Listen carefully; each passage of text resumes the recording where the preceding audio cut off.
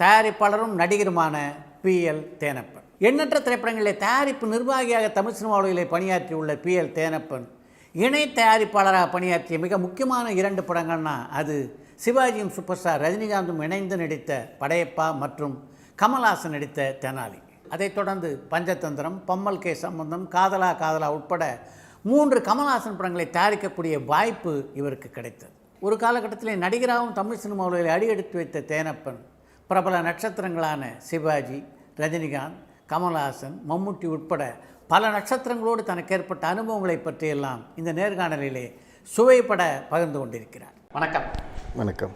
சினிமாவுக்கு வரணுன்றது சின்ன வயசுலேயே தேனப்பன் ஆசையா, இல்லை சினிமா உங்களை ஈர்த்து கொண்டதா? இப்போ சினிமாவுக்கு எனக்கு வரணும்னு துளி கூட ஆசை கிடையாது. சந்தர்ப்ப சூழ்நிலையில் சினிமாவுக்கு வந்துட்டேன்னு நினைக்கிறேன்.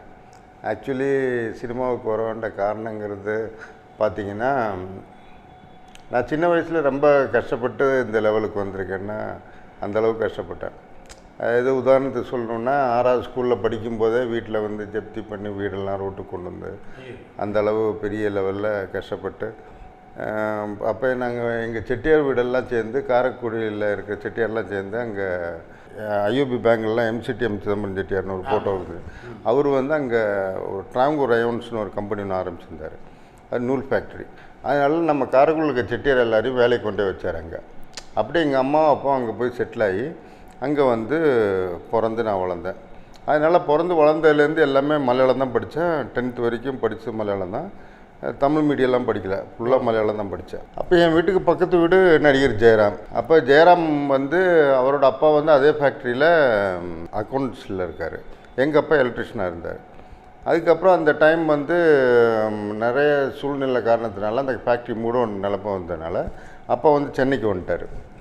சென்னைக்கு ராம்நாதன் கொஞ்சம் நம்ம சொந்தக்காரனால அவங்க கம்பெனியில் சினிமா தேட்டர் கன்ஃபார்ம் பண்ணுறது அது இதுன்னுட்டு மீடியேட்டர் வேலையெல்லாம் பார்த்துக்கிட்டு எங்கள் அப்பா அப்படி அங்கே பண்ணிக்கிருந்தார். அப்போ நான் வீட்டில் ரொம்ப பிரச்சனைன்னு சொல்லி இங்கேருந்து பணம் அனுப்ப முடியலனால அப்படின்னு சொல்லி லெட்டர் அனுப்பிட்டார். அப்போ வீடு நிலமை ரொம்ப கஷ்டமாயிருச்சு. வீட்டுக்கு நான் அத்தனைக்கும் ஒரே பையன். அதுக்கப்புறம் வேலைக்கு போகணுங்கிற ஒரு சூழ்நிலை ஆயிடுச்சு. ஒரு நாள் மத்தியானம் ஸ்கூலில் இருக்கும்போது பக்கத்து வீட்டில் பேபி சேச்சின்னு ஒரு மலையாளி அவங்க என்னை ஸ்கூலில் கூட்டின்னு போகிறாங்க. கூட்டின்னு போனாங்கன்னா என்னென்னு பார்த்தா, மத்தியானம் அந்த கவர்மெண்ட் ஆஸ்பத்திரியில் வெளியில் படுக்க வச்சுருப்பாங்க கேரிடோரில். அது மாதிரி எங்கள் அம்மா படுக்க வச்சு வாமிட் எடுக்க வச்சுட்டுருக்காங்கன்னு பார்த்தா கிட்டத்தட்ட ஒரு 60-70 தூக்க மாத்திரை சாப்பிட்டு சூசைட் அட்டெம்ப்ட் பண்ணிட்டாங்க அம்மா. அப்போ நீ வீட்டில் எந்தவித காசுக்கு ரொம்ப டைட் ஆகிடுச்சு, நீ எப்படி வந்தால் பையனுக்கு சாப்பாடு கொடுக்குறது இப்படிங்கிற லெவலில் ஃபேஸ் பண்ண முடியாதனால எங்கள் அம்மா சூசைட் அட்டெம்ப்ட்டு பண்ணுறதுக்கு நிலைமையாயிருச்சு. அப்போ இப்போ தான் எனக்கு தோணுச்சு, அன்றைக்கி எழுந்திரிச்சா நம்ம காலையில் எழுந்திரிச்சு ஷட்டில் விளையாடணும், சாயங்காலம் கிரிக்கெட் விளையாடணும், இந்த ஒரு மூடு மட்டும்தான் இருந்தது இல்லாமல் அப்போ தான் தெரிஞ்சது வீட்டில் இவ்வளோ பிரச்சனை இருக்குது, வேலைக்கு போகணும் அப்படிங்கிறதுக்காக போய் எல்லா இடத்துலையும் வேலை கேட்கும்போது யாருமே அம்மா என்ன சொன்னாங்க, படிப்பு நிப்பாட்டிடாத, அதுக்கு மேலே எதாவது வேலை பாரு அப்படின்னாங்க. அதுக்காக 5 மணிக்கு ஸ்கூல் முடிஞ்சும் 5 மணிக்கு மேலே எங்கேயாவது வேலை கேட்கலான்னு சொல்லி எல்லா இடத்துலையும் போய் கேட்பேன், யாருமே வேலை கொடுக்கல. அதுக்கப்புறம் எங்கள் அப்பா கூட நான் அந்த ஒயின் ஷாப்புக்கு எப்போவுமே போய்க்கிருந்தேன். அப்போ ஒயின் ஷாப் ஓனர் ரொம்ப ஃப்ரெண்டுனால ஒரு நாள் அவர்கிட்ட போய் கேட்டு பார்ப்போம் அப்படின்னு சொல்லிட்டு மாணிச்சேட்டன்னு பெரும்பாவூரில் அந்த டிரான்ஸ்போர்ட் பஸ் ஸ்டாண்ட் பக்கத்துலேயே பிக்னிக் பார்னு ஒன்று இருந்தது, அது செம்பருத்தி ரெஸ்டாரண்ட்னு. அங்கே போய் கேட்டோன்னே மாணிச்சேட்டன்னு சொன்னார், சரி தானப்பா நீ டெய்லி பார்த்துக்கோ, டெய்லி சாயங்காலம் ஒரு 5 மணிக்கு நீ வந்தேன்னா நைட்டு ஒரு 11 மணி வரைக்கும் எல்லா டேபிள்லாம் துடைச்சி கிளாஸ் எல்லாம் கழுவி எல்லாம் வச்சுட்டு போனால் உனக்கு டெய்லி 5 ரூபா கொடுத்துருவாங்க, நீ என்னன்னைக்கு வர அன்றைக்கி வாங்கிக்கோ அப்படின்னாரு. சரி ஓகே சார்னு சொல்லிட்டு அங்கே அப்படி வேலைக்கு போக ஆரம்பித்தது தான் என் லைஃப்பில் ஃபஸ்ட் டைம் ஜாபுக்கு போக ஆரம்பித்தது. அப்படி வேலைக்கு போக ஆரம்பித்து 6, 7, 8, 9 வரைக்கும் அப்படி போனேன். 10வது படிக்கும்போது கொஞ்சம் ஸ்கூல்லலாம் கொஞ்சம், ஏன்னா அப்போ இப்போ பெரும்பாவூர் ரொம்ப பெரிய ஊர் ஆயிடுச்சு. அன்றைக்கி வெறும் ஒரு 10 தெரு தான் இருக்கும் அந்த ஊர். இப்போ ரொம்ப பெரிய டவுன் ஆகிடுச்சு. இப்போ இந்த பெரும்பாவூர் ஆண்டனின்னு மோகன்லாலோட ப்ரொடியூசர் இருக்கார், அவர்லாம் என் வீட்டு பக்கத்தில் தான் இருக்கார். இப்போ இப்போ ஊரே ரொம்ப பெரிய ஊராச்சு. அப்போ ரொம்ப சின்ன ஒரு 4 தெருவில் தான் இருக்குது ஊர். அப்போ கொஞ்சம் கூச்சமாக இருந்ததுனால இந்த வேலையை விட்டுட்டு வீடியோ கேசட் டோர் டெலிவரி எடுத்து பண்ணுவோம் அப்படின்னு சொல்லி வீடியோ கேசட் டோர் டெலிவரி ஒரு வீட்டுக்காக சைக்கிளில் வச்சு டெய்லி ஒரு 50-100 கேசட்டு சைக்கிளில் ஃப்ரெண்டில் வச்சுக்கிட்டு 3 ரூபாய்க்கு எடுத்துகிட்டு போவேன். 5 ரூபா அவங்களுக்கு கொடுப்பேன். 1.5 ரூபா ஒரு நாளைக்கு ஒரு 10 கேசட் விற்றா ஒரு 10 ரூபா 15 ரூபா கிடைக்குங்கிற லெவலில் போய்க்கிருந்தது. அப்புறம் 10வது முடித்த உடனே தான் இங்கே எங்கள் அம்மாவோட அண்ணன் வந்து பேங்க் ஆஃப் மெஜிராவில் ஏஜிஎம்மாக இருந்தார். இதில் ரத்தன் பேர் இங்கே சென்னையில். அவர் என்ன சொன்னார், சரி தானே போனால் சென்னைக்கு வரட்டு, நான் வேணால் பியூனோவில் வாங்கி கொடுத்துறேன் பேங்க் ஆஃப் மெஜிராவில் அப்படின்னு சொல்லி தான் சென்னைக்கு வந்தேன். அப்போ என்ன இதுன்னா, இப்போ 10வது வந்து பாஸ் ஆகலைன்னா தான் இந்த வேலை கிடைக்கும், எது பியூன் வேலை. அப்போ நான் வந்து எஸ்எல்சி எக்ஸாம் எழுதிட்டு இங்கே வரேன் சென்னைக்கு, ரிசல்ட்டுக்கு வெயிட்டிங்கில் வந்தோடனே நமக்கு என்னோடய கான்ஃபிடென்ட் நான் சுத்தமாக படிக்க மாட்டேன், கன்ஃபார்மாக தோற்றுருவேன், நமக்கு வந்தோடனே வேலை கிடச்சிரும். அந்த நம்பிக்கையில் எக்ஸாம் எழுதிட்டு வந்துடுறேன். ரிசல்ட் எப்படி 2-3 மாதம் கழிச்சு வரும். அதுக்குள்ளே வந்து மாமாட்ட கேட்டேன். மாமா வந்து ஒவ்வொரு பிரான்ச்சாக சொல்லுவார், டி நகர் பிரான்ச்சு, பாரிஸ் பிரான்ச்சு, வெஸ்ட் மாப்பிளா, இப்படி ஒவ்வொரு பேங்க் ஆஃப் மெஜிரா அப்போ அங்கங்கே இருந்து இப்போல்லாம் ஐசிஐசியாக மாறிடுச்சு. அப்போ அந்த பிரான்ச் எல்லாம் போவாங்க. ஏஜிஎம் சொன்னால அவங்க என்ன பண்ணுவாங்க, டெய்லி சாயங்காலம் போகும்போது 13 ரூபா ஏதோ ஒரு வவுச்சர் போட்டு கொடுப்பாங்க. அதை வாங்கிட்டு நான் பாட்டுக்கு இப்படி ஒரு 6 மாதம் நீ வேலை பாரு, உடனே எப்பயும் நான் கன்ஃபார்ம் பண்ணிடுவாங்க அப்படின்னு சொல்லி தான் ஸ்டார்ட் பண்ணேன். அப்போ வந்து இந்த மயிலாப்பூரில் நம்ம சாரதா நிவாஸ்னு நீலகிரிஸ்க்கு பின்னாடி ஒரு ஹோட்டல் இருந்தது. அப்போ இந்த டிஸ்ட்ரிபியூட்டர் எக்ஸிபியூட்டர்லாம் அங்கே தான் தங்குவாங்க. அப்போ அந்த ஹோட்டலில் தான் இருந்தேன் நான். அப்போ அங்கே ஒரு ஆனந்தன் ஒரு மேனேஜர் ஒருத்தர் இருந்தார். அப்போது ஒரு வழியாக இப்போ இது எஸ்எல்சி ரிசல்ட் வந்துருச்சு. ரிசல்ட் வந்தோடனே பார்த்தா 210 மார்க்கு 212 மார்க் வாங்கி ஜெயிச்சிட்டேன், பாஸு. என்னால் நம்பவே முடியல. இப்போ என்னடா இது, இப்போ நம்ம தோற்றுருன்னு நினச்சோம், 210 மார்க்கு 212 மார்க் வாங்கி வின் பண்ணிட்டோமே, இப்போ என்ன போகுதுன்னு தெரியலேன்னு சொல்லி மாமாட்ட போய் கேட்டோன்னா மாமா சொன்னார், யூனியன் நிறைய பிரச்சனைலாம் இருக்குது, அதனால் ஒன்றும் பண்ண முடியாது, அதனால் நீ வேறு ஏதாவது ஜாப் பார்த்துக்கோ, நான் சேர்க்க முடியாது அப்படின்னு சொல்லிட்டாரு. சொன்னோன்னே இருக்கிற வேலையும் போச்சுன்னு சொல்லிட்டு அப்புறம் சாரதா யூனிவர்சிட்டியில் தான் தங்கியிருந்தேன். அப்போ இவர் நம்ம ஆனந்தன்கிட்ட வந்து இப்படி மேட்டர்லாம் சொன்னோன்னே ஆனந்தன் என்ன சொன்னார், சரி ஓகே தானேப்பா, நீ எப்படி எனக்கு கேரளாவுக்கும் போகிறதுக்கு இல்லை, இப்போ இங்கே ஏதாவது பொழப்பு ஓட்டலாம் அப்படிங்கிற லெவலில் ஆனந்தன்கிட்ட கேட்டோன்னா ஆனந்தன் என்ன சொன்னார், இங்கே டிஸ்ட்ரிபியூட்டர் எக்ஸிபியூட்டில் வந்து தங்குறாங்க, இவங்களுக்கு வந்து ட்ரெயின் டிக்கெட் எடுத்து ஏற்றி விட்டோம், ஒரு டிக்கெட்டுக்கு வந்து 5 ரூபா சர்வீஸ் சார்ஜ் கொடுப்பாங்க, அப்போ நீ அது கரெக்டாக பண்ணேன்னா உனக்கு ஓகே ஆயிடும் அப்படின்னு சொல்லிட்டு, சரி இது நல்ல ஜாபாக இருக்கே, காலைல ஏர்லி மார்னிங்கே போய் க்யூவில் நின்ட்டோன்னா ஃபஸ்ட்டு நம்ம போய் டிக்கெட்டை வாங்கி இவங்களை கரெக்டாக ஏற்றி விட்டுலாம் அப்படிங்கிற நம்பிக்கையில் எல்லாம் பண்ணேன். எல்லாம் கரெக்டாக ஸ்மூத்தாக போய்க்கிருந்தேன். அப்போ பின்னாடி தான் ராமநாதன் ஆஃபீஸ் இருந்தது. அப்போ ராமநாதன் வந்து அந்த பூவே இளம் பூவேன்னு ஒரு படம் எடுத்துக்கிருந்தாங்க. சிறுமுக ரவி, சுரேஷ் நதியா நடித்த படம், சிறுமுக ரவி டைரக்டர். அந்த படத்துக்கு வந்து டிக்கெட் எடுக்கிறதுக்கு எனக்கு சான்ஸ் கொடுங்க, நான் அப்படி எல்லாருக்கும் பண்ணின்னு இருக்கேன், டிஸ்ட்ரிபியூட்டர் எக்ஸிபியூட்லாம் பண்ணுறேன் சரின்னு சொல்லிட்டு அவரும் எனக்கு சொந்தக்காரனால சரி கொடுத்துருக்கேன், என்ன பார்ப்போன்னா அவங்களெல்லாம் கரெக்டாக ஏற்றி விட்டால் எல்லாம் கரெக்டாக பண்ணோன்னா ரொம்ப பிடிச்சி போய் அதுக்கு அடுத்த படம் தென்பட்டி சீமையில் விஜயகாந்த் நடிக்கிற படம், அந்த படத்துக்கு வந்து கோலப்பன் டைரக்டர், அந்த படத்துக்கும் கரெக்டாக பண்ணோன்னா கேப்டன் வரைக்கும் யாரோ ஒரு பையன் நல்லா துருதுருப்புன்னு இருக்கானே, எந்த வேலை கேட்டாலும் பண்ணுறான், டீ எடுத்துகிட்டு வரான், ஸ்டூல் எடுத்து வீணா வைக்கிறான், எல்லா வேலையும் பார்க்குறான், ஆனால் ட்ராவல்ஸ் ஏஜென்ட்டு எல்லாம் கரெக்டாக பண்ணுறானே அப்படின்னு தெரிஞ்சோடனே கேப்டன் வரைக்கும் என் பேர் ரீச் ஆயிடுச்சு. அப்போ ஒரு வழியாக அங்கே ராமநாதன் ஆஃபீஸ் நம்ம ரிலேஷனும் அதுவும் இருக்கிறனால சரி நம்பிக்கையான பையனாக இருக்கான், பணம் என்ன கொடுத்தாலும் கரெக்டாக கணக்கு கொண்டு வந்து கொடுத்துட்றான், அவனுக்கு தேவையான மட்டும்லாம் எடுத்துக்கிறான் அப்படிங்கிற ஒரு பேர் வந்தோடனே அதுக்கடுத்து மனைவி ஒரு மந்திரி, சகாதேவன் மகாதேவன், கரகாட்டக்காரன் இதெல்லாம் வந்து கேஷியராக ஒர்க் பண்ணுறேன். ஃபுல் பொறுப்பு பணத்தை எங்கிட்டே கொடுத்து என்னை வந்து கேஷியராக்குறாங்க. அப்படி அந்த படம்லாம் ஒர்க் பண்ணின்னு இருக்கும்போது தான் துரையண்ணன் படம் வந்து, துரையண்ணன் தான் இப்போ ராமராஜனுக்கு மேனேஜராக இருந்தார். அப்போ எங்கூர் மாப்பிள்ளைன்னு ஒரு படம் வந்து இங்கே ஒர்க்கு கரகாட்டக்காரன் முடிஞ்சோடனே எங்கூர் மாப்பிள்ளைங்கிற படத்துக்கு நீ போய் ஒர்க் பண்ண, இதே மாதிரி கேஷியரு ட்ராவல்ஸ் ஏஜென்ட் 2 சேர்த்து பண்ண அப்படின்னு சொல்லி அங்கே சேர்த்து விட்டார். அங்கே போன பிறகு தான் அந்த படத்துக்கு கேமராமேன் நிவாஸ். அப்போ நிவாஸ் சார் வந்து மலையாளினால நானும் மலையாளம் நல்லா கிட்டத்தட்ட நான் பேசினா மலையாளி மாதிரி தான் பேசுவேன், அந்தளவு எனக்கு தமிழோட எனக்கு மலையாளம் தான் ரொம்ப பர்ஃபெக்டாக வரும். அதனால் மலையாளினால அவரும் என் மேலே ரொம்ப பிரியப்பட்டு தினப்பா அடுத்து எனக்கு ராமராஜன் டேட்டு கொடுத்துருக்காரு, அந்த படத்தில் நான் உன்னை ப்ரொடக்ஷன் மேனேஜர் ஆக்கிடுறேன் அப்படின்னு சொல்லிவிட்டு, அப்போ கராட்டக்காரன் ஷூட்டிங் நடக்கும்போது தான் இந்த மேனேஜ் யூனியன் வந்து அப்போ ரொம்ப பிரச்சனை பண்ணுவார். கோபின்னு ஒருத்தர் வந்து ஒரு வேட்டி கட்டினே எப்போ பார்த்தாலும் வந்து தகரா பண்ணிக்கினே இருப்பார். அப்போ இவரை கண்டாலே இந்த கற்ப ஸ்டுடியோவில் தான் 14 நாள் ஷூட்டிங் நடக்கும் கரகாட்டக்காரன், இல்லாட்டி அந்த இதில் அருணாச்சல் ஸ்டுடியோவில் அங்கே தான் எடுத்துக்கிட்டு இருக்கும்போது இந்த ஆள் சாயங்காலம் நான் பேட்டா கொடுத்துட்டு இருக்கும்போதே வந்து வேணும்னு நான் கார்டு எடுக்கலைன்னு சொல்லி தரா அப்படிங்கினே இருப்பார். அப்புறம் ஒரு வழியாக அப்போ வந்து 240 ரூபா கார்டு, அப்புறம் ஒரு நாள் துரைன்னு சொல்லி அக்கௌண்ட்டில் 100 ரூபா அட்வான்ஸாக கட்டிட்டு பேலன்ஸ் 140 ரூபா வந்து ஒரு 6 மாதத்தில் கொடுப்பாருன்னு சொல்லி மேனேஜ் யூனியன் கார்டு அப்போயே எடுத்துட்டேன். அப்போல்லாம் ப்ரொடக்ஷன் மேனேஜருக்கு என்ன சம்பளம்?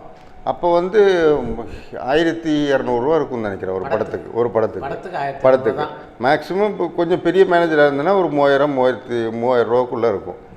இப்போ எனக்கெல்லாம் வந்து 1200 750 தான் கொடுத்தாங்க ஒரு படத்துக்கு. அன்றைக்கானது பெரிய அமௌண்ட்டு. அன்றைக்கி இருக்கிற சுச்சுவேஷன், அன்றைக்கி என்ன டீ வந்து 40 காசு தான் ஏதோ இருந்திருக்கும், அந்த லெவலில் இருக்கும்போது தான் இருந்தது. அதனால் அப்படி மெம்பர் ஆகிட்டேன். அதனால் இப்போ அதுக்கப்புறம் நம்ம வந்து இப்போ அடுத்த ஸ்டெப்பு ப்ரொடக்ஷன் மேனேஜர் ஆகணும் அப்படிங்கிறதுல இருக்கும்போது கரெக்டாக கேமராமேன் நிவாஸ் வந்து எனக்கு ராமராஜன் டேட் கொடுத்துருக்காரு. இப்படி ராஜான்னு ஒரு படம் பண்ணுறோம், அது வந்து ராமதாஸ் டைரக்டர் அப்படின்னு சொல்லிட்டு, சரி ஓகேன்னு சொல்லிட்டு நான் அங்கே போய் ஜாயின் பண்ணுறேன். போய் ஜாயின் பண்ண உடனே அங்கே பார்த்தா கேஎஸ் ரவிக்குமார் அசிஸ்டன்ட் டைரக்டர்.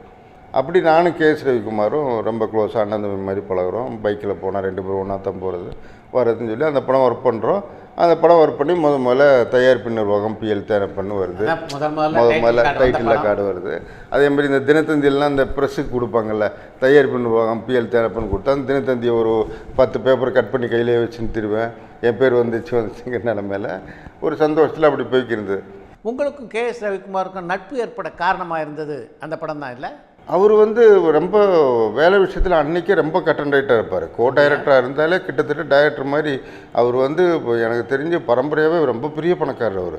ஆனால் கொஞ்சம் கூட காட்டிக்க மாட்டார், அவ்வளோ பெரிய ஆள். 10 நாள் பேட்டாவுக்கு எங்கிட்ட காசு இல்லைன்னா கூட நிவாஸ் ஏதோ டென்ஷனில் கேமரா முன்னாடி அப்படி நின்றுட்டு இருப்பார்.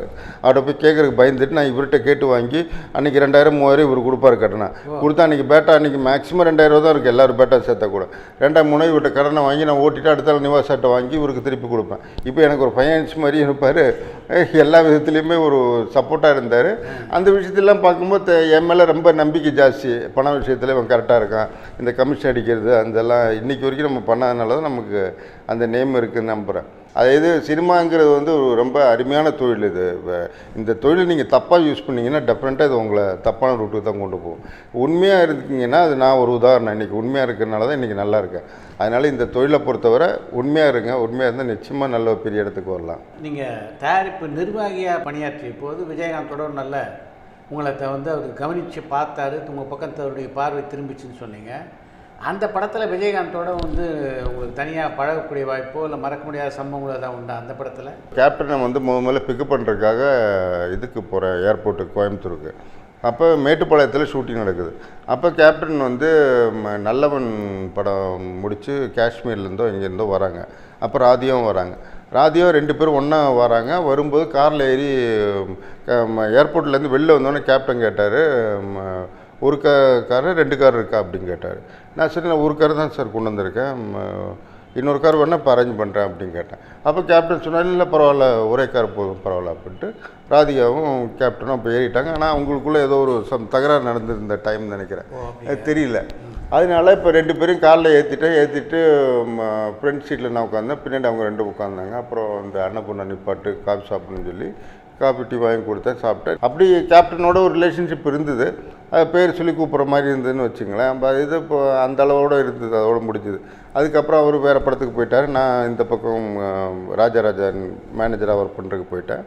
அப்போதுலேருந்து எனக்கு இந்த சின்ன வயசுலேருந்து கமல் சார் மேலே பெரிய ஒரு ஃபேனாக இருந்ததுனால நானும் எங்கள் அம்மாவும் வந்து எங்கள் ஊர் பெரும்போரில் வந்து படங்கள் வர்றது வந்து ரொம்ப நாள் கழிச்சு தான் வரும். அப்போ இந்த சலங்கவலி, சங்கராபரணம் இது மாதிரி படங்கள்லாம் வந்து நானும் எங்கள் அம்மாவும் புறப்பட்டு காலைல 5 மணிக்கு கிளம்பி பஸ்ஸில் போனால் தான் கொச்சினில் போய் உட்காந்து அங்கே பத்மான்னு ஒரு தேட்டர் இருக்குது, அங்கே தான் படம் பார்ப்போம். தமிழ் படம் அங்கே மட்டும்தான் ரிலீஸ் ஆகும். அங்கே படங்கள்லாம் பார்த்ததுலேருந்து அப்போ வந்து கமல் சார் பெரிய ஃபேனாக இருப்பேன். அப்போ இங்கே இந்த ராஜராஜன் ஒர்க் பண்ணும்போது கேப்லெலாம் கமல் சார் ஆஃபீஸில் வேலை பார்க்கணும் அப்படின்னு சொல்லி அங்கே வெளில போய் நின்றுக்கினே இருப்பேன். அப்போ ஒரு டிஎன்எஸ் சார் நம்ம ஊருக்காரரு தேவகோட்டக்காரரு அப்படின்னு சொல்லும்போது டிஎன்எஸ் சாரை போய் பார்ப்பேன். அவர் வந்து இல்லை தம்பி நான் சொல்கிறேன், உனக்கு கரெக்டான டைம் வரும்போது சொல்கிறேன், உன்னை வேலைக்கு சேர்த்துக்கிறேன் அப்படின்னு சொல்லிக்கினே இருந்தார். அது அப்படியே போய்க்கினே இருந்தது. அப்படியே ராஜராஜன் முடிஞ்ச பிறகு சின்ன பசங்க நாங்கள் அந்த பேண்ட் மாஸ்டர் அந்த கம்பெனியில் படங்கள் ஒர்க் பண்ணிக்கிருந்தேன். சில வெளிப்படங்கள்லாம் பண்ணிக்கிருந்தேன். அப்போ கமல் சார் எப்படியா ஒர்க் பண்ணணும்னு சொல்லி இந்த பீரியடில் வந்து அவர் டைரக்டர் ஆகிட்டார். கேஎஸ் ரவிக்குமார் டைரக்டர் வந்து இந்த படம் முடிச்சுட்டு அதுக்கப்புறம் வந்து புது வசந்தம் வந்து டைரக்டராக போயிட்டார், விக்ரமனோட போயிட்டார். அப்போ எனக்கு வந்து இங்கே ராஜ்கமலில் வந்து கமல் சார் ஆஃபீஸில் மாச சம்பளத்துக்கு வேலைக்கு எடுத்துக்கிட்டாங்க. அப்போ வந்து அபூர்வ சூழல் எண்டில் வந்து கேஷியர் இல்லைன்னு சொல்லிட்டு டிஎன்எஸ் வந்து எனக்கு கேஷியராக ஃபிக்ஸ் பண்ணி அபூர்வ சூழலுக்கு கொச்சினுக்கு போகிறேன். அப்படி அங்கே ராஜ்கமலில் மந்த்லி சேலரி 400 ரூபாய்க்கு ஃபிக்ஸ் ஆகி கேஷியராக அங்கே போயிடுறேன். அங்கே போய் அதை ஒர்க் பண்ணி அதுக்கப்புறம் அபூர்வ சோல் ஹிந்தியில் டப்பிங் பண்ணுறாங்க அப்பு ராஜான்னு. அதுவும் நான் ஒர்க் பண்ணுறேன். அது ஒரு 2-3 நாள் மட்டும் இந்த தமிழ் தெரிகிற வேர்டெல்லாம் வந்து ஹிந்தியில் மாற்றுறதுக்காக அந்த ஷூட்டு மட்டும் ஒரு 2-3 நாள் ஷூட் பண்ணோம். திருப்பி அந்த படம் வந்து டப் பண்ணி அப்பு ராஜான்னு ஹிந்தியில் ரிலீஸ் பண்ணுற வரைக்கும் ஒர்க் பண்ணேன். ஒர்க் பண்ணி நல்லா அந்த படம் ஹிந்தியில் நல்லா போச்சு. இல்லை, உங்களுடைய கனவு கதாநாயகனான கமல்ஹாசனை எப்போ முதல்ல சந்திச்சிங்க? முதல்ல சந்திச்சேன்னு பார்த்தீங்கன்னா, இப்போ இது கொஞ்சம் க்ளோஸாக பழகினேன்னு பார்த்தா குணா ஷூட்டிங்கில் தான். அது வரைக்கும் தேனப்பன்னு ஒருத்தர் வேலை பார்க்குறாங்கிறது இல்லாமல் நம்ம வந்து அவர் பக்கத்தில் கூட போக முடியாது. அவர் வர்ற பார்த்தாலே ஏதோ ஒரு நெருப்பு வர்ற மாதிரி தான் இருக்கும். அதனால் என்ன, நம்ம எங்கேயோ அண்ணாந்து பார்த்த ஒரு கமல் சாரை டக்குன்னு காலிலேருந்து இறங்கி நம்ம ஆஃபீஸுக்குள்ளே தான் வரேன். நான் அவர் ஆஃபீஸ் ஸ்டாஃபு. ஆனால் அவர் எங்கிட்ட பேசுகிறதோ நான் போய் அவர்கிட்ட பேசுகிறான சூழ்நிலை வரல. ஆனால் அவருக்கு வந்து இந்த மலையாளத்தில் பேசினா அவருக்கு ஒரு பெரிய ஒரு சென்டிமெண்ட் இருக்குது அவர் கமல் சாரை பொறுத்தவரை.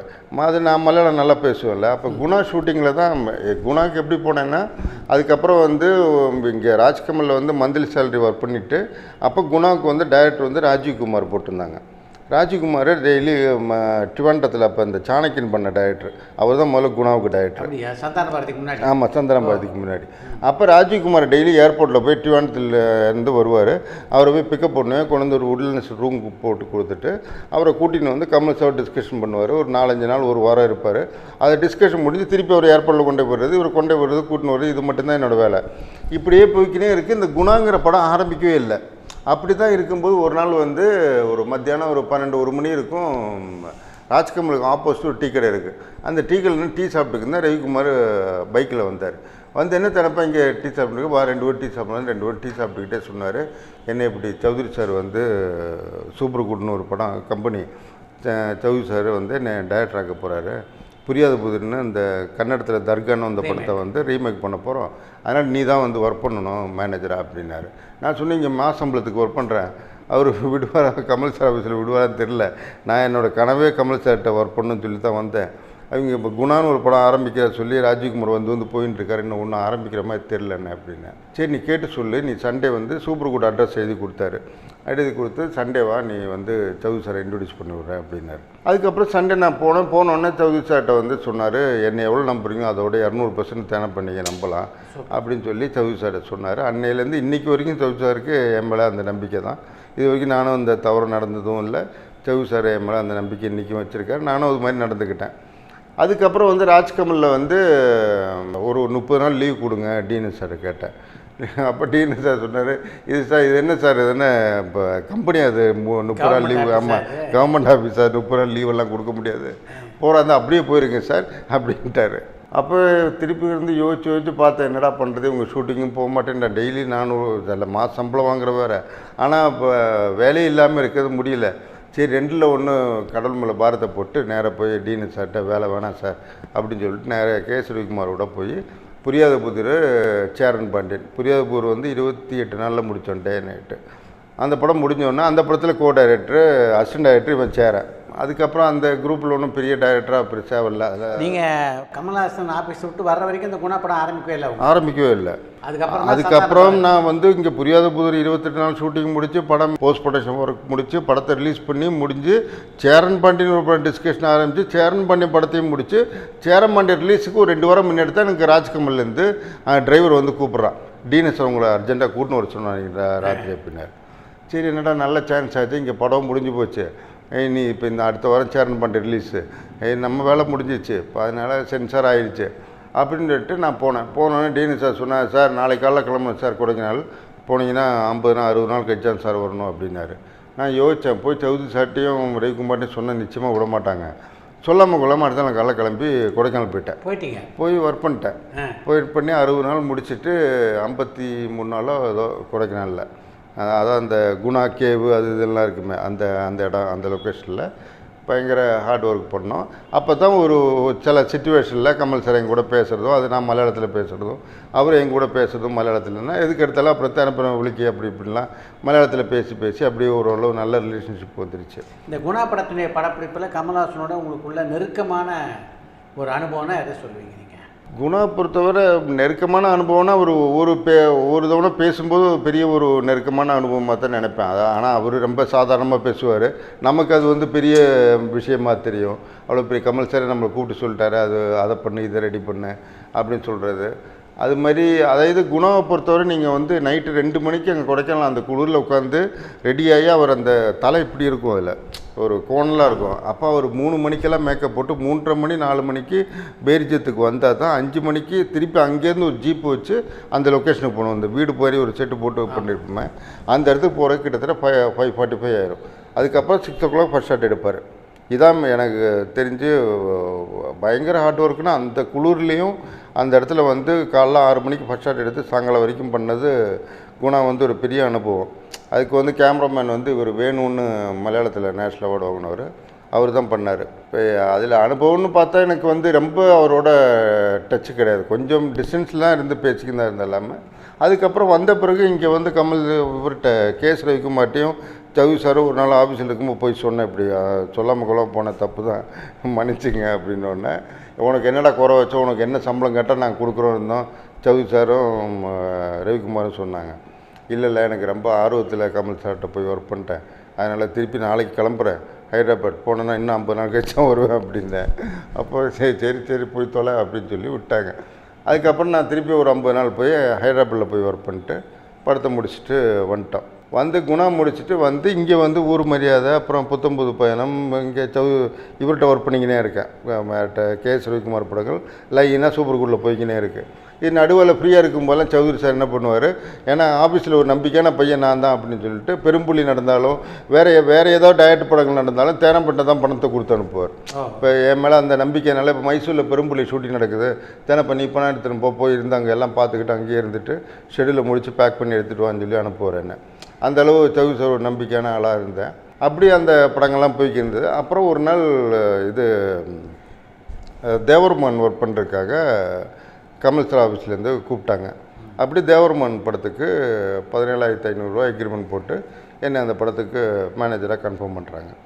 அப்போ அந்த படத்தில் வந்து வடிவேலுக்கு வந்து நான் சம்பளம் பேசுகிறேன், 6 மாதத்துக்கு எக்ரிமெண்ட்டு 15,000 பேசி எக்ரிமெண்ட் வாங்குகிறேன் வடிவேல்கிட்ட. 6 மாதம் அனுமதி இல்லாமல் எங்கேயுமே போகக்கூடாது, எந்த படத்தில் நடிக்கப்படாதுன்னு சொல்லி 15,000 6 மாதத்தில் எக்ரிமெண்ட் வாங்குகிறேன் வடிவேல்கிட்ட. அப்படி வடிவேல் அங்கே போய் தேவர்மன் ஷூட்டிங்கில் போய் அதுவும் ஏடிசியில் ஒரு சின்ன சிங்கிள் ரூமில் தங்கியிருப்பார். அப்போ நடுவில் மஞ்சக்காமலை வந்தது, இப்போ ரொம்ப கஷ்டப்பட்டார் இப்போ வடிவேல். அப்போ நம்ம ஹாஸ்பிட்டல்லாம் கூட்டின்னு போயிட்டு மஞ்சக்காமலைக்கு அந்த இதெல்லாம் பண்ணுவோம் இல்லையா, வேப்பிலெல்லாம் கட்டி அதெல்லாம் பண்ணி நம்ம அப்போ ஷெட்யூல்லாம் கொஞ்சம் தள்ளி வச்சு அப்போ அந்த டைம் வந்து எல்லாம் பேஸ் பண்ணி இப்போ அது வடிவேல் இன்றைக்கி இந்த அளவுக்கு பெரிய அளவுனா அவரோட ஹார்ட் ஒர்க்கு தான் சொல்லணும் மாதிரி. அப்போ அந்த படம் வந்து ஒர்க் பண்ணிக்கிருந்தோம் தேவர்மன். நீங்கள் பல நடிகர்களோடு பணியாற்றிருக்கீங்க, இதில் யாரோட பணியாற்றியது உங்களுக்கு ரொம்ப திருப்தியாக இருந்தது? அதாவது என்னை பொறுத்தவரை எனக்கு வேலை தர்றது வந்து வேலை சொல்கிறது வந்து டைரக்டரு, சம்பளம் கொடுக்குறது ப்ரொடியூசர், இவங்க 2 பேருக்கு தான் நான் வந்து வளைஞ்சு கொடுப்பேன். இல்லாமல் நான் என்ன சொல்ல வரேன்னா, இப்போ இந்த ஹீரோ இவங்களுக்கெல்லாம் வந்து ரொம்பலாம் அப்படி குனிஞ்சு போய் நின்று அவங்கள்ட்ட போய் பேசிக்கிட்டு வளைஞ்சிக்கிட்டுலாம் நிற்க மாட்டேன். டைம் சொன்னால் டைம், உங்கள் வேலை நடிக்கிறது, என் வேலை மேனேஜர் வேலை. நீங்கள் சம்பளம் பேசிருக்கு, சம்பளம் வாங்கி தர வேண்டியது என் கடமை, நீங்கள் நடிக்க வேண்டியது உங்கள் கடமை. அந்த லெவலில் தான் நான் பார்த்துப்பேன். இல்லாமல் ரொம்ப போய் ரகுவரன் ஆகட்டு இவங்கள ஆகட்டும் யார்ட்டையும் ரொம்ப அந்த அட்டாச்மெண்ட்டே எங்கள் யார்ட்டையுமே வச்சுக்க மாட்டேன். நீங்கள் வந்து ஒரு தயாரிப்பு நிர்வாகியாக ஒரு ஸ்ட்ரிக்ட் ஆஃபீஸராக இருந்திருக்கீங்க. உங்களுடைய பார்வையில் அப்போ நடித்த நாயகர்கள் யார் யார் உங்களுக்கு வந்து இவங்க கரெக்டாக இருக்காங்க அப்படின்னு தோணுச்சு? அப்படின்னு சொல்கிற பார்த்தா இப்போ ராமராஜன் வந்து ரொம்ப கரெக்டான டைமிங் கீப்பப் பண்ணுவார். ஐ திங்க் சரத்குமாரும் ஆல்மோஸ்ட் டைம் கீப்பப் பண்ணுவார். ரகுவரனை பொறுத்தவரை தெரியுமே, அது தெரிஞ்சு தான் நம்ம வந்து காலை விடுற மாதிரி. இப்போ டைரக்டர் பாலா வச்சு படம் எடுத்தால் என்ன எந்த அளவுக்கு போகுங்கிற மாதிரி, அது மாதிரி நம்ம தெரிஞ்சு தான் ரகுவரனை பொறுத்தவரை பெரிய. ஆனால் வந்த ஒரே டேக்கு தான். இப்போ நடிகர் கார்த்திகை வச்சு பிஸ்தான்னு ஒரு படம் பெருமன் நடராஜன் பண்ணார். அந்த படத்தை கார்த்திக் வந்து வெளியில் அப்படி இப்படியெல்லாம் சொன்னாங்க. ஆனால் எங்களுக்கு எந்த பிரச்சனையும் கிடையாது. நாங்கள் ஒரு படம் பண்ணோம், கரெக்டாக சொன்ன டேட்டில் பெருமன் நடராஜன் என்னைக்கு ஆனர் பண்ண சொன்னோமோ அன்றைக்கி ஆனர் பண்ணிட்டு படத்தை முடித்து கொடுத்துட்டோம். அதாவது கார்த்திக் எங்களுக்கு எந்த பிரச்சனையும் இல்லை, ஆனால் வெளியில் அப்படி சொல்லுவாங்க. அது மாதிரி எங்களுக்கு வந்து பெரிய நடிகர் சைடு வந்து எங்கள் ரவிக்குமார் சாருக்கும் எங்களுக்கும் நாங்கள் ஹேண்டில் பண்ணுற விதத்தில் யாரும் எங்களுக்கு பெரிய லெவலில் டார்ச்சர் கொடுத்த மாதிரி ஞாபகம் இல்லை. கேஎஸ் ரவிக்குமார் சார்கிட்ட வந்து டில் படையப்பா வரைக்கும் நான் ஒர்க் பண்ணேன்னு வச்சுங்களேன். இப்போ அதுக்கப்புறம் ப்ரொடியூசர் ஆகிட்டேன்னா, அதுக்கு முன்னாடி வரைக்கும் எப்படின்னா எனக்கு தெரிஞ்சு கவிதாலயா வந்து முத்து படம் ஒர்க் பண்ணுறோம். ஒர்க் பண்ணும்போது கவிதாலயில் வந்து நான் அதுக்கு முன்னாடி நாட்டாம படம் தான் ஒர்க் பண்ணியிருக்கேன். எனக்கு தெரிஞ்சு கொஞ்சம் அது நாங்கள் எடுக்கும்போது சின்ன படம், ரிலீஸ் காண பிறகு அது பெரிய படம் ஆயிடுச்சு. அதனால் அதான் என்னோடய கடைசி அனுபவங்கிறது. அப்போ இந்த படத்தில் வச்சு பார்க்கும்போது இவர் கேஎஸ் ரவிக்குமார் சார் வந்து எப்போ அட்வான்ஸ் வாங்கினாலும் அவருக்கு ஒரு அட்வான்ஸ், எனக்கு ஒரு அட்வான்ஸ். இப்படி தான் நாங்கள் பண்ண எல்லா படத்துக்குமே அவர் அப்படி தான் வாங்கி தருவார். நானும் அவரும் ஒன்றா தான் போவோம், ஒன்றா தான் வாங்கிட்டு வருவோம். இது இப்போ அப்போ அப்படி இருக்கும்போது முத்துவுக்கு வந்து கவிதாலயங்களை கன்ஃபார்ம் பண்ணும்போது ரவிக்குமாருக்கு ஒரு அட்வான்ஸ் கொடுத்துட்டு ரவிக்குமார் சார் சொல்கிறாரு, தேனப்பன் தான் மேனேஜர், அவருக்கு ஒரு அட்வான்ஸ் கொடுங்கன்னாரு. அவங்களும் அன்றைக்கி இப்போ நல்ல நாள்னால எதுவும் பேசலை, புஷ்பா மேடமும் பாலச்சந்திரன் சாரும் கொடுத்துட்டு நான் போயிட்டேன். அதுக்கப்புறம் திருப்பி டைரக்டரை கூப்பிட்டு ரஜினி சார்ட்ட ஏதோ பேசிவிட்டு அதுக்கப்புறம் இவர் தேனப்ப வந்து ரொம்ப சின்ன படம் தான் பண்ணியிருக்காரு, இவ்வளோ பெரிய படம் முத்து வந்து தாங்காது, தேவையில்லாமல் நம்ம அந்த நாகப்பா ராமதுரை இப்படி யாரையா வச்சு பண்ணிக்கலாம் அப்படின்னு அவங்க சைடு ஏதோ அவங்க ப்ரொடக்ஷன் சைடு ஏதோ சொல்லியிருப்பாங்கன்னு நினைக்கிறேன். ஆனால் டைரக்டர் விட்டே கொடுக்கல, கடைசி வரைக்கும் தேனப்பன் தான் ஒர்க் பண்ணுவோம், என்னதான் இருந்தாலும் நான் பார்த்துக்கலாம் அப்படின்னு சொல்லி. அதுக்கப்புறம் இந்த மேட்டரில் எனக்கு தெரிஞ்சோன்னே எனக்கு இன்னும் ப்ரெஷர் ஜாஸ்தியாகிடுச்சு. இவ்வளோ பெரிய படம், இப்போ அவங்கெல்லாம் பயப்படுறாங்க, இவ்வளோ பெரிய இப்போ கவிதாலேயே பயப்படுறாங்க நம்ம மேலே, நம்ம இது பண்ணி ப்ரூவ் பண்ணி காட்டுன்னு சொல்லி டே நைட்டு தூங்குறதே கிடையாது. 24 hours கவிதாலய ஆஃபீஸ்லேயே படுத்திருப்பேன், அந்த ரிசப்ஷன்லேயே தூங்குவேன், ரிசப்ஷன்லேயே எழுந்திருப்பேன், ரிசப்ஷன்லேருந்து எல்லாருக்கும் ப்ரோக்ராம் சொல்லுது, இப்படியே தான் அந்த படம் ஒர்க் பண்ணேன். ஆனால் ஒரு சின்ன கம்ப்ளைண்ட் கூட இருக்காது. படம் ரிலீஸ் ஆகி ஒரு 4 நாள் கழிச்சு படம் சூப்பர் டூப்பர் ஹிட் ஆகிடுச்சு. அதுக்கப்புறம் கே பாலாஜி சார் என்னை ஒரு நாள் கூப்பிட்டாரு, 4 நாள் கழிச்சு கூப்பிட்டு என் கையில் ஒரு 1 லட்ச ரூபா பணம் கொடுத்தாரு. கொடுத்துட்டு எனக்கு படம் பேசினதே 80,000, அதுவே எனக்கு எக்ஸ்ட்ரா 40,000 கொடுத்து 120 சம்பளம் கொடுத்துட்டாங்க. பேசினது 80,000 போக 120 கொடுத்துட்டாங்க. அது போக திருப்பியும் பாலாஜி சார் 1 லட்ச ரூபா கொடுத்தாரு எனக்கு. எதுக்குன்னு கேட்டோன்னா பாலாஜி சார் ஒரே வார்த்தை சொன்னார், நான் இது வரைக்கும் இந்த கம்பெனியில் வந்து 45 படமாக ஏதோ எடுத்திருக்கேன், இது வரைக்கும் எந்த ஒரு சின்ன படமாகட்டும் பெரிய படமாகட்டும் ஏதாவது ஒரு மேட்டருக்கு ராத்திரி 12-1 மணிக்கு எனக்கு ஃபோன் பண்ணி மினிஸ்டர்கிட்ட சொல்லு, இவர்கிட்ட சொல்லு, இல்லை அந்த கார்பரேஷன்கிட்ட சொல்லு, இல்லை உங்கள் தெரிஞ்சவங்க தான் நாராயண சபா ஓனர் யார்கிட்டயே சொல்லுன்னு சொல்லி ஏதோ ஒரு ரெக்கமெண்டேஷனுக்கு யாராவது எனக்கு ஃபோன் பண்ணாமல் இருந்ததே இல்லை. ஆனால் முத்துங்கிற இவ்வளோ பெரிய படம், நான் படத்தை பார்த்து இவ்வளோ பெரிய படத்தை வந்து ஒரு நாள் கூட நீ எந்தவித ரெக்கமெண்டேஷனுக்கும் எனக்கு கேட்காம இந்த படத்தை முடிச்சு கொடுத்த ஒரே காரணத்துக்கு உனக்கு 1 லட்ச ரூபா பணம் கொடுக்குறேன்னு சொல்லி எனக்கு கொடுத்தாரு 1 லட்ச ரூபா. 1 லட்ச ரூபாங்கிறது நீ கிட்டத்தட்ட 10 லட்ச ரூபாய்க்கு அதுக்கு மேலேயே 20 லட்ச ரூபாய்க்கு சமம் அன்றைக்கி. அந்தளவு அன்றைக்கி 1 லட்ச ரூபா கொடுத்தாரு. அது தெரிஞ்சோ தெரியலையோ தெரியல. அடுத்த நாள் கரெக்டாக ரஜினி சாரும் கூப்பிட்டாரு. ரஜினி சாரும் கூப்பிட்டு அதே மாதிரி இந்த அருணாச்சல கெஸ்ட் ஹவுஸுக்கு வா ஈவினிங் ஒரு 5 மணிக்கு அப்படின்னாரு. சரின்னு சொல்லிட்டு ஈவினிங் 5 அப்போ எனக்கு பரம்பரை ஷூட்டிங் வாசன் ஹவுஸில் நடந்துட்டுருக்கு. எங்களுக்கு அடுத்த படம் ஆரம்பிச்சிருச்சு. அடுத்து அது கேபி மினிச்சு பாலு ப்ரொடியூசர். அப்புறம் இப்போ வாசன் ஹவுஸ்லேருந்து 5 மணிக்கு டிவி ஷூட்டில் வந்து இவர்கிட்ட ரஜினி சாரை போய் பார்த்தோன்னா அவரும் ஒரு கவர் கொடுத்தாரு. இப்போ என்ன சார் நான் இப்போ இப்படிலாம் நடிகர்லாம் பணம்லாம் வாங்க மாட்டேன் சார், இது வரைக்கும் லைஃப்பில் வாங்கினதே இல்லை அதெல்லாம் அப்படின்னு. என்ன நடிகராக பார்க்குறீங்களா அப்படி இப்படின்ட்டாரு.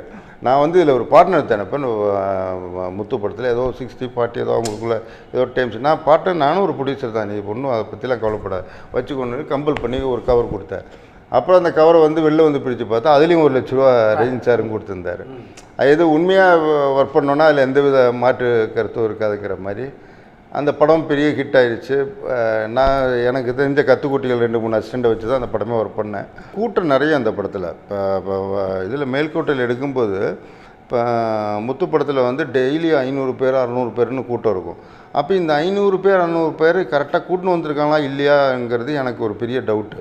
ஏன்னா ஒரு ஆளுக்கு வந்து அன்றைக்கி வந்து நம்ம 80 ரூபா ப்ளஸ்ஸு சாப்பாடு, இப்போ மத்தியான சாப்பாடு, காலைல டிஃபன் கொடுப்போம், லாரியில் ஏற்றின்னு வருவோம். அப்போ இந்த லாரி காசு இந்த ஆளுங்கள்லாம் ஒரு 600 பேர் இன்றைக்கி சொல்கிறோன்னா 600 பேர் கரெக்டாக வந்திருக்கான்னு நம்ம எப்படி கண்டுபிடிக்கிறது? நான் என்ன பண்ணுவேன், ஈவினிங் ஆச்சுன்னா ஒரு வாய்க்கா மாதிரி பெரிய இது இருக்கும் இல்லையா, வாய்க்காவில் இந்த பக்கம் 600 பேர் நிப்பாட்டிடுவேன். நீ கூட்டின்னு வந்த 600 பேர் இந்த பக்கம் நிப்பாட்ட சொல்லிட்டு அசிஸ்டன்ட் டைரக்டரை எனக்கு ஹெல்ப்புக்கு வச்சுக்கிட்டு ஒவ்வொருத்தரையாக திறந்து விடுனுவேன். ஏன்னா இந்த வாக்கியா தாண்டி இவன் வர்றதுக்குள்ளே நான் எண்ணி முடிச்சுடுவேன். ஏன்னா நம்ம 600 பேர் பேசி நமக்கு ஞாபகம் இருக்காது. அதனால் ஒவ்வொருத்தரையும் இந்த பக்கம் விட்டு எண்ணி அனுப்புவேன். இப்படி எண்ணி அனுப்புறதில்ல, எப்படி பார்த்தாலும் குறைஞ்ச 100லேருந்து 140 பேர் அவன் நம்மளை ஏமாற்றிருப்பான். அப்போ இன்ட்டு 80 ரூபா இல்லை 120 ரூபா, ஒரு ஆளுக்கு 130 ரூபா வருதுன்னு வச்சுங்களேன், சாப்பாடு இந்த லாரி எல்லாம் சேர்த்தா. அப்போ அது வந்து ப்ரொடியூசருக்கு பெரிய லாபம். இது ரஜினி சாருக்கு தெரிஞ்சிருக்கும். இது மாதிரி நிறைய மேட்ரு அந்த ப்ரொடக்ஷன் சைடாகட்டும், எங்கே ஒரு சில்லறத்தனமாக எங்கே நடந்தாலும் ஈஸியாக கண்டுபிடிச்சிருவேன். நம்ம அடிமட்டத்துலேருந்து வந்ததுனால டக்குன்னு இப்போ எங்கே பிரச்சனை இருந்தாலும் ப்ரொடக்ஷனை பொறுத்தவரை அந்த கையில் வச்சுருப்பேன் க்ளீனாக. அது மாதிரி அந்த காலைல எழுந்திரிச்சா என்ன ஒரு நாளைக்கு திடீர்னு எல்லா ஜூனியர் ஆர்டிஸ்டும் கூப்பிட்டு கையில் சீல் குத்தி விடுவேன். சாயங்காலத்துக்கு அந்த சீல் அழியாமையே வச்சுட்டு இருப்பாங்க. அது இந்த லோக்கல் மைசூர் ஜூனியர் ஆர்டிஸ்ட் தானே, அவங்களுக்கு ஏதோ பெரிய சாயங்காலம் காட்டினா தான் அந்த 80 ரூபா கொடுப்பாங்க. அப்படி ஒரு நாளைக்கு சீல் குத்துவேன், ஒரு நாளைக்கு வந்து இங்கே குத்தி விடுவேன், ஒரு நாள் இப்படி மாற்றி மாற்றி குத்துவேன். இல்லாட்டி இவங்க சீல் எடுத்துகிட்டு வந்து இப்போ இவங்களே குத்திடுவான்ட்டு சீலையும் மாற்றிக்கினே இருப்பேன். இப்போல்லாம் பணம்லாம் ரஜினி சாருக்கு பயங்கர காமெடியாக இருக்கும். இதெல்லாம் பார்த்து எப்படி ப்ரொடியூசருக்கு பணம் சேவ் பண்ணுறான் அப்படிங்கிறதுல இதுமாதிரி நிறைய ப்ரொடக்ஷனில் ஆகட்டு ஜூனியர். இப்போ லோக்கலில் ஷூட்டிங் நடந்தாலே ஏவிஎம்லேயே ஃப்ளோருக்கு வெளியில் உட்காந்துருப்பேன். அந்த ஃப்ளோருக்கு வெளியில் அந்த ஒரு ஆள் உட்காந்துருப்பான்ல, முந்தியெல்லாம் உள்ளே யார் போகிறதுன்னு கேட்க, அவனை தள்ளி விட்டு சேர் போட்டு நான் தான் உட்காந்துருப்பேன். ஜூனியர் கரெக்டாக 8:55 உள்ளே போகிறவனுக்கு தான் பேட்டா, மிச்சம் உள்ளனா அப்படியே வீட்டுக்கு அனுப்பிடுவேன். இன்றைக்கி ஒரு 100 பேர் ஒரு கல்யாண சீன் எடுக்கிறோம் ஏவிஎம்குள்ளே அப்படின்னா அப்படியே உட்கார வச்சு அங்கேயே வச்சு அனுப்பிடுவேன். அதனால் ஜூனியர் ஆர்டிஸ்ட் கொண்டு பயப்படுவாங்க. தேனப்ப மேனேஜர்னால் கரெக்டாக 8:30க்கெல்லாம் டிஃபன் சாப்பிட்டு உள்ளே போயிடணுங்கிறதுல. அது மாதிரி நிறைய சில்லறை மேட்டர்களில் அப்படி ஈர்த்திருப்பாருன்னு நினைக்கிறேன். அதனால் அப்பப்போ கூப்பிட்டு நக்கல் பண்ணி கிண்டல் பண்ணின்னு இருப்பார். நான் எப்படி நிற்பேன், எப்படி ஃபோன் பேசுவேன், எல்லாம் நடிச்சே காட்டுவார். பரம்பரை ஷூட்டிங் நடந்துட்டு இருக்கும்போது பிரபு சார் எப்போ பார்த்தாலும் செட்டியார் உனக்கு இருக்க திறமைக்கு உன்னை ப்ரொடியூசர் ஆக்கி ஆகணும், நீ வந்து ப்ரொடியூசர் ஆகணும். பிரபு சார் வந்து எப்போ பார்த்தாலும் நான் நகரத்தார் செட்டியார்னால, செட்டியார் நீ எப்போ உன்னை ப்ரொடியூசர் ஆக்க வேண்டிய என் கடமை, நான் உனக்கு டேட்டு தரேன், நீ ப்ரொடியூசர் ஆயிரு, உங்கள் டேரக்டர் டேட்டு வாங்க அப்படின்னாரு. இப்படி சொல்லி ஏற்றி விட்டு நானும் தனியாக இருக்கும்போது நம்மளும் ப்ரொடியூசரா அப்படிங்கலாம் கனவெல்லாம் கண்டு இப்படி இருந்துருந்தேன். அப்போ டைரக்டர் ஒரு நாள் கேட்கும்போது, சரிடா நான் உனக்காக டேட்டு கொடுக்குறேன், அக்டோபர் நவம்பர் டிசம்பர் கொடுத்துட்றேன், நீ ப்ரொஃபஸர்கிட்ட டேட்டு வாங்கிட்டு வா, படம் பண்ணிடுறேன் அப்படின்னாரு. அப்படிங்கிற நம்பிக்கையில் சரி ஓகேன்ட்டு இப்போ பிரபு சார்கிட்ட போய் கேட்டுனே இருக்கேன். இன்றைக்கி சொல்கிறேன் நாளைக்கு சொல்ல இழுத்துக்கினே இருந்தார். அதுக்கப்புறம் ராம்குமாரை போய் பாருனார். அப்புறம் டெய்லி சிவாஜி ப்ரொடக்ஷன் வாசலில் போய் நிற்கிறது. அப்புறம் ராம்குமார் இன்றைக்கி வா நாளைக்கு வா இப்படி இழுத்துக்கினே இருந்தார். அதுக்கப்புறம் ஒரு நாள் வந்து ஜெமினிலா ஓனர் ரவிசங்கர் பிரசாத் இப்போ இறந்துட்டார். அவர் வந்து எனக்கு ரொம்ப ஒரு காட்ஃபாதர் மாதிரி. அவர் வந்து இப்போ ஏன்னா கிட்டத்தட்ட 30-40 படம் அவுட்டோர் இன்ட்டு பண்ணியிருப்போம். எல்லாமே ஆனந்த் சர்வீஸ், எல்லாமே ஜெமினிலா. இது வரைக்கும் ஒரு டீ கூட அங்கே வாங்கி நான் குடிச்சது கிடையாது. அதனால் என் மேலே ஒரு பெரிய ரெஸ்பெக்ட் அவருக்கும். சரி தேனப்ப ப்ரொடியூசர் ஆகிறதுக்கு நான் ஃபினான்ஸ் பண்ணுறேன் அப்படின்னு அவரே சொல்லிட்டார்.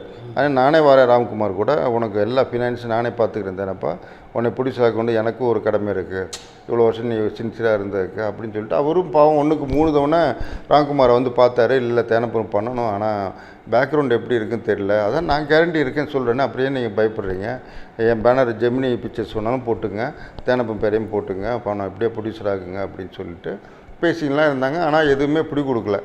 அப்போ தான் இந்த அவோஷன் மிகி ஹிந்தி ஷூட்டிங் நடக்குது. அவோஷன் மிகி ரிலீஸ் ஆகி சூப்பர் டூப்பர் ஹிட் ஆகிடுச்சு. ஆமாம், சாச்சி 420ன்னு டிஸ்ட்ரிபியூட்டர் எக்ஸிபியூட்டர் இவங்கெல்லாம் வந்து கமல் சாரோட ஃபோட்டோ எடுக்கணும். தாஜில் அன்றைக்கி ஃபங்க்ஷன் நடந்தது. அண்ணன் சாரோட ஃபோட்டோ எடுக்கணும் அப்படின்னு கேட்டாங்க. அப்போ நான் எல்லாரோடையும் எடுத்து கொடுத்தோன்னே கமல் சார் சொன்னது அவருக்கு ஞாபகம் இருக்கா இல்லைன்னு தெரியல. கடைசி எல்லோரும் எடுத்தாங்களே, எடுத்த பிறகு கமல் சார் ஒரு வார்த்தை சொன்னார், நீங்கள் எல்லோரும் என் கூட எடுக்கணும்னு ஆசைப்பட்டீங்களே, எனக்கு ஒருத்தரோட எடுக்கணும்னு ஆசையாக இருக்குது அப்படின்னாரு. எல்லோரும் ஆச்சரியப்பட்டாங்க, யாருன்னு ஸ்டில் ஃபோட்டோ வரைக்கும்.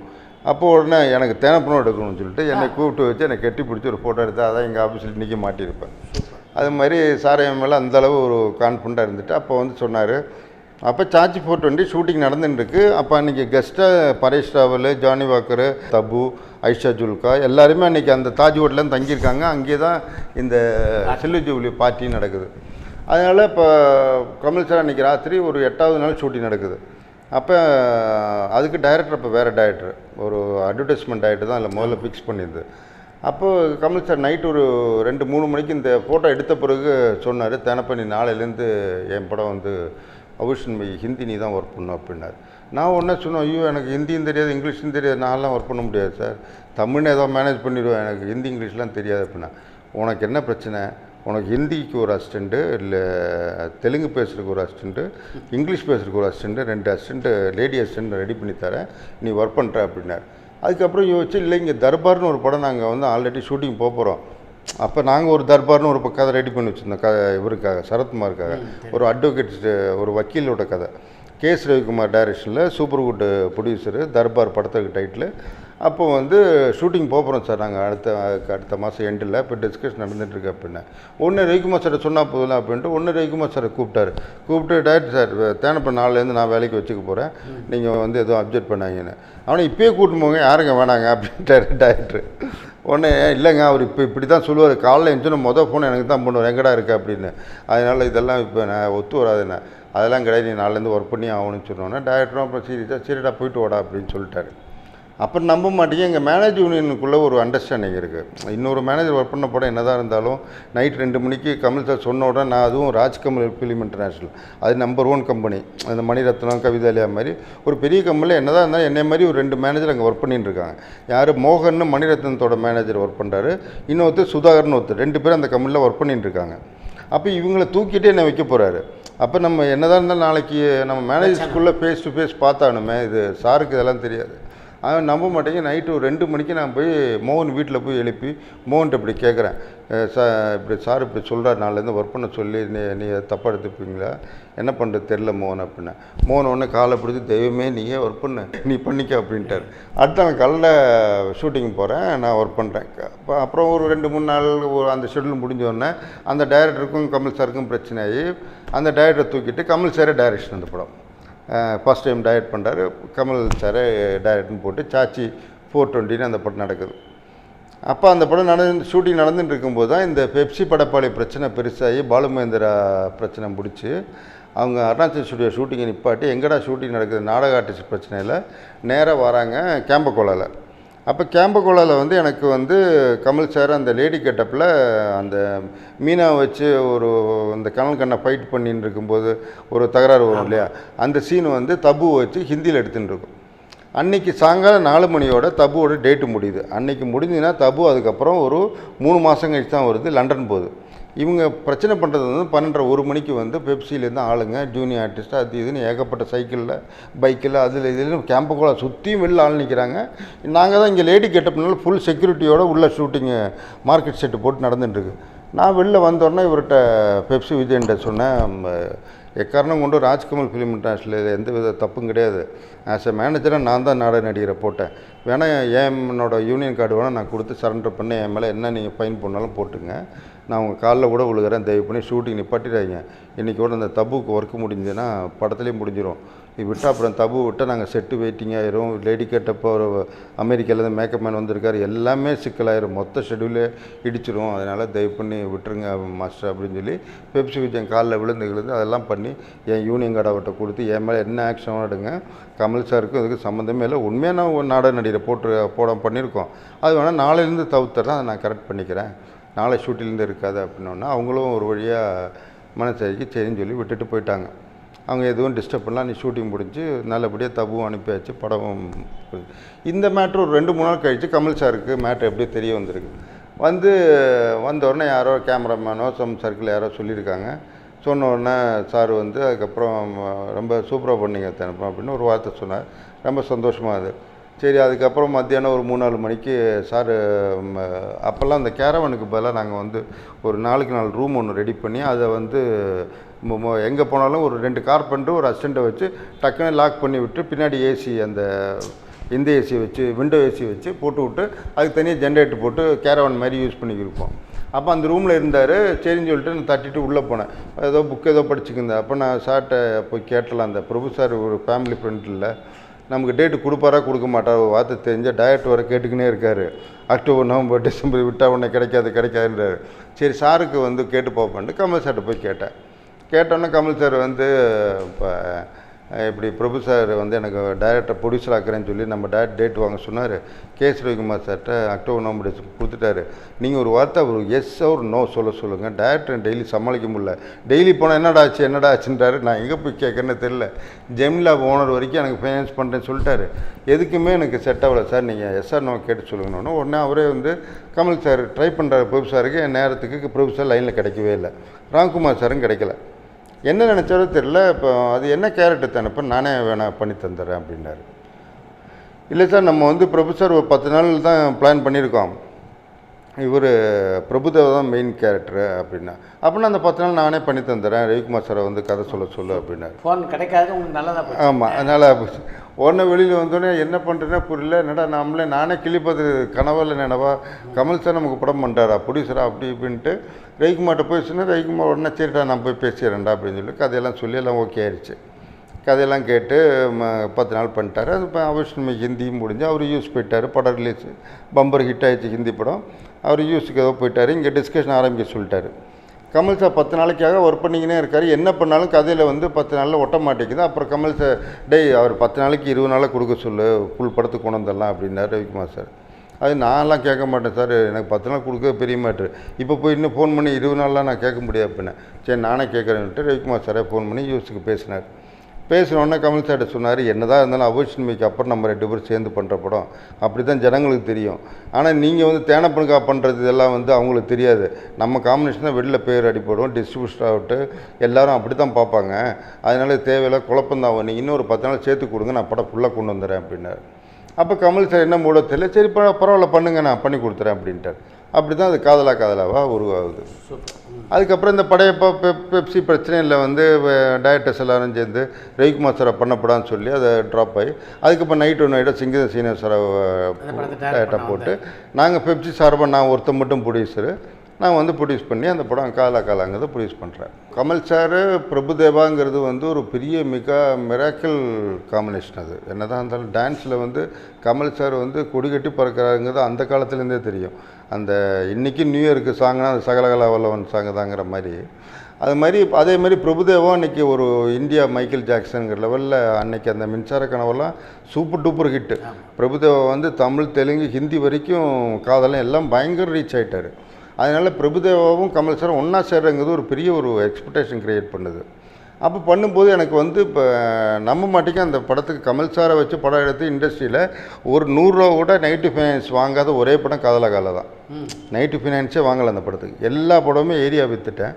மதுரை வந்து ஒரு டிஸ்ட்ரிபியூட்டரு, இப்போ கோயம்புத்தூர் வந்து திருப்பூர் சுப்ரமணியம், இப்படி எல்லாருமே போட்டு எல்லாருமே ஷெட்யூல் பேமெண்ட் போட்டு ஷெட்யூல் 5ஆம் தேதி க்ளீனாக எனக்கு பணம் அனுப்பிச்சாங்க. அந்த பணத்தை வச்சு க்ளீனாக படம் எடுத்துட்டேன்.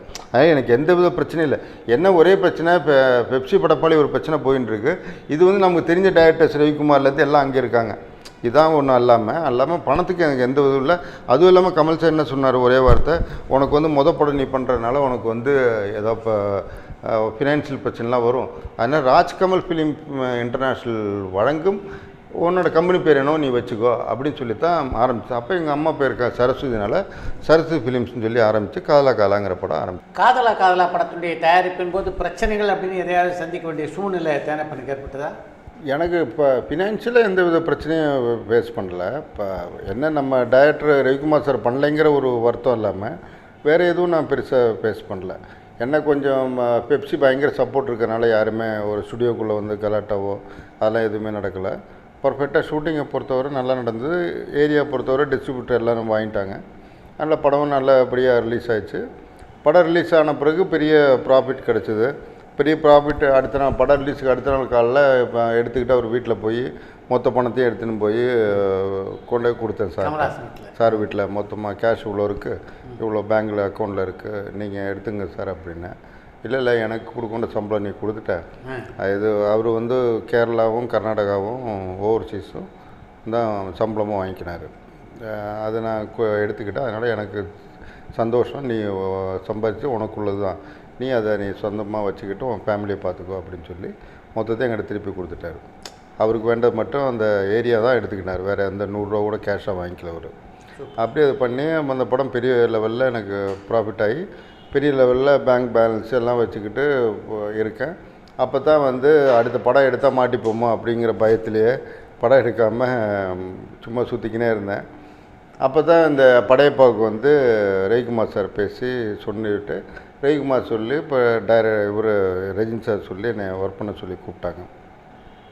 சரி இது நல்லா இருக்கே, இது பிரச்சனையே இல்லை, பேங்க் பேலன்ஸ் அப்படியே இருக்கும், நம்ம பாட்டுக்கு சும்மா ஒரு மேனேஜர் மாதிரி ஒர்க் பண்ணுறது தானே அப்படின்னு சொல்லி அப்போ ரஜினி சார் வந்து கோ ப்ரொடியூசராக நீ ஒர்க் பண்ண தரப்பணும் அப்படின்னா சரின்னு சொல்லிட்டு அவர் ரஜினி சார் ப்ரொடியூசர், நான் கோ ப்ரொடியூசர் அப்படின்னு சொல்லி அந்த படம் ஒர்க் பண்ணுறேன். அப்படி படையப்பா ஒர்க் பண்ணி டெய்லி காலைல டிஸ்கஷன் போகிறது, டெய்லி இப்போ டிஸ்கஷனுக்கு போயிட்டு உட்காந்துருப்போம். கதையை பற்றி பேசுகிறதுக்கு நான் ரவிக்குமார் சார் கோ டைரக்டரு நாங்கள் 4 பேரும் போவோம். டெய்லி காலைல போயிட்டு ரஜினி சார் வீட்டில் உட்காந்து ரமேஷ் கண்ணா தங்கவேலு 2 பேரும் வந்தாங்க. 2 பேரும் வருவோம். நாங்கள் எல்லோரும் போயிட்டு டெய்லி காலைல ரஜினி சார் வீட்டில் போய் டிஸ்கஷன், அவங்க வீட்லேயே காஃபியெல்லாம் அவங்க வீட்டில் போட்டு கொடுப்பேன். மத்தியானம் லஞ்சு சாரோட டைனிங் டேபிளில் தான் உட்காந்து எல்லோரும் சாப்பிடுவோம். அங்கே எல்லாம் வெயிட் இருந்தாங்க அவங்க வீட்டில், வெயிட் இருந்து சாப்பாடெல்லாம் சாப்பிட்டு டெய்லி அப்படியே ஒரு 6 மாதம் டிஸ்கஷன் போச்சு. ஒரு நாள் வந்து அதாவது நெருக்கத்துக்கு வந்துச்சு. இப்போ ரம்யா கிருஷ்ணா, சௌந்தர்யா, மீனா இப்படி நிறைய ஆர்டிஸ்ட்லாம் பேச ஆரம்பிக்கிற டைமில் வந்து ஒரு நாள் வந்து சீக்கிரமாக நான் போயிட்டேன். அப்போ கீழே அந்த அவர் ஆறுமுகம் வந்து தேனப்பை மட்டும்தான் வந்திருக்கு, நான் டைரக்டர் வரல அப்படின்னா, அவர் தேனப்ப சார் மேலே வர சொல்லுங்கள் அப்படின்னா சரின்னு சொல்லிட்டு மேலே போன உடனே ரஜினி சார் வந்து இப்படி நான் ரம்யகிருஷ்ணன் பேசிக்கிட்டு இருக்கேன், இது இவ்வளோ சம்பளம் அதெல்லாம் பேசிக்கிருந்தேன். இப்படி ஒவ்வொருத்தங்க சம்பளம் இதெல்லாம் பேசிக்கிட்டு இருக்கும்போது ரஜினி சார் சொன்னேன், அப்போ உங்களுக்கு இந்த நாகராஜான்னு ஒருத்தர் இருக்கார், அவர் தெரியுமா அப்படின்ட்டு. நல்லா தெரியுமா சார், இந்த அருணாச்சலம் படம் பண்ணார்ல அப்படின்னு. ஆமாம் நீ எதாக இருந்தாலும் அவரை கேட்டுட்டு முடிவு பண்ணீங்க, எங்கிட்ட கேட்கணும் தேவையில்லை அப்படின்னா. எனக்கு வந்து அவரோட ஒர்க் பண்ணுறதுக்கு விருப்பம் இல்லை, நீங்கள் வேணால் அவரை வச்சு படம் பண்ணீங்க, இப்போ ரவிக்குமார் சார் வருவார் சொல்லிவிட்டு நான் கிளம்புறேன். நான் இதே மாதிரி ஒரு அனுபவம் எனக்கு ஏற்கனவே நடந்தது. பிரமின் நடராஜன் பிஸ்தான்னு ஒரு படம் எடுத்தார். எடுத்துகிட்டு இதே மாதிரி தான் டிஸ்கஷனு, கார்த்திக் எல்லாம் ஃபிக்ஸ் ஆச்சு, நக்மாலாம் ஃபிக்ஸ் ஆச்சு. அதுக்கப்புறம் ஒரு நாள் லிஸ்ட்லாம் எடுத்துகிட்டு போகிறேன், இவ்வளோ டைரக்டர் கேமராமேனுக்கு இவ்வளோ சம்பளம், இது ஷெடியூல் போட்டு இந்த டேட்டில் படத்தை முடிப்போம், மாதம் இவ்வளோ கொடுக்கணும், இந்த மணிவண்ணன் இவங்க ஆர்டிஸ்ட்டு எல்லாருக்கும் போட்டு ஷெடியூல் போட்டு கொண்டு கொடுத்தேன்னா பிரமின் நடராஜன் பார்த்துக்கிட்டு அப்படியே ஏற்றப்பில் ராமதர் உட்காந்தார். நான் இது லிஸ்ட்டை பார்த்துட்டு இப்போ நீங்கள் எதை பாருங்க, எதுக்கு எடுத்தாலும் எங்கிட்ட கேட்கணும் தேவையில்லை. இப்போ நீங்கள் சொன்ன மாதிரி பிரமின் நடராஜன் கிட்ட ஏற்கனவே சொன்னார், ராம்துரை கேட்டு எதை வேணால் நீங்கள் கன்ஃபார்ம் பண்ணீங்க அப்படின்னு சொன்னார். அப்படியே நான் சொன்னேன், நீங்கள் அந்த ராம்துரை வச்சே படம் பண்ணீங்க, எனக்கு எந்த வித பிரச்சனையும் கிடையாது, எனக்கு வேலையே வேணாம், உங்கள்ட்ட வாங்கின அட்வான்ஸ் நான் செலவு பண்ணிட்டேன், நான் எப்போ எனக்கு பணம் வருவா நீ திருப்பி கொடுத்துருன்னு சொல்லிட்டு பெருமைன்ட்டு பிஸ்தா படம் வேலை வேணான்னு சொல்லிட்டு போனாள். நேராக ரவிக்குமார் சார் பக்கத்து ரூமில் இருந்தால் திறந்துட்டு, சார் இந்த கம்பெனி நான் எனக்கு ஒத்து வரும், அது நீங்கள் ஒர்க் பண்ணீங்கன்னு சொல்லிட்டு வேலை வேணான்னு சொல்லிட்டு போயிட்டேன். அப்புறம் ரவிக்குமார் சார் 2 வாரம் என்னை மாற்றி கூப்பிட்டு அப்புறம் பெருமை கேரண்டி கொடுத்து யாரும் தலையிட மாட்டேன், நீ மட்டும் தான் ஒர்க் பண்ணணும் அப்படின்னு சொல்லி தான் நான் திருப்பி பிஸ்தா ஒர்க் பண்ணேன். அதே மாதிரி இப்போ நீங்களும் சொல்கிறீங்க, எனக்கு அதை பற்றி எந்த பிரச்சனையும் இல்லை. ஏன்னா இப்போ அவருக்குன்னு தெரிஞ்ச ஒரு ஆளை வைப்பார், எனக்குன்னு ஒரு தெரிஞ்ச ஆளை வைப்பு. இதனால் ப்ரொடக்ஷன் தான் காஸ்ட் ஜாஸ்தி ஆகும். இது எங்கள் 2 பேர் ஈகோ வந்து ப்ரொடியூசருக்கு லாஸ் ஆகும். அதுக்கு நீங்கள் அவரை தான் நம்புறீங்கன்னா அவரை வச்சு படம் பண்ணிங்க, எனக்கு தேவையில்லை அப்படின்னு சொல்லிட்டு நாங்கள் ஐயோ நீ என்ன உடனே கோச்சிங்க அப்படின்னு பிடிச்சி உட்கார வச்சு அது வந்து படையப்பா ரிலீஸ் ஆகி அதுக்கப்புறம் 6 மாதம் வரைக்கும் அது சொல்லி நக்கல் அடிச்சுட்டு இருப்பார். அதே கடைசி வரைக்கும் நான் தான் ஒர்க் பண்ணணும்னு வச்சுங்க. நமக்கு அன்றைக்கே அந்த ஒரு கொஞ்சம் கொழுப்பு ஜாஸ்தின்னு வச்சுங்களேன். இது எனக்கு மடியில் கணம் இல்லை. இப்போ என்னை பொறுத்த பெருமை நடராஜன் சார்ட்டு நான் என்ன சொன்னேன், சார் நீங்கள் வந்து படத்துக்கு ப்ரொடியூசர், இந்த ஃபேனுக்கே நாங்கள் போன படத்துக்கு வந்து 75 ரூபா வாடகை கொடுத்தோம், நீ ஏன் 100 ரூபா கொடுக்குறேன் என்கிட்ட கேட்பீங்க. இது கேட்குறது உங்களுக்கு ரைட்ஸ் இருக்குது. உங்கள் ஆஃபீஸுக்கு வெளியே இருக்கிற ஸ்டாஃப் அந்த இப்போ உட்காந்துருக்க அம்மாவோ இல்லை ராமதுரையோ இருக்கிற யாராவது கேட்டாங்கன்னா அன்றைக்கி ராத்திரி வேலையை விட்டு போயிடுவேன். எனக்கு பல வேலை இருக்குது. அந்த ஃபேனு வந்து 75 ரூபாய்க்கு 100 ரூபா கொடுக்கணும், அவனை வச்சு 4 வேலை நான் பார்ப்பேன். அது எனக்கு தான் தெரியும். என்னோடய ப்ரொடக்ஷன், நாங்கள் இந்த டேட்டில் படத்தை முடிக்கணும், எங்களுக்கு என்ன தேவைப்படுங்கிற ஆளை வச்சு தான் நான் ஒர்க் பண்ணுவேன். எனக்கு இதில் வந்து உங்களுக்கு எனி டவுட்டு, நான் 25 ரூபா கமிஷன் அடிச்சிட்டேன் அப்படின்னு உங்களுக்கு ப்ரூவ் பண்ண செருப்பு கழட்டி அடிங்க நான் வாங்கிக்கிறேன். நான் வாங்கினா தானே அதை பற்றி எனக்கு அதை பற்றி பயப்படணும்னா வந்து பண்ணுறது இல்லை. எனக்கு அது பிடிக்காது. நான் படம் பண்ணேன், நான் இப்படி தான் பண்ணுவேன். இல்லாட்டி நம்மள அது இப்போ ராமதுரை பெரிய மேனேஜராகவிட்டு நாகராஜா பெரிய ஆளாகட்டும், எனக்கு அதை பற்றி தேவையில்லை. நான் ஒர்க் பண்ணால் இப்படி தான் பண்ணுவேன், என்னோடய பாலிசி தான். இப்படி மேனேஜராக இருக்கும்போதே ஒரு கொஞ்சம் கொழுப்பு ஜாஸ்தியாக தான் ஒர்க் பண்ணுவேன். அப்படி தான் படையப்பவும் பண்ணி எனக்கு வந்து நல்ல நேம் இருந்தது.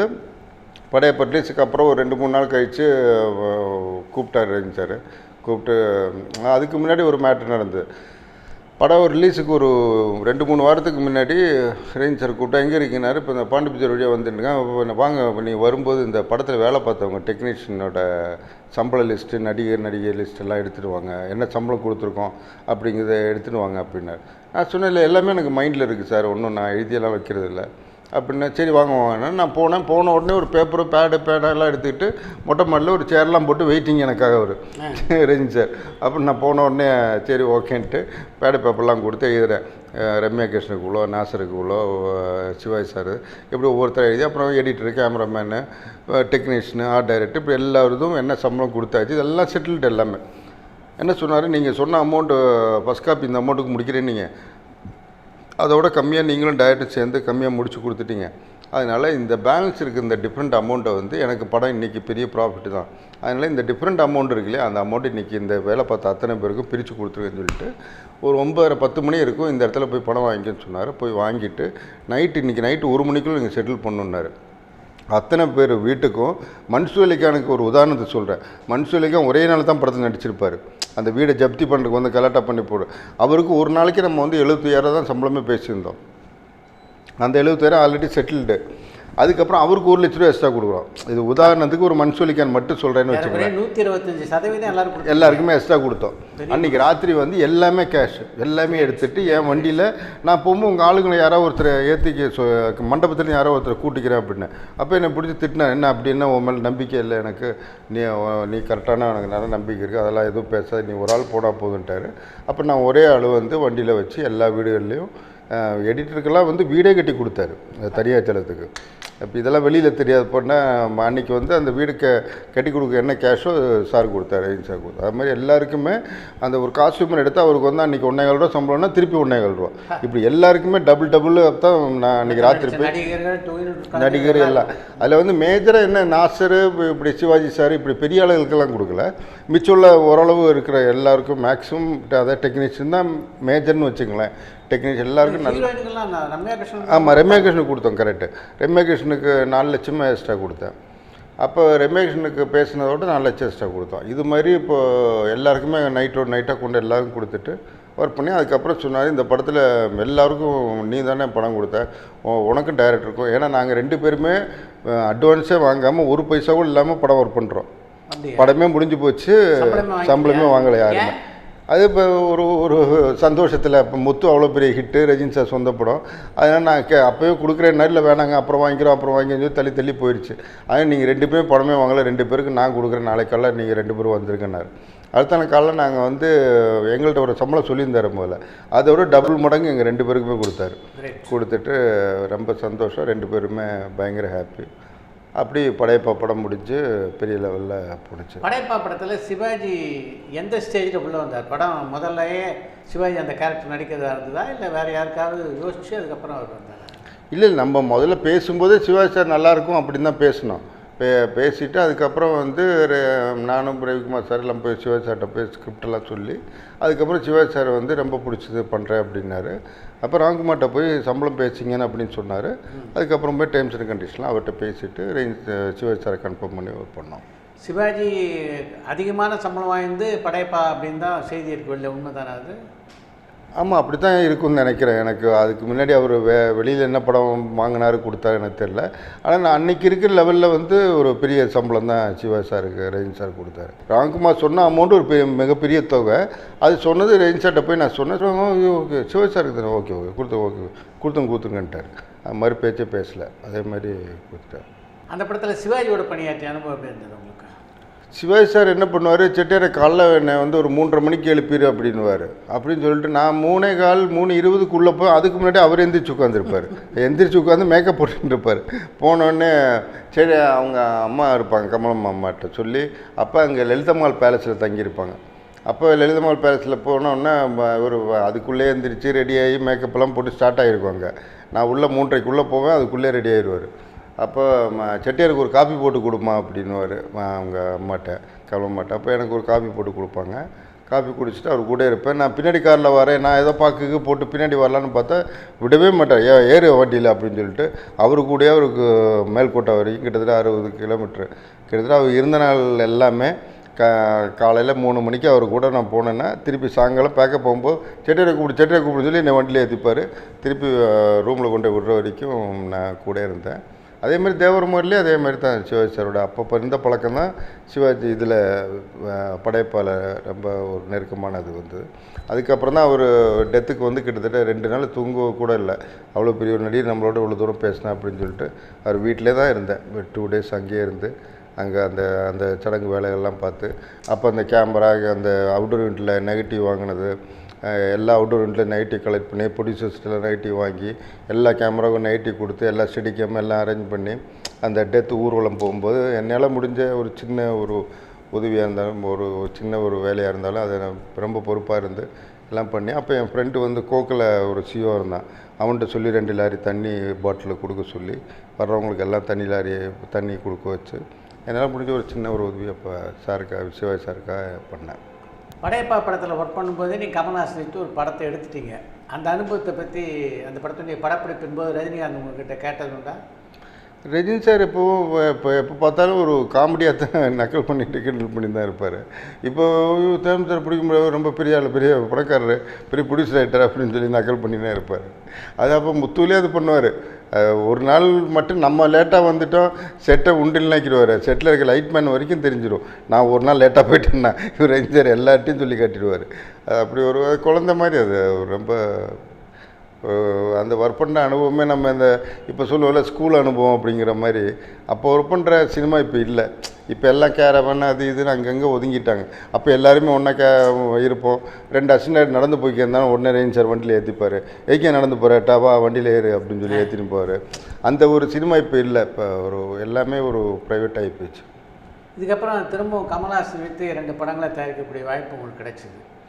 எப்படி நடந்தது அது இப்போ அப்போ வந்து கிட்டத்தட்ட கமல் சாருக்கு ஒரு ரொம்ப நம்பிக்கையான ஆளுங்கிறதுல வந்து பார்க்கும்போது சாச்சி 420 படம் வந்து அவர் டைரக்டர். அந்த படம் வந்து ஒர்க் பண்ணி முடியும் போது வந்து அது கிட்டத்தட்ட ஒரு 8 மாதம் பாம்பேயில் இருந்தோம். அப்போ பாம்பேலே ஒர்க் பண்ணி எல்லாம் பண்ண பிறகு அந்த படத்துக்கு டைரக்டர் கமல் சார் தானே. அப்போ டைட்டில் கார்டு எழுதும்போது என்ன பண்ணார், ஆன்லைன் ப்ரொடியூஸருங்கிறது ராஜ்கமல் ஃபிலிம் இன்டர்நேஷ்னலில் டிஎன் சுப்பிரமணியன் தான் இது வரைக்கும் வந்திருக்கு. அத்தனை படத்துக்குமே ராஜபார்வையிலேருந்து இது வரைக்கும். அன்றைக்கி வந்து என் பேரை எழுதி கொடுக்குறாரு. நான் வந்து அசிஸ்டன்ட் கோடாக்டர் வந்து என்கிட்ட காட்டுறாரு இதை எழுதி கொடுக்குறக்கு. அப்போ நான் ஒவ்வொரு கார்டாக பிரித்து பார்க்கும்போது ஆன்லைன் பிடிச்சி பிஎல் தேனப்பன்ருக்கு. ஐயோ நான் என்னடா தப்பாகி போயிருமே, அவர் தான் நம்மளை வேலைக்கு கூட்டணும் வந்து வச்சார், அவர் மனசு கஷ்டப்படக்கூடாது அப்படின்னு சொல்லி திருப்பி கமல் சார்கிட்ட போய் சொன்னேன். சார் இது எனக்கு ரொம்ப ஓவராக தெரியுது, என்னை மேனேஜர் ப்ரொடக்ஷன் மேனேஜர்னே போடுங்க.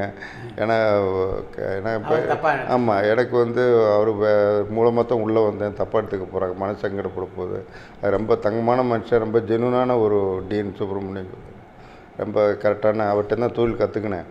அதனால் அப்படின்னு போய் சொன்னோன்னு, இல்லையே நீ இந்த படத்துக்கு அவர் ஒரு நாள் கூட ஒர்க் பண்ணல தேனப்ப, நான் வந்து கரெக்டாக தான் போடுறேன், எனக்கு ஒன்றும் அவர் வேண்டாதவரெலாம் ஒன்றும் கிடையாது, அவர் தானே இன்றைக்கி கம்பெனியில் இருக்கார். ஹிந்தி படத்தை பொறுத்தவரை டோட்டலாக நீங்கள் வந்து ஹிந்தி வேலை பார்த்தீங்க, அதனால் உங்கள் பேரை வந்து போட்டேன், அதனால் ஒன்றும் தப்பாக இல்லைன்னு சொல்லிட்டு அப்புறம் அது போட்டார். அது சார் தான் சொன்ன மாற்ற மாட்டார். அப்புறம் இன்றைக்கி டைட்டிலில் வந்து first time online producer PL தேனப்பன்னு வரும் சாச்சி 420. அதுக்கப்புறம் அந்த பம்மல் கவை சம்பந்தம் படத்தை தயாரிக்கக்கூடிய வாய்ப்பு அதான் கிட்டத்தட்ட ரொம்ப ஓவராக அந்த டிஎன்எஸ்ஆருக்கு கொடுக்குற லெவலுக்கு மேலே ஒரு நம்பிக்கையும் மரியாதையும் வந்து இந்த ஆளை வந்து ஷூட்டிங் போனாலும் சரி எங்கே போனாலும் சரி நான் கிட்டத்தட்ட ஒரு 100% அவர் மேனேஜர்லேருந்து அவரோட ஆளினால் பர்சனல் மேட்டர்லேருந்து எல்லாமே தெரிஞ்சுக்கிற ஒரு ஆள் மாதிரி ஆகிட்டேன். அதனால் ரொம்ப நம்பிக்கையாகி தான் எனக்கு திருப்பி பஞ்சதந்திரம் டேட்டு கொடுத்தாரு. பஞ்சதந்திரம் டேட்டுனா அது வந்து ஆக்சுவலி அப்போ பிளான் பண்ணது வந்து நரேன்னு ஒரு படம் எடுக்கிறதா தான் பிளான் பண்ணோம். அப்போ சார் வந்து கொரில்லா கெட்டப் அந்த படத்தில். அப்போ அந்த ஒரிஜினல் கொரில்லா பார்க்குறக்கு அங்கேருந்து யூஎஸ்லாம் போயிட்டு வந்தார். போயிட்டு அங்கேருந்து எங்கிட்ட ஃபோன் பண்ணார், கொரில்லா நல்லா பேசுது தானேப்பா அப்படின்னு. அந்த அப்போ கொரில்லா படம் வந்தது இல்லையா, அந்த கொரில்லாலாம் போய் பார்த்துட்டு அதுக்கப்புறம் வந்து அந்த பட்ஜெட்லாம் போட்டு பார்த்தா அப்போ ஆளவந்தான் ஷூட்டிங் நடந்துகிட்ருக்கு. அப்போ கொரில்லா வந்து அங்கேருந்து இங்கே வந்து மேக்கப் போகிற அந்த அமெரிக்கன் மேக்கப் மேனோட செலவே 1.25 கோடி. திருப்பி அந்த கொரில்லா வந்து இந்தியாவுக்கு கூட்டின்னு வந்து நடிக்க வைக்கணும்னா அதுக்கு வந்து தாஜ்லேயோ கன்னிமரையில் தங்க வைக்க முடியாத, அதுக்கு தனியாக ஒரு கேரவான் மாதிரி வீடு மாதிரி ரெடி பண்ணணும். இதெல்லாம் போட்டு பட்ஜெட் பார்த்தா அதுவும் 2 கோடி வருது. அதுக்கப்புறம் அப்போ மேனகா காந்தி இவங்க வந்து இந்தியாவுக்கு அனிமலை கொண்டு வரப்படாதுன்னு அப்படின்னு சொல்லிட்டாங்க. அதுக்கப்புறம் பேங்காங்கில் மலேசியா பிளான் பண்ணலாம் அப்படின்னு பிளான் பண்ணோம். அப்போ அந்த படத்தில் வந்து ஒரு அமிதாப் பச்சனும் ஐஸ்வர்யா எல்லாம் போய் கதை சொல்லி எல்லாம் கன்ஃபார்ம் பண்ணி ஏஆர் ரஹ்மான் மியூசிக்கு போட்டு என் ஆஃபீஸில் வந்து ஏஆர் ரஹ்மானும் ரவிக்குமார் சாரும் கமல் சாரும் வந்து பூஜையெல்லாம் போட்டு குமுதத்தில் ரேப்பர் கூட வந்தது. அந்த டைம் நரேன் படம் பேரெல்லாம் போட்டு வந்தது. அதுக்கப்புறம் இந்த ஆளவந்தான் பெருசாக போகலைன்னொன்னே நான் வந்து சுதாரிச்சுட்டு ஒரு நாள் சார்கிட்ட வந்து இப்படி சொன்னேன், பட்ஜெட்டு நம்ம அளவந்தானோட இது அதோட 4 மடங்கு ஜாஸ்தியாகுது, இது வந்து எங்கேயோ போய் இடிச்சுன்னா குழப்பமாயிருமே சார் அப்படி இப்படின்னோடனே அதான் கமல் சாருங்கிறது. வெளியில் வந்து பல ப்ரொடியூசர் வந்து கமல் சார் படம் எடுத்து ரோட்டுக்கு கொண்டோம் அப்படின்னா அவங்களுக்கு வந்து அது கரெக்டாக பண்ண தெரியலன்னு தான் நான் சொல்லுவேன், கரெக்டாக கதை கேட்க தெரியல அப்படின்னு தான் நான் சொல்லுவேன். இல்லாமல் டெஃபரெண்ட்டாக கமல் சாரை பொறுத்தவரை நீங்கள் ஓப்பனாக போய் இதான் நடக்கும் இதான் ப்ராக்டிக்கல் அப்படின்னு சொன்னால் 200% ஏற்றுப்பார். உடனே நான் சொன்னோன்னே இம்மீடியட்டாக சொன்ன கதை தான் பஞ்சதந்திரம். என்கிட்ட சொல்லி அந்த பஞ்சதந்திரம் கதையை ஓகே பண்ணி ஏஆர் ரஹ்மானை மாற்றிட்டு திருப்பி தேவாவை போட்டு என்ன ஃப்ளெக்சிபிளாக பண்ணணுமோ, ஹீரோயின் கூட ஒரு நியூ பேஸ் போட்டு தான் சொல்லுவார். ஒரு காலம் நீங்கள் நம்பர் 1 ஹீரோயினை போட்டுன்னு சொல்ல மாட்டார். செட்லேயே ஒரு 2 பேர் எக்ஸ்ட்ரா இருந்தாங்கன்னா அது எதுக்கு வேஸ்ட்டாக இருக்கவங்க அனுப்புன்னு தான். எவ்வளோ கம்மியான ஆளுகளை வச்சு எவ்வளோ கம்மியாக படம் எடுக்கணும் அப்படிங்கிறது தான் சொல்லுவார். இப்போ இந்த ஆளவந்தான் டைமில் கூட இவர் தானுஷ் நிறைய அவரை பற்றி சொல்லுவாருக்கும் போது நான் கூட நினைப்பேன், இப்போ ஆளவந்தான் படங்கிறது வந்து முதல்ல சொல்லும்போது அந்த கதையில் வந்து ஒரு சேரியில் எடுக்கிற மாதிரி கதையாக தான் இருந்தது.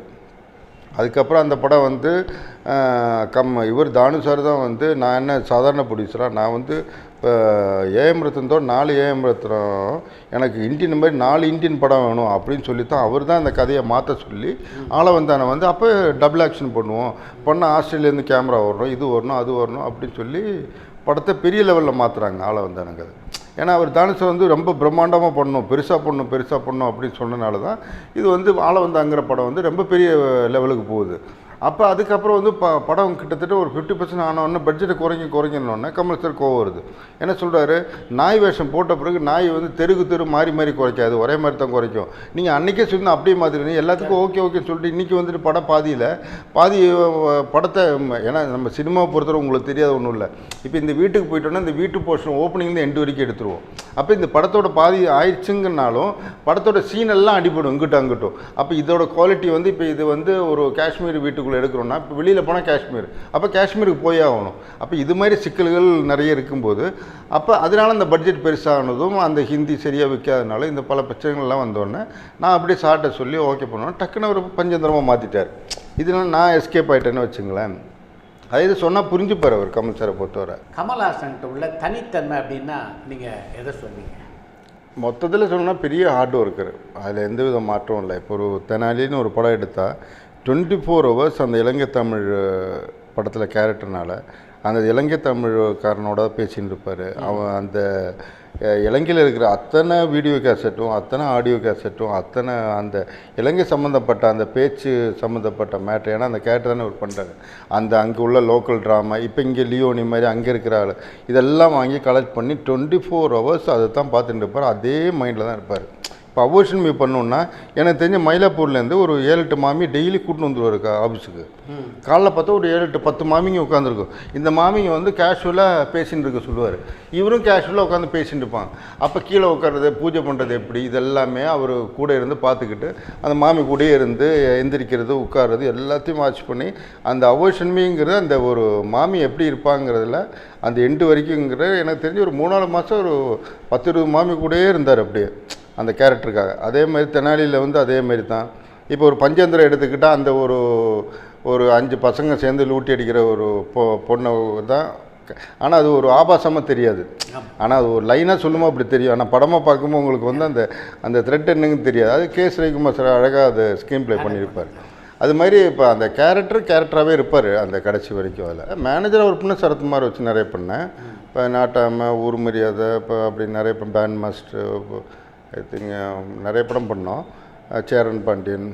இப்போ ப்ரொடியூஸ் பண்ணதுங்கிறது ஒரே படம் திவான்னு ஒரு படம் பண்ணேன். இப்போ சரத்குமார் கிரனை வச்சு அந்த மாயி படத்தோட டைரக்டர் சூரிய பிரகாஷ் பண்ணார். சரத்குமாரை பொறுத்தவரை, என்னை பொறுத்தவரை அன்றைக்கி வந்து நடந்த சிச்சுவேஷனில் அன்றைக்கி நான் போய் சம்பளம் பேசும்போது, அதுக்கு முன்னாடி மேனேஜராக இருக்கும்போது தேனை பண்ணால் உனக்காக என்ன வேணால் பண்ணுவோம், அது பண்ணுவோம், இது பண்ணுவோம்லாம் சொல்லிக்கிருந்தார். ஆனால் படங்கிறது வந்து அன்றைக்கி நான் கமிட் பண்ணும்போது அவருக்கு பெருசாக படங்கள்லாம் பெருசாக இல்லை. அந்த டைம் வந்து நான் போய் கமிட் பண்ணும்போது என்ன சொன்னார், சூப்பர் குட்டில் இந்த சம்பளம் கொடுத்தாங்க, அதே கொடு அப்படின்னு சொன்னார். அதேமாதிரி நானும் கொடுத்தேன், கமிட் பண்ணேன். திவான்னு ஒரு படம் வந்து ராஜாஜி ஹாலில் பயங்கர செட்டு போட்டு, இந்த தினமலர் ஓனர் வந்து எனக்கு ரொம்ப க்ளோஸ் ஃப்ரெண்டு. அதனால எனக்கு ஒரு அரை பக்கத்துக்கு அந்த ராஜாஜி ஹாலில் இப்படி ஷூட்டிங் நடக்குது, ஷூட்டிங் ஸ்பாட்லாம் பெரிய லெவலில் ஃபோட்டோலாம் பொறுத்து இவ்வளோ ஜூனியர் ஆர்டிஸ்ட் வச்சு பண்ணுறாங்க. அப்போ இந்த மவுண்ட் ரோடில் இந்த கட் அவுட் வைக்கிற பழக்கம்லாம் இருக்குது. அப்போ மவுண்ட் ரோடில் வந்து திவான் அப்படி ஓல்டு கெட்டப்பில் சரத்குமார் நிற்கிற கெட்டப்லாம் வச்சு ஒரு ஜிக்ஜாக்கெல்லாம் பண்ணி பயங்கர ஒரு டாக் ஆக்கி படத்தை வந்து பயங்கர பிஸ்னஸ் பண்ணி தமிழ்நாடு மொத்தமாக விற்று ஒரு பெரிய லெவலுக்கு வந்துட்டு. அதுக்கு முன்னாடி வரைக்கும் சரத்குமாருக்கு லைனாக 3-4 ரூபாய் அட்டர் ஃப்ளாப்பு, யாருமே படம் எடுக்கல. அந்த டைம் தான் போய் புக் பண்ணுறேன், அவர் கேட்ட சம்பளம் கொடுக்குறேன், எல்லாம் பண்ணிட்டேன். கடைசியாக பார்த்தா நம்ம படத்தை லாட்டில் விட்டு வேறு படத்தை கமிட் பண்ணிட்டார். யார், நம்ம டைரக்டர் ரவிக்குமார் சாரே வச்சு. திடீர்னு பார்த்தா பாறைன்னு ஒரு படம் ஷூட்டிங்க்கு கமிட் பண்ணிட்டார். பண்ணோன்னே நான் போயிட்டு கண்ணா பின்னான்னு கத்தி லகலை பண்ணிவிட்டு நான் 3 ஆப்ஷன் கொடுக்குறேன். இது வரைக்கும் படத்துக்கு வந்து 1,10,00,000 ரூபா செலவாயிருக்கு. 1,10,00,000 ரூபா கொடுத்துட்டு நீங்கள் படத்தை எடுத்துங்க, இல்லை ஒழுங்காக டேட்டு கொடுங்க, நாளையிலேருந்து நான் ஷூட்டிங் போய் ஆகணும். அப்படி இல்லையா எனக்கு மாதம் இந்த 1,10,00,000க்கு 4% வட்டி போட்டு மாதம் 1ஆம் தேதி ஆச்சுன்னா எனக்கு வட்டியை கொடுத்துருங்க. இது எது பண்ணுறீங்களோ பண்ணுங்கள், இல்லாட்டி நாளைக்கு நீங்கள் ஷூட்டிங் போகிறதுக்கு நான் விட மாட்டேன், 2ல் 1 பார்த்துடலான்னு சொல்லி எனக்கு அவருக்கு அந்த டைம் வந்து பயங்கர தகராறாகி ஒரு வீடு வரைக்கும் போய் நான் வீட்டில் பிள்ளைகளெல்லாம் பண்ணி பெரிய லெவலில் தகராறாச்சு. அதுக்கப்புறம் ஒரு வழியாக இப்போ இந்த எல்எம்எம் முரளி இப்படி கவுன்சிலில் இருக்கிறவங்க 4-5 பேர் பேசி ஒரு காம்ப்ரமைஸ் பண்ணி அதுக்கப்புறம் அந்த 3 மாதம் 4 மாதத்துக்கு என்ன இன்ட்ரெஸ்ட் அமௌண்ட்டோ குறைச்சிட்டு சம்பளத்தில் குறைச்சிட்டு அப்புறம் பண்ணி அந்த படத்தை ரிலீஸ் பண்ணேன். அந்த டைம் வந்து அப்போ டக்குன்னு அவருக்கு வந்து நான் படம் பண்ணுறதை விட்டுட்டு கேஸ் ரவிக்குமார் டேட்டு கொடுக்குறாரு, பாறைங்கிற படத்துக்கு டக்குன்னு ஃபுல் டேட்டை கொடுத்து என்னை கொஞ்சம் சிரமப்படுத்திட்டார். ஒளிப்பதிவாளர் கேவி ஆனந்த ஒரு இயக்குனராக அறிமுகம் பண்ணது நீங்கள் தான் இல்லையா? பொதுவாகவே எனக்கு வந்து அந்த கேரளாவில் படித்து வந்தனால என்னன்னு தெரில, அந்த மலையாளிஸ் டைப்பு கொஞ்சம் ஜாஸ்தி. அதனால் நான் இந்த டேட்டு கேட்டு யார்ட்டையும் போய் நான் நின்னா எனக்கு சரித்திரமே தெரியல. இது வரைக்கும் சினிமாவுக்கு வந்தது ஒரு 35 வருஷம் ஆயிடுச்சு. இது வரைக்கும் யார்ட்டையும் போய் டேட்டு கேட்டு அவங்க வீட்டாண்ட போய் நிற்கிறதோ கேரவனில் நிற்கிறதோ இங்கெல்லாம் இது வரைக்கும் பழக்கமே இல்லை. அதனால் எனக்கு தேடி வர்ற ப்ராஜெக்ட் தான் நான் பண்ணுவேன், இல்லாமல் யாருக்குமே நம்ம போய் கேட்கல. அதேமாதிரி கேவி ஆனந்தை பொறுத்தவரை நான் கேள்விப்பட்டது வந்து ஏஎம் ரத்னம் வந்து ஒரு 8 மாதம் டிஸ்கஷன் உட்கார வச்சார். அப்போ தான் வந்து டிஸ்கஷன் நடக்கும்போது தான் அந்த கில்லி படத்தில் கூட அந்த அப்படி போடு சாங்கை மட்டும் கேமராமேன் இல்லாதனால கேவி ஆனந்தை பண்ணி கொடுக்க சொன்னான்னு சொல்லிட்டு கேவி ஆனந்த் விழுந்து அப்படி போடு சாங்கெல்லாம் பண்ணி கொடுத்தாரு. அந்த அளவுக்கு ஏன்னா அடுத்த படம் நம்மளுக்கு டேரக்டராக போகிறாருன்னு சொல்லி அந்த சாங்கெல்லாம் ஒர்க் பண்ணி கொடுத்தாரு கேவி ஆனந்த். அதுக்கப்புறம் வந்து ஜெமினி லேப் ஓனர் வந்து ஒரு 1.5 வருஷம் ரூம் போட்டு கொடுத்து இதே கனாகண்டனுக்கு ரூம் போட்டு கொடுத்து கதை ரெடி பண்ணி அவங்களும் படம் பண்ணலன்னு சொல்லி கையை விட்டாங்க. இப்படி கேவி ஆனந்துக்கு வந்து நிறைய படம் கேமராமேனாக ரொம்ப பெரிய கேமராமேன், அவருக்கு வந்து ஏகப்பட்ட சான்ஸ் வந்துட்டுருக்கு. எல்லாத்தையும் விட்டுட்டு இந்த படத்தை எப்படியா டைரக்ட் பண்ணி ஆகணும். இவர் பிருத்திவிராஜை வந்து தமிழில் இன்ட்ரடியூஸ் பண்ணோம். பிருத்திவிராஜை கதை சொல்லி பிருத்திவிராஜ் எனி டைம் என்ன மலையாள படம் இருந்தாலும் கேன்சல் பண்ணிட்டு தமிழில் நடிக்கிறேன், அதில் வில்லன் கேரக்டர் பண்ணியிருப்பார் பிருத்திவிராஜ்.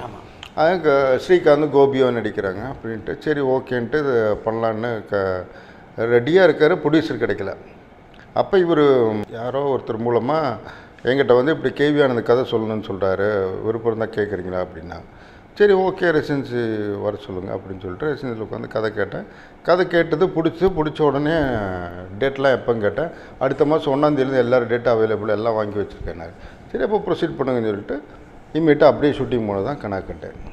அதுலேருந்து கரெக்டாக ஒரு 22ஆவது நாள் ஷூட்டிங் போயிட்டோம். கதை கேட்டு எனக்கு பிடிச்சதுனால 22ஆவது நாள் ஷூட்டிங் போய் படம் ஓரளவு நல்லா போச்சு, நல்ல ஒரு பேர் கிடச்சிது.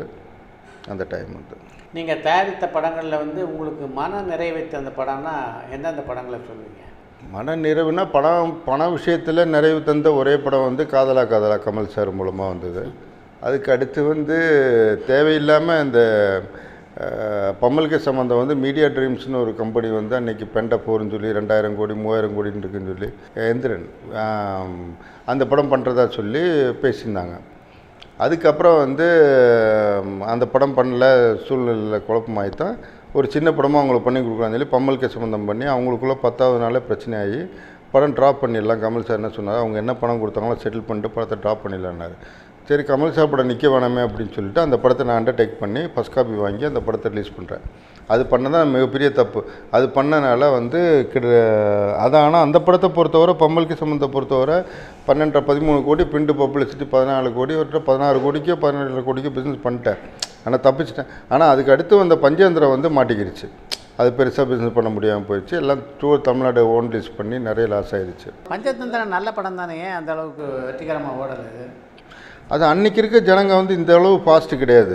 இன்றைக்கி வந்து பஞ்சேந்திரம் யாரை பார்த்தாலும் ஒரு ஐஏஎஸ் ஆஃபீஸராகட்டு இல்லை ஒரு பெரிய யாரும் இல்லை ஒரு சாதாரண மனுஷனாகட்டு என்றைக்கு பார்த்தாலும் பஞ்சேந்திரம் இன்றைக்கி வந்து ரொம்ப சூப்பர் படம்ன்றாங்க. ஆனால் அன்றைக்கி அது அந்தளவு பெருசாக போகலை. வியாபார ரீதியாகவும் அதே இது காமெடி ரொம்ப ஸ்பீடாக வந்துக்கினே இருக்கும். அந்தளவு கேட்ச் பண்ணுற அளவுக்கு ஜனங்க வரல. ஏன்னா இன்றைக்கி ஈஸியாக எல்லாருக்கும் ரொம்ப பிடிச்ச படமாக இருக்குது. இது பண விஷயத்தில் பார்க்கும்போது காதலா வந்து ரொம்ப திருப்திகரமான படம். அதுக்கப்புறம் நான் எடுத்த படங்கள் எனக்கு ரொம்ப பிடிச்ச படம்னா இப்போ ரீசெண்டாக பண்ண பேரன்பு தான் எனக்கு ரொம்ப பிடிச்ச படம். பேரன்பு திரைப்படத்தை தயாரிக்கிற வாய்ப்பு கூட உங்களுக்கு தேடி வந்த வாய்ப்பு தான் இல்லையா? தேடி வந்ததுன்னு சொல்ல முடியாது, அப்போ தேடி வந்ததுன்னு சொல்லலாம். ஏன்னா என் ஃப்ரெண்டு பிஆர்ஓ ஒருத்தர் வந்து மலையாள மம்முட்டியோட பிஆர்ஓ, அவர் ஒரு நாள் வந்து என்கிட்ட வந்து கதை சொன்னார், தினப்பங்க ஒரு கதை என்கிட்ட கேட்குதுண்டோ அப்படின்னா.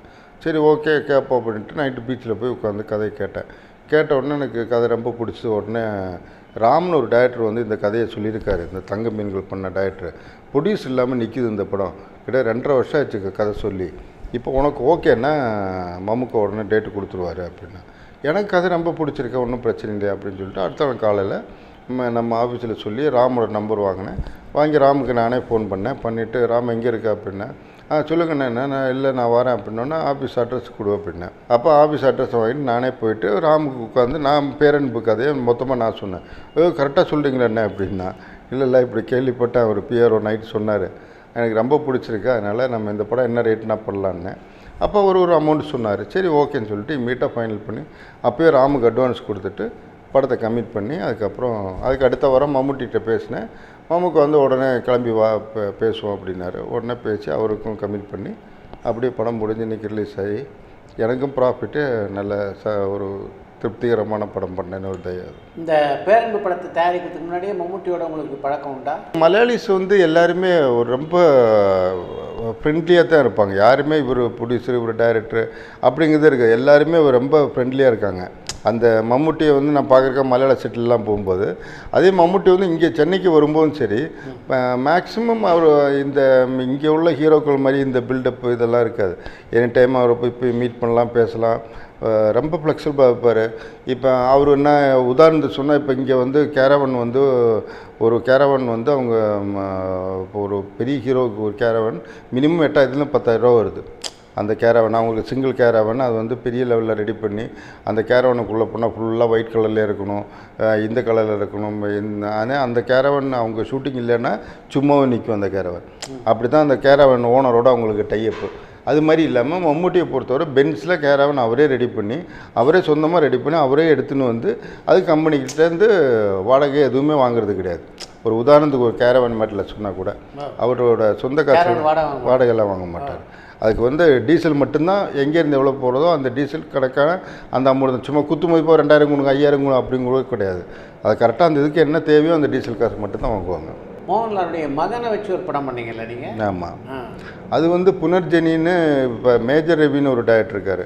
அப்போ அந்த படத்துக்கு வந்து அப்போ மேஜர் ரவி இந்த ஆளவந்தான் ஷூட்டிங் நடக்கும்போது எனக்கு பழக்கம். அவர் தான் இந்த கோஆர்டினேட் பண்ணார். ஆளவந்தான் வந்து காஷ்மீரில் ஷூட்டிங்க்கெல்லாம் அந்த மிலிட்ரி செட்டப்லாம் அவர் தான் பண்ணி கொடுத்தார். அப்போலேருந்து பழக்கனால அப்போ ஒரு நாள் வந்து மேஜர் ரவி வந்து இப்படி ஒரு ஷார்ட் ஃபிலிம் ஒன்று, சில்ட்ரன்ஸ் ஃபிலிம் ஒன்று பண்ணலாம், அப்படி பிரணவ் வச்சு பண்ணலாம், நான் மோகன்லால்கிட்ட பேசியிருக்கேன் அப்படின்னாரு. சரி ஷார்ட் ஃபிலிம் கேட்டால் எனக்கு ரொம்ப பிடிச்சி, என்ன செலவு வரும்னே, ஒரு இப்போ 8,000 12 லட்ச ரூபாக்குள்ளே வரும் அப்படின்னேன். சரி ஓகே அப்படின்னு சொல்லிட்டு ப்ரொசீட் பண்ணலான்ட்டு அப்புறம் லாலேட்டனை போய் பார்க்கலான்னு சொல்லிட்டு போய் லாலேட்டனை போய் பார்த்தேன். இப்போ எக்மோரில் இருந்தார். போய் பார்த்தோன்னா அவரும் வந்து சரி ஓகே பண்ணுங்க அப்படின்னு சொல்லிட்டு பிரணவ் வச்சு நாங்கள் அந்த படம் ஒரு 8 நாள் ஷூட் பண்ணோம். கொச்சின் பக்கத்தில் ஒரு வில்லேஜில் பண்ணி அது வந்து சில்ட்ரன்ஸ் அவார்டு பிரணவும் வாங்கினார், பெஸ்ட்டு சைல்டு ஆர்டிஸ்ட் அவார்டு வாங்கினார். எனக்கும் அவார்டு கிடச்சிது. இப்போ நல்ல பேர் இருந்தது. அப்புறம் ஒரு நாள் வந்து மோகன்லால் வந்து இதுக்கு தன்மாத்திரான்னு ஒரு படம் வந்து அப்போ நடந்துக்கிருந்து, அது ப்ரீவியூக்கு என்னை கூப்பிட்டாரு. சரி ப்ரீவியூ பார்க்க போயிருந்தேன். ப்ரீவியூ பார்த்துட்டு இன்டர்வியூவில் வந்து என்கிட்ட கேட்டார், தினப்போ நீ என்னை வச்சு பையனை வச்சு படம் எடுத்து எனக்கு எல்லாம் ஓகே தானே, இல்லை இப்போ உனக்கு ஏதாவது ப்ராஃபிட்டாக ஓகேவா அப்படின்னு கேட்டார். அப்போ நான் சொன்னேன், இல்லை சேட்டா ஒரு சந்தோஷத்துக்காக எடுத்தேன், ஒரு சில்ட்ரன்ஸ் ஃபிலிம் எடுக்கணும் எடுத்தேன், ஒன்றும் பணம்லாம் வரல சேட்டா, ஏன் சேட்டலைட் வைக்கலையா அப்படின்னாரு. 2-3 கேட்டேன், இந்த சூர்யா டிவி ஏஷியநெட்லாம் கேட்டேன், ஒன்றும் கரெக்டாக ரெஸ்பான்ஸ் பண்ணலன்னாரு. ஏன்னா அவர் ஏற்கனவே என்கிட்ட ஒன்று சொன்னார், ஏஷியநெட்டில் போய் பேசு படத்தை வாங்கிப்பாங்க அப்படின்னு. உடனே என்ன நினச்சான்னு தெரியல, உடனே ஃபோன் எடுத்து பிடிச்சி ஏறுன்னு ஏறிட்டார் அந்த சேனலில். ஏறின உடனே அடுத்த நாள் காலையில் 7 மணிக்கு என் வீட்டில் செக்கோடு நிற்கிறார் அவர். நீங்கள் முதல்ல லாலேட்டனுக்கு ஃபோன் பண்ணி செக்கு வந்துருச்சுன்னு மட்டும் சொல்லுங்கள், இல்லை எக்ரிமெண்ட்டில் எதுவும் வேணாங்க, நீங்கள் முதல்ல பணம் வந்துருச்சுன்னு சொல்லுங்கள் அப்படின்னோடனே அது இது எவ்வளோ சின்சியராக பாருங்க, நம்ம பையனை வச்சு படம் எடுத்தவங்க கூட லாஸ் ஆகிடப்படாதுங்கிற அந்த ஒரு இது வந்து மோகன்லால் வந்து ரொம்ப பெரிய விஷயம். அது அடுத்த நாளே எனக்கு செக் கொண்டு வந்து கொடுத்து க்ளீனாக செட்டில் பண்ணி எனக்கு எந்த ஒரு லாஸும் கிடையாது, போட்ட காசும் வந்துருச்சு. நம்ம சந்தோஷத்துக்கு ஒரு படம் எடுத்தேன். அதேமாரி அவரும் படம் பண்ணார், சைல்ட்லேயே சில்ட்ரன்ஸ் அவார்டு வாங்கினார் பிரணவ் மோகன்லால். சிம்பு வச்சு படம் பண்ணணும் அப்படின்னு எங்கே தேனப்பனுக்கு எண்ணம் பிறந்தது? சிம்பு வச்சு படம் பண்ணோன்னா இன்றைக்கி மார்க்கெட்டில் எல்லாருக்குமே ஒரு ஆசை தானே, ஒரு ஹீரோ வரும்போது போன படம் ஹிட் ஆச்சு. அப்போ அந்த டைம் வந்து மன்மதன் பெரிய ஹிட்டு. அப்போ அதுக்கு அடுத்த படம் வந்து நிக்கில் ஒரு நாள் வந்து இப்படி சிம்பு ஒரு கதை சொல்கிறேன்ட்டாரு, கேட்குறீங்களா அண்ணே அப்படின்னா. சரி ஓகே கேட்போம் அப்படின்ட்டு நைட்டு ஒரு 12-1 மணிக்கு அடையார் கேட் வந்துருங்க அப்படின்னா. சரி நைட்டு ஒரு 12-1 மணிக்கு அடையார் கேட் போனேன். போனோடனே சிம்பு வந்து கதை சொன்னால் ஃபுல் கதையை கேட்டுட்டு என்ன சிம்பு, நீ போன படம் மன்மதன் வந்து சிகப்பு ரோஜாக்கள் எடுத்த மாதிரியே இருந்தது, இப்போ இந்த படம் பார்த்தா அப்படியே படையப்போ உல்ட்டா பண்ண மாதிரியே இருக்கே சிம்பு அப்படின்னு. இல்லைண்ணே அப்படிலாம் இல்லை, உங்களுக்கு அப்படி தோணுது, இது ஃபுல்லாக காலேஜ் அது வேறு மாதிரி கொண்டு போவோம், ரீமாசனை வச்சு அப்படி இப்படி பண்ணிடலாம் அப்படி இப்படின்னா. சரி ஓகேன்னு சொல்லி அப்போ டைரக்டர் வந்து இவர் ஸ்ரீநாத்னு ஒருத்தர் இருந்தார், அவர் தான் அப்போ அந்த படத்துக்கு டைரக்டர். இவர் வந்து ஸ்டோரி ஸ்கீம் பிளே மாதிரி, மன்மதனில் ஸ்டோரி ஸ்கீம் பிளே இவர் பேர் போட்ட மாதிரி, டிஆர் சிலம்பரசன் போடுற மாதிரி இதில் அப்படி போட்டுக்கலாம், அவர் கூட இருந்து நானும் கூட இருந்து பண்ணி கொடுத்துறேன் என்ன அப்படின்னு. நான் சொன்னேன், ஏற்கனவே உனக்கு மன்மதில் ஏகப்பட்ட கெட்ட பேர் சிம்பு, இதுக்கு மேலே திருப்பி நானும் நீ சேர்ந்து போனால் இன்னும் பெரிய பிரச்சனை, நானும் ஒரு வில்லங்கம் பிடிச்சாலும் தேவையில்லை, நமக்கு எதுக்கு சிம்பு படம் பண்ணோம் அப்படின்னு. அப்போ வந்து இல்லை கரெக்டாக பண்ணிடுறேன் சார், இதுதான் சார் சீனு, இது 28 நாளில் இல்லை மேக்ஸிமம் 31 நாள் சீனு, இந்த ஒரு சாங் 4 நாள் இன்ட்ரூ எல்லாம் க்ளீனாக. நான் சொல்கிறேன், முகத்தை பார்த்தே சொல்கிறேன், உனக்கு ஏகப்பட்ட கெட்ட பேர் இருக்குது, மன்மதல் இப்படி பண்ணிவிட்டு அந்த ப்ரொடியூசர் ஏகப்பட்ட பிரச்சனை ஃபேஸ் பண்ணிட்டு இருக்காரு. அது என்னோடய அசிஸ்டண்ட்டு தான் அவன், எல்லாமே முரளியில் இப்போ ஆஃபீஸில் ஒர்க் பண்ணிக்கிறந்தான், எங்கிட்ட 2 படம் அசிஸ்டண்ட்டாக ஒர்க் பண்ணியிருக்கான். அதனால் எனக்கு எல்லா பிரச்சனையும் தெரியும். அதனால் நான் திருப்பி கேட்குறேன், நாளைக்கு இதில் ஏதோ பிரச்சனை ஆச்சுன்னா திருப்பி என்ன மாட்டி விட்றாத, தேவையில்லாம் வம்பேன். இல்லைண்ணே நான் 100% நான் க்ளீனாக பண்ணித்தரேன், எல்லாருமே ஒரு நம்பிக்கை பேரில் தானே, சரி இன்னியாவது கரெக்டாக பண்ணிடுவார் அப்படி நம்பிக்கை பேரில் தானே எல்லாம் பண்ணுறது. சரி ஓகேன்னு சொல்லிட்டு இந்த சீனை பொறுத்தவரை 28 நாள் மேக்ஸிமம் கொஷின் ஒரு 5 நாள் வச்ச கூட 33 நாள் 32 நாளில் சீனை முடிச்சிடறேன்னு. சாங்கு இந்த இத்தனை சாங்கு படத்தில் ஒரே ஒரு ஃபைட்டு, அது வந்து 2 நாள் கனல் வச்சு முடிச்சிடறேன் அப்படி இப்படின்னா. சரி எல்லாம் ஒரு நம்பிக்கை மேலே எல்லாம் பண்ணிட்டோம், எல்லாம் பண்ணி பேசிவிட்டு அப்புறம் ஒரு நாள் ஒரு 1.5 2 மாதம் 3 மாதம் இருக்கும். அதுக்கப்புறம் வந்து ஒரு நாள் கூப்பிட்டு, இப்படி அப்பா ஜாதகப்படி சொல்கிறாரு, நானே டயட் பண்ணால் நல்லாயிருக்கும்னு அப்பா சொல்கிறாரு, அதனால் ஸ்ரீநாத்தை மாத்திரை நானே டயட் பண்ணலான்னு இருக்கேன். இதுக்கு முன்னாடி ஸ்ரீநாத் டைரக்ட் பண்ணிட்டாரா? இல்லை பண்ணல, டிஸ்கஷன் தான் நடந்துட்டுருக்கு. அப்போது ஒரு நாள் கூப்பிட்டு 2 மாதத்துக்கு அப்புறம் ஒரு நாள் கூப்பிட்டு, இப்படி அப்பா வந்து என் ஜாதகப்படி எனக்கு நல்ல டைமாக இருக்குது, அதனால் என்னை வந்து டயட் பண்ண சொல்கிறாரு, அதனால் நானே டயட் பண்ணுறேன். என்ன நீயே டயட்னா என்னையா வருது, நீ போய் ஏற்கனவே நீ ஹீரோவாக நிறைய பிரச்சனைன்னு ஒன்று சொல்கிறாங்க, இப்போ நீ டயட்டராக இருந்தேன்னா ஒரு ஷாட்டு கூட வைக்க முடியாது நீ இல்லாத நேரத்தில். மன்மதிலையாவது ஒரு ஏஜ முருகன் ஒருத்தர் இருந்தார், நீ இல்லாத நேரத்தில் வேறு ஏதாவது ஷாட் எடுத்துகிட்டு இருப்பார், இப்போ நீ டயட்டராக இருக்கும் பிரச்சனை வருமே சிம்புன்னு. ஆனால் சத்தியமாக நான் வந்து உங்களுக்கு சொன்னபடி அன்றைக்கி என்ன டேட்டில் சொன்னோன்னா அதே டேட்டில் முடிச்சு காட்டுறேன், இது எனக்கு சேலஞ்சு, நான் பண்ணி காட்டுறேன், எனக்கு லைஃப் இல்லை, முதல்ல என்னை டயட்டரை நீங்கள் வர இன்ட்ரடியூஸ் பண்ணுறீங்க, எனக்கு லைஃப் இல்லை, கன்ஃபார்மாக நான் வந்து கரெக்டாக பண்ணி காட்டுறேன்னு அப்படின்னா. சரி ஓகே, ஒரு நம்பிக்கை மேலே நானும் ஓகேன்னு சொல்லி பூஜையெல்லாம் போட்டாச்சு கிராண்டாக. அந்த ஓப்பனிங் சாங் ஏகப்பட்ட க்ரௌடை வச்சு ஒரு சாங் வரும், இந்த பஸ் மேலே அது இதெல்லாம் வச்சு அந்த சாங்கு காதல் சந்தியாவும் சிம்பும் வச்சு நடக்கிறேன். அது எடுக்கும்போது சொல்லிட்டு பட்ஜெட் எங்கேயோ எகிரி போகுது, குழப்பமாகுதுன்னா இல்லைன்னா நான் கரெக்டாக பண்ணிடுறேன் அப்படி இப்படின்னா அப்படியே பண்ணி பார்த்தா கடைசியாக வந்து. ஆனால் என்னென்னா படத்துக்கு வந்து இப்போ அந்த ஓப்பனிங் ஒரு போஸ்ட் ஓட்டணும் தெரியுமா, அந்த லிப்பு கடித்து நயன்தாரா கூட இருக்கிற அந்த ஒரு ஸ்டில்லை போட்டு படத்துக்கு பயங்கரமான எக்ஸ்பெக்டேஷன் ஆயிடுச்சு. எல்லா ஏரியாவுமே ஓப்பனிங்கே விற்றுருச்சு. எது படம் பூஜை அன்னைக்கு, இப்போ பூஜையிலேருந்து ஒரு 3 வாரத்துக்குள்ளே எல்லா ஏரியாவுமே கமிட் ஆயிடுச்சு. நயன்தாரா அந்த படத்தில் சிம்பு சாய்ஸா உங்கள் சாய்ஸா? நயன்தாரா ஆக்சுவலி வந்து இப்போ சிம்பு சொல்லலை, இப்போ ஆக்சுவலி நயன்தாரா வந்து நான் வந்து பிரியசக்கின்னு இதுக்கு முன்னாடி கேஸ் அதிகமான வச்சு ஒரு படம் பண்ணேன். அந்த படத்தில் வந்து நயன்தாராவை தான் கன்ஃபார்ம் பண்ணியிருந்தோம். அப்போது வந்து நயன்தாராவுக்கு 3வது படமாக கமிட் பண்ணியிருந்தேன்.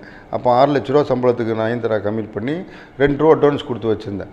அப்போ அதனால வந்து அப்போ அந்த பிரியசைக்கு டேட் ஒத்துவலையா பிரச்சனை இருந்தனால பிரியசைக்கு பண்ணலை. அப்போ அந்த 2 ரூபா மிச்சம் பண்ணுறக்கா நான் என்ன பண்ணேன், நயன்தாராவை ஹீரோயினாக போடுன்னு சிம்புட்டு சொல்லிக்கினே இருந்தேன். சிம்பு வந்து இல்லை செட் ஆகாதுன்னு அப்படின்னா. அதுக்கப்புறம் ஒரு வழியாக 2 பேரும் செட் ஆகி திருப்பி அந்த ஸ்டில்லு வந்து பெரிய பப்ளிசிட்டி ஆகி அந்த லெஃப்ட் லிப்பு கிஸ் ஸ்டில்லு வந்து பயங்கர ஃபேமஸ் ஆகிடுச்சு. ஆனவுடனே பயங்கர எக்ஸ்பெக்டேஷன் ஆகி படம் எல்லா ஏரியாவும் விற்றுருச்சு. நயன்தாரா இருக்கிறது பெரிய ப்ளஸ்ஸும் ஆகி போச்சு, படத்துக்கு பெரிய இதுவும் ஆயிடுச்சு. அதனால திருப்பி கண்டினியூ பண்ண ஆரம்பிச்சிட்டோம். அப்படி படம் வந்து எடுத்து நம்மளை பொறுத்தவரை அந்த படத்தை வந்து அவர் சொன்ன மாதிரி அந்த 6 மாதத்துக்குள்ளே அந்த 33 நாளில் சீனு அந்த சாங் சொன்ன டேட்லேயும் ஃபைட்டு சொன்ன டேட்லேயும் எடுத்திருந்தா டெஃபினட்டாக எனக்கு ஒரு 3 கோடி ரூபா ப்ராஃபிட் படம். அந்த படம் வந்து 6 மாதத்துக்கு பதிலாக 2.5 வருஷம் 3 வருஷம் ஆனனால தான் நான் 3 கோடி ரூபா கடனாளி ஆகிட்டேன். இதில் தான் நம்ம ஃபேஸ் பண்ண வேண்டிய பிரச்சனைகள்லாம் ஃபேஸ் பண்ணேன். அந்த படத்தினுடைய முடிவில் சிம்போட பல பிரச்சனை உங்களுக்கு வந்தது இல்லையா? அதில் வெளியீட்டின் போது. இப்போ ஆமாம், பிரச்சனைன்னு பார்த்தீங்கன்னா இப்போ படம் தீபாவளிக்கு ரிலீஸு, அப்போ வரலாறு ரிலீஸு ரெண்டுமே நம்ம வந்து ரிலீஸ் டேட்டை கன்ஃபார்ம் பண்ணி வல்லவனுக்கு வந்து பயங்கரமான எக்ஸ்பெக்டேஷன் ரிலீஸுக்கு. அப்போ வந்து டெபிசிட் எனக்கு இப்படி 2 சில்லற டெபிசிட் இருக்குது. அப்போ நான் சிம்புட்ட சொன்னேன், ஏன்னா ஒரு சம்பளத்துக்கு வந்து ப்ளஸ்ஸு சிட்டி ப்ளஸ்ஸு தெலுங்கில் 50%. அப்போ நான் வந்து சிட்டி வந்து அவங்க தேட்டர் போட்டிருந்தாங்க, சிட்டி இவங்க சிம்பு சினியார்ட்ஸில். அப்போ நான் என்ன பண்ணேன், சிம்புட்ட சொல்லியிருந்தேன், இந்த சிட்டியை மட்டும் எனக்கு திருப்பி கொடுத்தா நான் என் பிரச்சனையை சால்வ் பண்ணிடுவேன், எந்த பிரச்சனையும் வராது. இப்போ எனக்கு இவ்வளோ நாள் நீ எத்தனையோ நாள் ஷூட்டிங் வந்து ஷூட்டிங் ஸ்பாட்டுக்கு வந்துட்டு ஷூட்டிங் எடுக்காமல் கேன்சல் பண்ண, இதெல்லாம் வந்து ஏகப்பட்ட லாஸ் ஆகிடுச்சு எனக்கு. அதனால் அதுக்கு பதிலாக வந்து நீ சிட்டி மட்டும் எனக்கு கொடுத்து, நான் இப்போ சத்தியமாக என் படம் டைரக்டர், நான் அந்த படத்துக்கு டைரக்டராக இன்ட்ரடியூஸ் பண்ணியிருக்கீங்க, லைஃப் லாங் நான் உங்களை மறக்க மாட்டேன், சத்தியமாக நான் வந்து சிட்டியை உங்களுக்கு கொடுத்துறேன், அப்பா அம்மா நல்ல மூடில் இருக்கும், நான் சொல்லி ஒத்துக்க வச்சிட்றேன், உங்களை சிட்டி தரேன், அப்போ நான் சிட்டியை வச்சு பிரெட்ஜ் பண்ணி பணம் வாங்கிக்கிறேன் அப்படின்னு. நல்லா வாங்கிக்கிறேன், பார்த்துக்கலாம் அப்படின்ட்டேன். அப்படின்னு சொல்லித்தான் நான் சிட்டியை பிரெட்ஜ் பண்ணி ஒரு இடத்துல பணம் வாங்கிட்டு ரிலீஸ் தரலான்னு நான் அவருக்கு செட்டில் பண்ணி ஆகணும் இல்லையா. அது நான் சொல்லும்போது இவங்க வந்து ஒத்துக்கவே இல்லை. உடனே அவர் என்ன பண்ணிட்டார், கோர்ட்டில் போய் ஸ்டே வாங்கிட்டார், எக்ஸப்ட் சிட்டி என்டர் வேர்ல்டு ரிலீஸ்ன்னு சொல்லி அந்த ஃபைனான்ஸு கேஸ் போட்டு ஸ்டே வாங்கிட்டார். உடனே இவங்க கவுன்சிலுக்கு போய் ராம்நாராயண்கிட்ட போய் கம்ப்ளைண்ட் பண்ணி ரிலீஸுக்கு ஒரு 4-5 நாள் முன்னாடி இப்படி படத்தை வந்து ரிலீஸ் பண்ண விடுமா, நான் இப்போ டே நைட்டு சிம்பு வந்து டயட் பண்ணி படம் இந்த அளவு எக்ஸ்பெக்டேஷன் ஆகி மதுரை இவ்வளோ விற்றுருக்கான், கோயம்புத்தூர் இவ்வளோ விற்றுருக்கான், இவ்வளோ பெரிய ரேட்டுக்கு விற்றுருக்காரு, இந்த படத்தில் இவ்வளோ ப்ராஃபிட்டும் இருக்குது, அவர் வேணும்னு ஏமாத்துறாரு, அதனால் எங்கள் சம்பளத்தை வாங்கி கொடுக்குன்னு சொல்லி அவங்க கம்ப்ளைண்ட் கொடுத்துருக்காங்க. கொடுத்தோன்னா அவர் ராமநாதன் எனக்கு சொந்தக்காரர், ஒரு 11 மணி இருக்கும், 11 மணிக்கு இருக்கும்போது என்னை கூப்பிட்டு இப்படி இதில் பீச்சில் இருந்தேன். அப்போ வந்து அர்ஜென்ட்டாக வார்த்தை என்ன பண்ணேன், என்ன சார் மணி 11 ஆச்சு, இப்போ எதுக்கு கூப்பிட்றீங்க அப்படின்னு. இல்லை நீ ஒரு 5 நிமிஷம் வாயா, உன் படம் ரிலீஸ் பேசணும், எல்லோரும் வந்திருக்காங்க, எடிட்டர் மோகன், இவங்க அன்பலை ப்ரொப்பார் எல்லாம் வந்திருக்காங்க, நம்ம உட்காந்து பேசி முடிச்சிடலாம் தானப்பா அப்படின்னாரு. சரி ஓகே அப்படின்ட்டு நானும் அப்போ வாக்கிங் போய்க்கிருந்தேன். அப்படி இன்னவோ எடுத்துக்கிட்டு நான் ஒரே ஆள் தனியாக போகிறேன். போய் கவுன்சிலுக்கு கீழே இறங்கின உடனே பார்த்தா ஒரு 50-100 பேர் ஜாமானோடு இருக்காங்க கவுன்சிலுக்கு கீழே. இப்போ பார்த்துட்டு என்னை வந்து மிரட்டுற மாதிரி பார்வை எல்லாமே இருக்குது. அதுக்கப்புறம் அப்போ வந்து பழைய கவுன்சில் அந்த மேலே இப்போ லிஃப்ட் வழியாக மேலே ஏறி அந்த குடிசை மாதிரி போட்டிருந்த அந்த பீரியட். அப்போ மேலே போனால் மேலேயும் ஒரு 10-20-30 பேர் இருந்தாங்க. அதுக்கப்புறம் நான் உள்ளே போனோன்னா ராமநாதன்ட்ட கேட்டேன், என்னென்ன இது கவுன்சிலில் அது என்ன அடியாலெல்லாம் நிற்க வச்சுருக்காங்க அப்படின்னு. அதை பற்றி எதுவும் பதிலே பேசல, ஆல்ரெடி 3 கோடி லாஸில் தான் இருக்கேன், நான் வாங்கின காசை அந்த செட்டில் பண்ணதான் இல்லையோ, சிம்புவை கேளுங்க, சிம்பு அங்கே வந்துடுறேன், சிம்பு வந்து சொல்லுங்கள், அவன் சொன்னனால தான் நான் வந்து பெட்ஜ் பண்ணேன், நான் ஒன்றும் இல்லாமல் நான் ஒன்றும் போய் பித்தலாட்டெல்லாம் பண்ண வேண்டிய தேவை எனக்கு கிடையாது, நான் இவ்வளோ நாள் ஷூட்டிங்கை கேன்சல் பண்ணிங்க, அதை பற்றி நீங்கள் கேட்க மாட்டேன்ட்டீங்க, இவ்வளோ லாஸ் ஆகிருக்கு எனக்கு படத்துக்கு, இதுக்கு முன்னாடி படத்தை ப்ரொடியூசர் மன்மோகன் ப்ரொடியூசர் என்ன ஆச்சு நிலமை, அது மாதிரி எவ்வளோ இப்போ எத்தனை ப்ரொடியூசர் லாஸ் ஆகிருக்காங்க, சிலம்பாட்டம் எடுத்தவங்க கேளுங்க, இல்லை அதுக்கு முன்னாடி எத்தனை படம் எடுத்த எல்லா ப்ரொடியூசரும் கேட்டு பாருங்கள். நான் மட்டும் ஏதோ வேணும்னு இவர் சிம்பு சொல்லி ஏமாற்றி காசு கொடுக்குறக்கா நான் வரல, நான் நியாயத்துக்கு என்னன்ட்டேன். நான் சரி அதுவும் நடந்து போச்சு, இப்போ எனக்கு சிட்டியை மட்டும் கொடுங்க, நான் ஒன்றும் சம்பளத்தை கொடுத்துட்றேன், சம்பளம் 1 கோடி, இப்போ நான் அப்போ ஏதோ 1 லட்சம் பேசியிருந்தோம், 1.5 கோடி ஏதோ, அதை நான் கொடுத்துட்றேன், தெலுங்கு 50% ஆல்ரெடி செட்டில் பண்ணியாச்சு, தெலுங்கு 3 கோடி கொடுத்துருந்தா 1.5 கோடி ஆல்ரெடி கொடுத்தாச்சு, இந்த சிட்டியை மட்டும் 30 லட்ச ரூபா போகும், அந்த சிட்டியை மட்டும் எனக்கு திருப்பி கொடுங்க அப்படின்னு தான் நான் கேட்குறேன். அதனால் இப்போ அது வந்து கொடுக்க முடியாதுன்னு சொன்னால தான் பிரச்சனை அப்படின்னா அப்படி இப்படி மாட்டினாங்க. அதுக்கப்புறம் வந்து யோசிச்சுட்டு எனக்கு இந்த ஜாதகம் இதிலெல்லாம் கொஞ்சம் நம்பிக்கை இருக்கனால சரி, அதுக்கப்புறம் வெளியில் போய் நின்றுக்கிருந்தேன். அப்புறம் கொஞ்சம் நேரத்தில் நம்ம ஜாதகம் பார்க்குறவங்கள்ட்ட ஃபோன் பண்ணி கேட்டோன்னா 2 பேரும், ஒருத்தர் கர்நாடகாவில் ஒருத்தர் கேரளாவில் இருக்க, 2 பேரும் ஒரே மாதிரி சொன்னாங்க, ஒரு 20 நிமிஷம் வெயிட் பண்ண அப்படின்னா. 20 மினிட்ஸ் கழிச்சு திருப்பி ஃபோன் பண்ண 2 பேரும் ஒரே மாதிரி சொன்னாங்க, தினமும் பணம் இன்றைக்கில் எப்போ வேணால் சம்பாரிச்சிக்கலாம், பேசாமல் ஒத்து போட்டு கையெழுத்து போட்டு கொடுத்து படத்தை ரிலீஸ் பண்ணிடு, அப்புறம் பார்த்துக்கலாம், கடன் நம்ம அடைச்சிக்கலாம் அப்படின்னா. சரி, அவங்க சொன்ன ஒரே வார்த்தைக்கு நேராக உள்ளே போனேன், கையெழுத்து போட்டேன், ரிலீஸ் பண்ணேன். அந்த கடனை நான் ஏற்றுக்கிட்டேன். அந்த கடனை அடைக்கிறதுக்கு கிட்டத்தட்ட அதுக்கப்புறம் வந்து துரைங்கிற படம், நான் கடவுளுங்கிற படம், இப்படி எல்லாத்தையும் எடுத்து நான் கடனை அடைச்சி ஒரு இன்றைக்கி 1 பைசா கடன் இல்லாமல் இருக்கேன். இந்த படத்துக்கு அப்புறம் நான் கடவுள் படத்தை வந்து எப்படி அந்த ப்ரொபோசல் உங்ககிட்ட வந்து படத்தை தயாரிக்கிறது? நான் கடவுள் படத்தை பொறுத்தவரை பாலாவும் நானும் வந்து ரூம்மேட்டு. இப்போ ரொம்ப நாளாகவே நான் வந்து ஆமாம், அப்போ பாலாவும் நானும் இப்போ எல்லாமே வந்து எல்டாம் ஸ்டோரில் பாலா நான் பொண்ணு இருக்கும்போது அப்போ வந்து பொண்ணு ஒன்று, அப்போ அந்த செட்டில் வந்து ஒரு ஏகப்பட்ட பேர் இருந்தாங்க. அப்போலேருந்து நல்ல பழக்கம்னால பாலா வச்சு ஒரு படம் பண்ணணும் பெரிய ஆசை. அப்போ நடுவில் வந்து அந்த பிதாமகனே நம்ம பண்ண வேண்டியது அப்போ கேட்டுக்கிருந்தேன். அப்போ செட் ஆகல. அதுக்கப்புறம் வந்து இது நான் கடவுள் ப்ரப்போசல் வந்தோடனே பேசினோம். அது நான் என்ன சொன்னேன், என்ன அமௌண்ட்டோ, ஏன்னா அப்போ நானும் அஜித் ரொம்ப க்ளோஸு, அண்ணன் தம்பி மாதிரி இருப்போம். டெய்லி ஈவினிங்கு ஷாலினி வந்து என்னை வந்து சேட்டா விட உள்ள சேட்டா நமக்கு ஷட்டில் விளைக்கிறான்னு சொல்லி நான் டெய்லி ஷட்டில் விளையாட போயிடுவேன். டெய்லி 3 மணிக்கு அந்த கோட்டுப்புறம் பிரிட்ஜுக்கு பின்னாடி அந்த மினிஸ்ட்ரியூட்டுக்கு பின்னாடி ஒரு கோட் இருக்குது, அதெல்லாம் விளையாடுவோம். ஷட்டில் விளையாடுவோம், நல்லா ஃப்ரெண்ட்ஸாக இருந்தோம். அதனால் நீ அஜித் வர ஹீரோன்னு சொல்கிற, அதனால் இந்த வம்புக்கே நான் வரல. அதனால் நான் என்ன அமௌண்ட்டோ ஃபஸ்ட் காப்பியோ உங்கள்கிட்ட கொடுத்துட்றேன், நீ எடுத்து கொடுத்துரு. நீ அஜித்துக்கு பணம் கொடுக்காமல் போய் என்ன அது நீ ஆச்சு அவராச்சு, நீ கதை சொல்லி ஓகே பண்ணுன்னு சொல்லி 12.5 கோடி ஏதோ ஒன்று பேசி இவனுக்கு பாலாவுக்கு வந்து 3.5 கோடி ரூபா அட்வான்ஸ் கொடுத்துட்டேன். இவ்வளோ தான் பிரச்சனை. இதுக்கப்புறம் வந்து இவருக்கும் அஜித்துக்கும் தான் ஏதோ சம் மிஸ் அண்டர்ஸ்டாண்டிங் ஆகி படம் வந்து ட்ராப் ஆகுது. அதுக்கப்புறம் நான் வந்து அஜித்தும் படம் இல்லைன்னொன்னே நான் படம் பண்ணல அப்படின்னு சொல்லிட்டேன். அதுக்கப்புறம் வந்து இவன் வந்து பாலா வந்து இல்லை நான் 5.5 கோடி ரூபாவுக்கு நான் கடவுள்னு ஒரு படம், அதே படத்தை வந்து 5.5 கோடிக்கு ஆரியா வச்சு பண்ணித்தரேன் அப்படின்னு சொன்னார். ஆரியாவில் ஒரு 3 ஹீரோ ஆப்ஷன் கொடுத்தாரு. 3 ஹீரோ ஆப்ஷனில் வந்து ஆரியா பேர் இருந்தது. ஏன்னா இந்த ஆரியாவோட அப்பா வந்து எப்போவும் மலையாளத்தில் பேசிட்டு அங்கே பீச்சில் எனக்கு அந்த தினமலர் ஒன்றா அந்த குரூப்போட நல்ல பழக்கம். என் பையனுக்கு ஏதாவது சான்ஸ் இருந்தால் கொடுன்னு அப்பப்போ கேட்டுக்கிருந்தேன். அப்போ இந்த 3 பேரில் வந்து ஆரியா வந்து எனக்கு தெரிஞ்ச ஒரு மோமா வந்து அவங்க அப்பா வரை கேட்டுக்கினே இருந்தாலும் சரி ஆரியா வச்சே பண்ணிக்கலாம், அந்த 5.5 கோடி ரூபாவுக்கு நீ ஆரியா வச்சு பண்ணி கொடு. அப்படி 12.5 வந்து 7 ரூபா கம்மியாகி அப்படி 5.5க்கு வந்துருச்சார் நான் கடவுள். அப்படி பண்ணி ஆரியா வச்சு ஸ்டார்ட் பண்ணி நான் கடவுள் ஷூட்டிங்கு இதில் போகுது, எங்கள் காசியில் ஷூட்டிங் போயின்ட்டுருக்கு.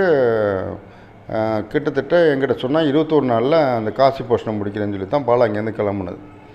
21ஆவது நாள் கரெக்டாக ஆரியா எனக்கு ஃபோன் பண்ணி தானப்பா இன்றைக்கி தான் ஃபர்ஸ்ட் ஷாட்டு சேட்டா அப்படின்றான். 21 அதுக்கப்புறம் என்னடா இது ஃபர்ஸ்ட் ஷாட்டே அன்றைக்கி தானே இவனுக்கு பாலா, அவனை வச்சு எடுக்கவே இல்லை, அவனை வச்சு எடுக்கலை, ஆரியா வச்சு எடுக்கலை. 21ஆவது நாளோ 22ஆவது நாளோ ஆரியா எனக்கு ஃபோன் பண்ணி சேட்டா இன்றைக்கே ஃபர்ஸ்ட் ஷாட்டு அப்படின்னா. சரி ஓகே நீ திருப்பி மாட்டான்டா அப்படின்ட்டு பணம் புரட்டவே முடியல. ஆல்ரெடி வல்லவனில் ஏகப்பட்ட கடனில் இருக்கேன். அதுக்கப்புறம் பிரச்சனை மேலே பிரச்சனை, தெரிஞ்சவங்க வந்தவங்க போனவங்கள்ட்ட எல்லாம் 1 லட்சம் 2 லட்சம் டெய்லி வாங்கி சாயங்காலம் கரெக்டாக 4 மணி பேங்க் டைம் முடியறதுக்கு முன்னாடி ஐசிசியில் போடுவேன். அங்கே பணத்தை எடுத்து பேட்டா செட்டில் பண்ணுவான். இப்படியே 53 நாள் முடிச்சாச்சு. இது கவுன்சிலுக்கு ஒரு கம்ப்ளைண்ட் எடுத்துன்னு போனேன். என்னோடய கம்ப்ளைண்ட் என்ன, 5.5 கோடி ரூபாவுக்கு படத்தை முதல்ல 12 கோடிக்கு வந்து இருந்து அஜித் வெளியில் போய் 3.5 கோடி அட்வான்ஸ் கொடுத்து நான் லாக் ஆகி நிற்கிறேன். நான் அதுக்காக அப்போயோ 1 வருஷம் தாண்டி இந்த வட்டியெல்லாம் என் தலைக்கு மேலே ஏறி அதை எங்கேயோ போயிடுச்சு.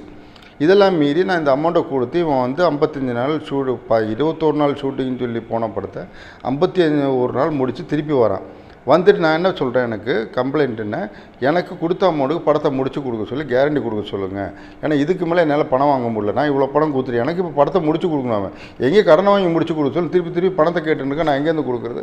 இனி எனக்கு ஷெட்யூல் பேமெண்ட்டு ரிலீஸும் போது போஸ்ட் ப்ரொடக்ஷன்லாம் கொடுக்கணுன்னு நம்ம கூட ஒரு ப்ரொடியூசர் வந்து நான் 7 கோடிக்கு பண்ணிக்கிறேன் 8 கோடிக்கு பண்ணிக்கிறேன்னு ஒருத்தர் இறங்கி வர்றாரு. அப்போ நான் நம்மளை மாட்டி விடுக்கு நமக்கு கூட தான் ஆள் இருக்காங்க, வேறு எங்கேயுமே கிடையாது.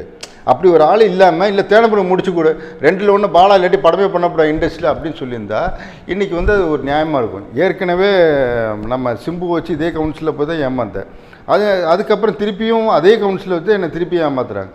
அப்போ இந்த 5.5 கோடி ரூபா அக்ரிமெண்ட்டுக்கு என்ன வேல்யூ? பாலாவும் நான் தான் கையெழுத்து போட்டிருக்கோம். அதுக்கு முடிச்சு கொடுந்தோன்னே கவுன்சிலில் சொல்லணும், நீ அங்கேயோ உன்னோட இது பண்ணணும். அதுக்கு எல்லாமே நம்ம கூட இருக்க ஒரு ப்ரொடியூசரே வந்து நான் 7.5 கோடிக்கு நான் பண்ணிக்கிறேங்க அப்படின்னு இவன் பாலாவுக்கு என்ன நக்கல் ஜாஸ்தியாச்சு. நீ என்ன போடா இருந்துச்சு, அவர் தான் 7.5 கோடிக்கு பண்ணுறேன்றாரு அப்படின்னோடனே சரி. அப்போ என்ன யோசிச்சு பார்த்தேன், சரி நமக்கு தலைவலி ஒழிஞ்சுது, எனக்கு 1 ரூபா 1.25 ரூபா ப்ராஃபிட் கொடு, நான் மேட்ரு நான் ஒதுங்கிறேன்னு சொல்லிட்டு 1.25 எனக்கு கொடுத்தாங்க. ஆனால் அது இன்றைக்கி தரமாட்டேன், ரிலீஸும் போது தான் தருவேன். நான் 4 நாளாக எப்படி வேணால் கொடுங்க, ஆளை விட்டால் போகுதுன்னு சொல்லிட்டு 1.25 ரிலீஸும் போது நான் ஐங்கரன் கர்நாடகாவில் வாங்கியிருக்கேன், இவர்கிட்ட வாங்கியிருக்கேன், இது செட்டில் பண்ணிருங்கன்னு சொல்லிட்டு நான் பாட்டுக்கு ஒதுக்கிட்டேன். அதுக்கப்புறம் அது வந்து அந்த 7.5க்கு முடியல, கடைசி 12:45 ஆச்சு இந்த படம் முடிகிறதுக்கு. ரிலீஸ் ஆகி என்னாச்சு, அதுவும் திருப்பியும் பிரச்சனை தான். என்ன நடந்துங்கிறது பேப்பரில் அழகாக எக்ரிமெண்ட்டில் இருக்குது. எக்ரிமெண்ட் காப்பி இப்போ கூட என் ஆஃபீஸ் வந்து எடுத்து காட்ட போகிறேன். இது பாலா கையெழுத்தானே, இது என் கையெழுத்தானே, அவ்வளோதான் கோர்ட்டை பொறுத்தவரை கேட்பாங்க. இது கையெழுத்து யாருது, இதில் டேர்ம்ஸ் அண்ட் கண்டிஷன் இருக்கா, இந்த டேட்டில் நான் கடவுள் இந்த படம், ஆரியா ஹீரோயின் பூஜா, இந்த டேட்டில் முடிச்சு கொடுக்கணும். அது நீ காசியில் எடு இல்லை வண்ணாரப்பேட்டையில் எடு ராயபுரத்தில் எடு எங்களுக்கு தேவையில்லை, இந்த டேட்டில் முடிச்சு கொடுக்குங்க தானே எக்ரிமெண்ட், அதானே நம்ம பேசணும். அஜித்தோட உங்களுக்கு அந்த நெருக்கம் எங்கே எப்படி பிறந்தது?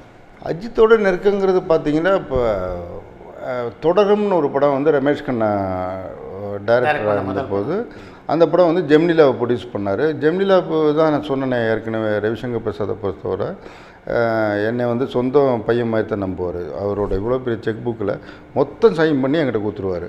எல்லாமே நான் தான் ஃபில்லப் பண்ணுவேன், நான் தான் அமௌண்ட் வரைக்கும் பேசுவேன். அந்த ஹீரோ ஆகட்டும் ஹீரோயின் ஆகட்டும். அதுக்கப்புறம் பெரிய குடும்பம் பண்ணோம், அதே கம்மலில் தொடரும் படம் பண்ணுறோம். அப்போ நான் ஈக்குவல் டு ப்ரொடியூசர் தான். ரவிசங்கர் பிரசாத் வரமாட்டார் ஸ்பாட்டுக்கு. ஃபுல் செக் புக்கே எங்கிட்ட சைன் பண்ணி கொடுக்குற அளவுக்கு தான் இருந்தேன். நல்லா அந்த ப்ரொடியூசர் லெவல் இருந்தாலும் அப்போ தொடரும் வந்து கிட்டத்தட்ட ஒரு 20-30 நாள் ஊட்டியில் நடந்தது.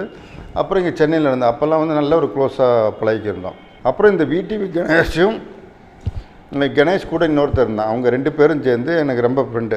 அப்போ அவங்க ஒரு நாள் சொன்னாங்க, ஷட்டில் விளையாடுறதுக்கு வா, நம்ம இங்கே கோட்டுப்புறத்தில் விளையாடுறோம் அப்படின்னாரு. நானும் அஜித் இவங்கெல்லாம் தான் விளையாடுறோம், அப்போ நீவும் வந்து சேர்ந்து விளையாடு. நான் அப்போ டெய்லி வாக்கிங் தான் போய்க்கிறேன்.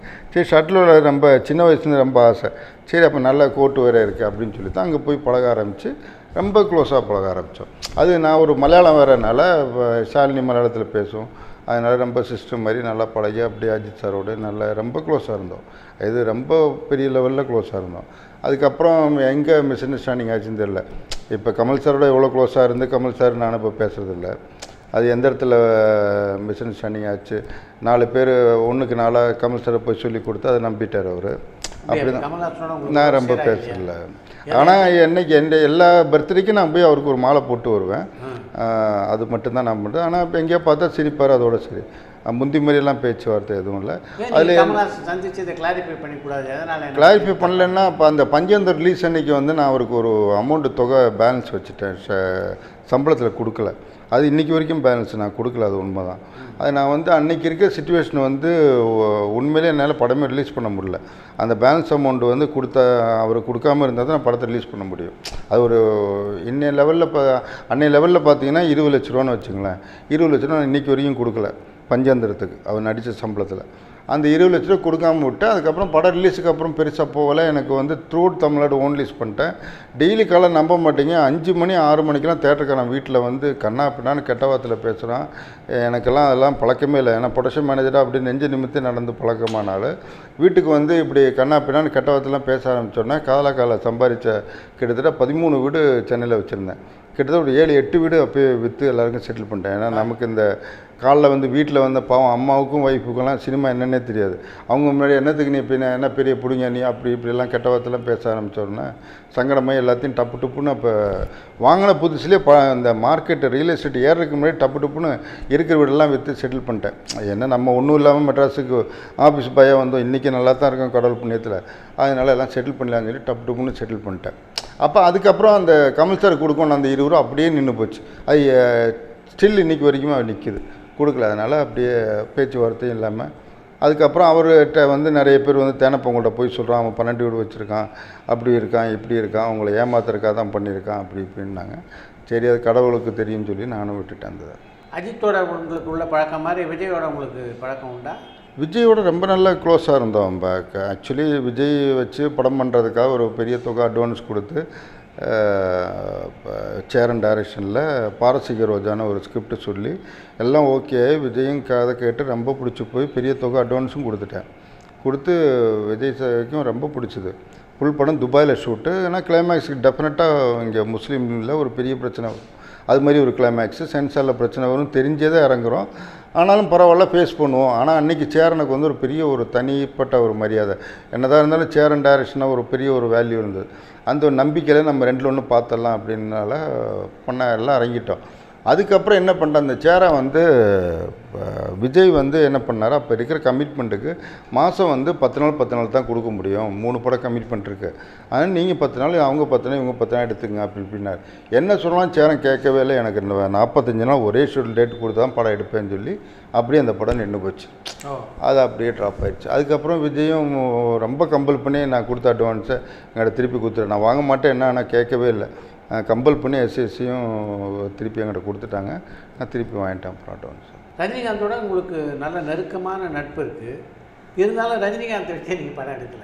இப்போ இருக்க சூழ்நிலையில் இப்போ ரஜினி சார் ஆகட்டும், கமல் சார் ஆகட்டும், இல்லை விஜய் ஆகட்டும், அஜித் ஆகட்டும், எல்லாரோடையும் ரொம்ப க்ளோஸாக இருக்காங்க. யாருமே அப்படியெல்லாம் போய் படம்லாம் எடுத்துட முடியாது.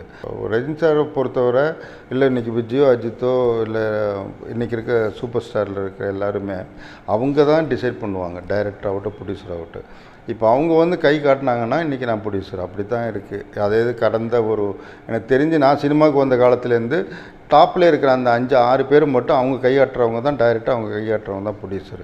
ஈவன் பாலச்சந்தர்லேருந்து பாரதி ராஜா முதற்கொண்டு அப்படி தான் நிலமை. அப்படி தான் படம் பண்ணிட்டு இருந்திருக்காங்க இன்றைக்கி வரைக்கும் எனக்கு தெரிஞ்ச அறிவில். அப்போ நான் மட்டும் எப்படி போய் ரஜினிகிட்ட டேட்டு கேட்டு படம் பண்ண முடியாது. அவராக தேனப்பனுக்கு வந்து ஒரு படம் பண்ணணும் அப்படின்னு நினச்சி என்னை கூப்பிட்டு என்னை ஒரு படம்னாக்கி பண்ண தான் பண்ண முடியும். நீங்கள் வந்து காதலா படம் பண்ணிக்கிட்டு இருந்தபோது ரஜினிகாந்தோட 2 படங்களை இணைந்து பணியாற்றிட்டு இருந்தீங்க. ஏற்கனவே ப்ரொடியூசராக இருக்கீங்கன்னு அவருக்கு தெரியும். அந்த காலகட்டத்திலேயே கூட நீங்கள் வந்து அதான் அந்த காலகட்டத்திலேயே சரி, அந்த காலகட்டத்திலேயே முத்து படம் பண்ணுறதுக்கு பாலச்சந்திரன் சார் எனக்கு தெரிஞ்ச முத்துவுக்கு வந்து ப்ரொடியூசர் வந்து தானுன்னு என்கிட்ட சொல்லிட்டாங்க. எங்கிட்டையும் கேஎஸ் ரவிக்குமார்ட்டையும் காலையில் நாங்கள் ஒரு நாள் காலைல ரஜினி சார் வீட்டுக்கு போனோன்னே கிட்டத்தட்ட 6 மாதம் அந்த படம் டிஸ்கஷன் நடக்குது முத்துவுக்கு. யார் ப்ரொடியூசர்னு தெரியாது. ரஜினி சார் என்ன சொன்னார், டெய்லி மண்டபத்தில் செலவுக்கு பணம் வாங்கின்னு சொல்லிட்டு உடனே சார் ரூம் போட்டு டெய்லி டிஸ்கஷன் போய்க்கினே இருந்து ஒரு 6 மாதம் கழிச்சு ஒரு நாள் காலைல 11 மணிக்கு நானும் ரவிக்குமார் சாரும் போகிறோம் வீட்டுக்கு. போனோடனே இந்த படத்துக்கு என்ன பட்ஜெட் ஆகும் அப்படின்ட்டார். 2 பேரும் மரத்தடியில் உட்காந்து முத்துவுக்கு வந்து பட்ஜெட் எழுதுகிறோம். எழுதி பட்ஜெட் இவ்வளோ போட்டு ரஜினி சார்ட்டை கொண்டு கொடுத்துட்டு ஓகே இந்த மதத்தில் முடிச்சிடலாம்ல, இந்த படத்தை முடிச்சிடலாம்ல அப்படின்னு கேட்குறேன். டெஃபினட்டாக முடிச்சிடலாம் சார் அப்படின்றோம். அப்போ ஓகேன்னு சொல்லிவிட்டு அப்போ தான் அவர் சொல்கிறார் இந்த படத்துக்கு ப்ரொடியூசர் தானு அப்படின்னாரு. நீங்கள் ஈவினிங் தானுவை போய் மீட் பண்ணுங்கள், தானுவுக்கிட்ட அட்வான்ஸ் வாங்கிங்க, நான் சொல்லியாச்செல்லாம் நீங்கள் ஈவினிங் போங்க அப்படின்ட்டார். நாங்கள் வந்து புட்லன்ஸுக்கு போயிட்டோம். நானும் ரவிக்குமார் சாரும் லஞ்ச் சாப்பிட்டுட்டு இருக்கும்போது தான் திருப்பி ரஜினி சார் போக முடியும். யார்கிட்டயும் சொன்னீங்களா ப்ரொடியூசர் தானு அப்படின்னு? இல்லை யார்கிட்டையும் சொல்ல சார், நாங்கள் 2 டைரக்டர் நானும் தான் இருக்கோம் அப்படின்னு. அப்போ சரி ஓகே, கொஞ்சம் ஒரு சேஞ்ச் இருக்குது, யார்கிட்ட எதுவும் சொல்லிக்காதீங்க, நான் சொல்கிறேன் அப்படின்னாரு. ஈவினிங் வீட்டுக்கு வாங்க அப்படின்னாரு. திருப்பி ஈவினிங் வீட்டுக்கு போனோன்னே கே பாலச்சந்திரன் சார் வந்தார். ரொம்ப பிரச்சனையாக இருக்குதுன்னு சொல்கிறாரு. அதனால் நீங்கள் யார்கிட்டையும் சொல்லாதீங்க, தானு சார் ப்ரொடியூசர்னு சொன்னதும் அது தெரிஞ்ச மாதிரி காட்டிக்காதீங்க. இப்போ இந்த படத்துக்கு ப்ரொடியூசர் கவிதாலியா தான். கே பாலச்சந்திரன் சார்கிட்ட நாளைக்கு காலைல போய் மீட் பண்ணுங்கள், உங்களுக்கு அட்வான்ஸ் கொடுத்துருவாங்க. சரி அடுத்த நாள் காலைல கே பாலச்சந்திரன் சாருக்கு இதான் நிலைமை. அப்புறம் தேனப்போ வந்து போய் கேட்டால் ரஜினி ஒன்று டேட் கொடுக்க போகிறாரா? பாரதி ராஜாவுடைய இயக்கத்தில் தகப்பன் சாமி அப்படின்னு ஒரு படம் தயாரிக்கிறதா இருந்தீங்கல்ல? எல்லாருக்குமே ஒரு ஆசை இருக்கும், ஒரு பெரிய டைரக்டர் வச்சு படம் எடுக்கணும். பாலுமகேந்திரா, பாரதி ராஜா, கே பாலச்சந்தர் இப்படிலாம் ஆசை இருக்கிற மாதிரி எனக்கும் ஒரு ஆசை இருந்தது, பாரதி ராஜா சாரை வச்சு ஒரு படம் பண்ணன்னு சொல்லி. அன்றைக்கி வந்து நம்ம இருக்க சுச்சுவேஷனில் அன்றைக்கி வந்து கிழக்குச்சி மேலைங்கிற படம் பெரிய பம்பர் ஹிட்டு. அப்படி இருக்கும்போது நான் போய் பாரதி ராஜா சார்கிட்ட போய் இப்படி ஒரு படம் பண்ணோம் சார் அப்படின்னோடனே நோ ப்ராப்ளம் தானப்பா பண்ணிடுவோம் அப்படின்னு சொல்லிட்டு அட்வான்ஸ் கேட்டார். அட்வான்ஸும் கொடுத்துட்டேன். படத்துக்கிட்ட கதை வந்து ரத்னகுமார் சொல்லி ஸ்கிரிப்டெலாம் சொல்லி எல்லாம் ஓகே ஆச்சு. படத்துக்கு டைட்டில் தகப்பன் சாமி, சரத்குமார் டூயல் ரோலு எல்லாம் பேச்சாச்சு. யார் மியூசிக் போடலான்னு ஏஆர் ரஹ்மான் ஹரி ஜெயராஜ் போவோம், டிஃப்ரெண்ட்டாக போவோம் அப்படின்னு சொல்லிட்டு ஹரி ஜெயராஜுக்கு போய் அட்வான்ஸ் கொடுத்து ஜிஏட்ட டிஸ்கஷன் வரைக்கும் போய் கம்போசிங் வரைக்கும் போய் எல்லாம் முடிஞ்சது. திடீர்னு பார்த்தா இந்த காவேரி பிரச்சனையில் 2 பேரும் போய் அடிச்சுக்கினாரி. சரத்குமாருக்கும் நம்மால் பாரதி சாருக்கும் தகராறாகி நம்ம நிலமை தான் எப்போ பார்த்தாலும் இப்படி தானே மாட்டிப்போம். கடைசி தேனப்பன் தான் வில்லங்கிற மாதிரியே வெளில பேசுவாங்க. இவங்களுக்குள்ள பிரச்சனையில் படம் நின்று போச்சு. நான் சரத்குமாருக்கு 20 லட்சம் அட்வான்ஸு, பாரதி சாருக்கு ஒரு பெரிய அட்வான்ஸு, ஹரி ஜெயராஜுக்கு பெரிய அட்வான்ஸு, அப்புறம் ரத்னகுமாருக்கு அட்வான்ஸு. இது போக கொஞ்சம் அல்ற சில்லற பேர்களுக்கும் அட்வான்ஸு. இது போக ஜிஆர்டி இது மாதிரி இடத்துல கம்போசிங்கு, ரூம் போட்டது, இதெல்லாம் போச்சு. அதுக்கப்புறம் இவங்க 2 போனோன்னா பாரதி சார் என்ன சொல்கிறாரு, சரத்குமாரை வச்சு நான் படம் எடுக்க மாட்டேன், யாரை வேணால் சொல்லு நான் எடுக்கிறேன், வேறு யாரும் டேட்டு கொடுக்க ரெடியாக இல்லை, சரத்குமார் மட்டும்தான் ரெடியாக இருந்தார், இப்போ அவரை வச்சு நான் எடுக்க மாட்டேன்றாரு. நான் என்ன பண்ணுறது, சரி நான் படம் பண்ணல சார், பணத்துக்கு அட்வான்ஸ் கொடுத்து திருப்பி கொடுங்க, நான் பழைய பாக்கில் போய்க்கிறேன், சரத்குமார்ட்ட எப்படி வாங்கன்னு தெரியும், நான் வாங்கிக்கிறேன், ஹாரி ஜெயராஜ் நான் வாங்கிக்கிறேன், நீங்கள் கொடுத்து திருப்பி கொடுங்க அப்படின்னு சொல்லி அதோட அப்படியே அந்த படம் ட்ராப்பு. அதுக்கப்புறம் அந்த டேட்டு வந்து சரத்குமார் டேட்டை வேஸ்ட் பண்ண வேணாம் அப்படின்னு சொல்லி தான் சரத்குமாரும் நானும் சேர்ந்து டிசைட் பண்ணி தான் சூரிய பிரகாஷ் வச்சு திவான்னு படம் எடுத்தோம். நீங்கள் இது மாதிரி பல டேரக்டரை வச்சு எடுக்கணும் படம்னு ஆசைப்பட்டேன்னு சொன்னீங்க. பாரதி ராஜா நீங்களாக அப்படி நீங்கள் படம் தயாரிக்கணும் அப்படின்னு நினச்சி ஆசைப்பட்ட டேரக்டர் யார்? அப்படி ஒன்றும் பெரிய லெவலில் மணிரத்னம் இப்படியெல்லாம் கனவுன்ற மாதிரி நிறைய கனவுகள் இருக்கும், அப்படி இருக்கும். ஆனால் எதுவுமே பாசிபிள் இல்லைன்னு தெரியுது இப்போதைக்கு. இப்போ இருக்கிற சினிமா இருக்கிற நிலைமையில் அப்பவும் அதே தான் பொசிஷன் வச்சுங்க. இப்போ இருக்கிறதுல நம்ம வந்து இன்றைக்கி இருக்கிற கரண்டில் இருக்கிற நல்ல டைரக்டர் வச்சு பண்ணணுன்னு ஆசை. நலன் குமாரசாமி, இது மாதிரி பாலா திருப்பி எனக்கு பாலா வச்சு தான் பண்ணணும் தான் ஆசை. இது மாதிரி டைரக்டர்களை இப்போ உங்களுக்கு பாலாவோட உள்ள நட்பு எப்படி இருக்குது இப்போ? ரொம்ப ஃப்ரெண்டாக எப்பவும் பேசுகிற மாதிரி தான். என்னடா இப்போ நான் என்னடா எங்கடா இருக்கேன்னு தான் கேட்பேன். அவன் ஒன்றா செட்டியார் இங்கே தான் இருக்கேன், ஆஃபீஸ்லாம் இருக்கேன், வா செட்டியார் அப்படின்னுவான். அப்படி தான் 2 பேர் நட்பு. படத்தில் ஏற்பட்ட பிரச்சனை அதெல்லாம் ஒன்றும் முடியல. இதுக்கு சம்மந்தம் இல்லை.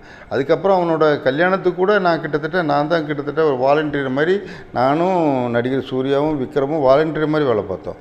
ஏன்னா மதுரையில் கல்யாணத்தை வச்சுட்டா மொத்த க்ரௌடும் உள்ளே வெட்டி ஏறி நாங்கள் 3 பேரும் கையை இப்படி 3 பக்கம் பிடிச்சி நின்று தான் நடுவில் அவன் தாலி கட்டுறதுலேருந்து எல்லாமே நாங்கள் எல்லாருமே வாலண்டியர் மாதிரி தான் நானும் சூர்யா விக்ரம் எல்லாருமே வேலை பார்த்தேன். அவன் பாலா கல்யாணம்.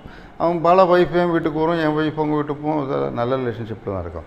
சினிமாங்கிறது அது ஒன்றும் நம்ம தெரிஞ்சு தான் போகிறோம். நான் ஒன்றும் பாலா இந்த சொன்ன டேட்டில் கேஎஸ் ரவிக்குமார் மாதிரி சொன்ன டேட்டில் எடுத்து கொடுப்பாருங்க நம்பிக்கையில் நமக்கும் தெரியும். அதனால தான் நான் இன்றைக்கி ஆரியாவுக்கு வந்து சம்பளம் எவ்வளோ ஆட்டோ படத்துக்கு வந்து 40 லட்ச ரூபா சம்பளம் வாங்கியிருந்தார்.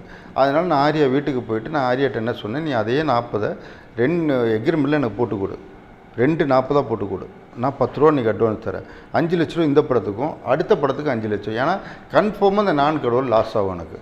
அடுத்த படம் எனக்கு ஒரு படம் நீ பண்ணி தரணும் அப்படின்னு சொல்லி 10 லட்ச ரூபா அட்வான்ஸு 2 எக்ரிமெண்ட் போட்டேன். அதான் பாசண்டா பாஸ்கருங்கிற படமாக அவங்க பண்ணது. இல்லாட்டி அந்த எக்ரிமெண்ட்னால தான் அடுத்ததில் அவங்க தப்பிச்சாங்க. இது எனக்கு ஏற்கனவே தெரியும்னால தான் நான் 2 எக்ரிமெண்ட் போட்டேன். அந்த 10 ரூபா அவங்க கழிச்சு தான் அவங்க பண்ணியிருப்பாங்க. இந்த 10 ரூபா ஆரியாவுக்கு நான் கொடுக்கும்போதே எனக்கு தெரியும் 4 கடவுள் லாஸ் ஆகும் தெரிஞ்சு தான் இறங்குறேன். நான் ஒன்றும் 4 கடவுளில் பாலானால் பெரிய சம்பாதிச்சுங்க நம்பிக்கை இல்லை. எனக்கு கதை மேலே நம்பிக்கை இருக்குது. இந்த படம் ஓடும், நிச்சயமாக டெஃபரெண்ட்டாக ஒரு பேர் வரும் அப்படிங்கிற நம்பிக்கையில் தான் 4 கடவுள் ஸ்டார்ட் பண்ணுறோம். அதுக்கு 5 ரூபா அட்வான்ஸ் கொடுத்தோம், இன்னொரு 5 ரூபா அடுத்த படம் இமீடியட்டாக எனக்கு பண்ணித்தரும் அதே சம்பளத்துக்கு அப்படின்னு தான் ஆரியாவுக்கு எக்ரிமெண்ட் போட்டு அந்த அக்ரிமெண்ட் காப்பி எல்லாருக்குமே தெரியும். அதான் பாசண்டா பாஸ்கர்னு அதே கம்பெனியில் திருப்பி ஆரியா பண்ணி கொடுத்தான் அதே சம்பளத்துக்கு. நடிகர்கள்னு பார்த்தா நீங்கள் பணியாற்றிய பட்டியல் வந்து மிக நீளமானது. சிவாஜி, ரஜினிகாந்த், கமல்ஹாசன், மம்முட்டி, அதுக்கப்புறம் சரத்குமார், சிம்புன்னு பல நடிகர்களோடு நீங்கள் பணியாற்றிருக்கீங்க. இதில் உங்களுக்கு வந்து ரொம்ப இந்த திரைப்பட தயாரிப்பில் ரொம்பவும் ப்ளசன்ட் ஒர்க்கிங் அப்படின்னா யாரோட சொல்லுவீங்க? என்னை பொறுத்தவரை கமல் சார் தான் 100% ப்ளசன்ட் ஒர்க்கிங்க. கமல் சார்கிட்ட ஒர்க் பண்ணோம் அப்படின்னா ஒரு தொழில் வரை தெரிஞ்சுக்கிட்டு ஒர்க் பண்ண முடியும்.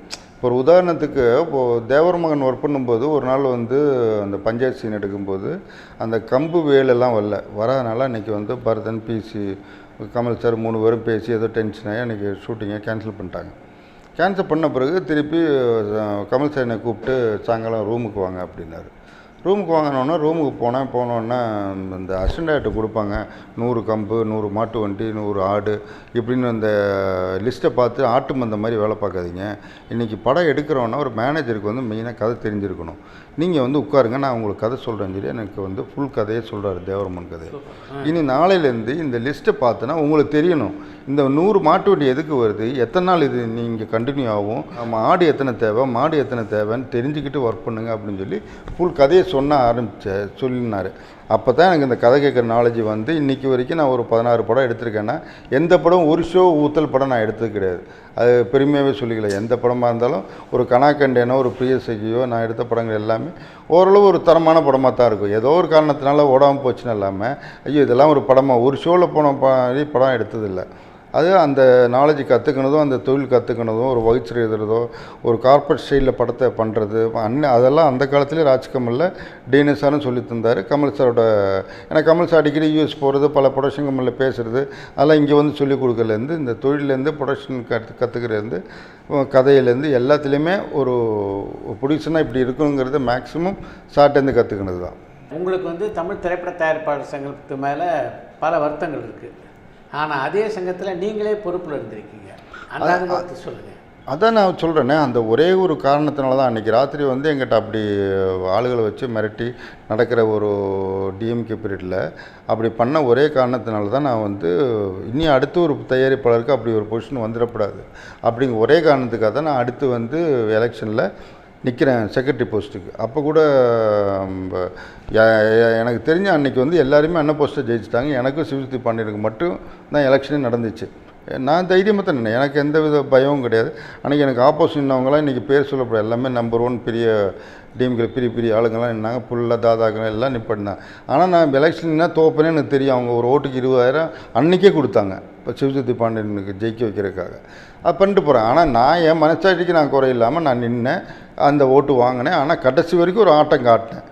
அந்த எலெக்ஷன் ரிசல்ட் வர்ற வரைக்கும் அவங்களுக்கு ஒரு டென்ஷனாக தான் இருந்தது. இது ஒன்றும் சின்ன பையன் அப்படின்னு சொல்லி விட்டு கொடுக்கல. அந்த எலெக்ஷன் ஸ்ட்ராங்காக நிற்க வச்சு போல்டாக நின்று தான் காட்டினேன். நின்று அதில் தோற்றேன், அது பிரச்சனை இல்லை. ஆனால் இனி அடுத்து வரப்படாங்கிற காரணத்தினால தான் எந்த பிடிச்சுக்கும் அப்படி வரப்படான்னு சொல்லி தான் அதுக்கு அடுத்த எலெக்ஷன் நின்று பெரிய ஓட்டுக்கு ஜெயிச்சு திருப்பி செக்ரட்டரியாக இருந்தேன், வைஸ் பிரசிடெண்ட்டாக இருந்தேன், பொருளாளராக இருந்தேன், எல்லா பொறுப்புலுமே இருந்தேன். நீங்கள் தயாரிப்பாளர் சங்கத்தில் இருந்தபோது எப்படி இருந்தது உங்களுக்கு அந்த அனுபவம்? நீங்கள் நிர்வாகத்தில் இருந்தபோது? நிர்வாகத்திலிருந்து தான் எந்த போது தான் தெரியுது அது ஒரு கவர்மெண்ட் சப்போர்ட் இல்லாமல் ஒன்றுமே பண்ண முடியல. அது ரொம்ப வேஸ்ட்டு அந்த போஸ்ட்டில் இருக்கிறது. ஏன்னா யாரையுமே எந்த ஒரு முடிவும் எடுக்க விட மாட்டேன்றாங்க. ஒரு பதவியிலேருந்து வேணால் நம்ம ஒன் மேன் ஷோ ஏதோ ஒன்று பண்ணிட்டு போகலாம், இல்லாமல் ஒரு இண்டஸ்ட்ரிக்குன்னு எதுவுமே பண்ணிக்க முடியலை. இப்போ ஒரு தனிப்பட்ட ஒரு ப்ரொடியூசருக்கு வேணால் ஏதோ ஒரு ஹெல்ப் பண்ணலாம், இல்லாமல் ஒரு இண்டஸ்ட்ரிக்குன்னு ஒரு நல்லது பண்ண முடியல.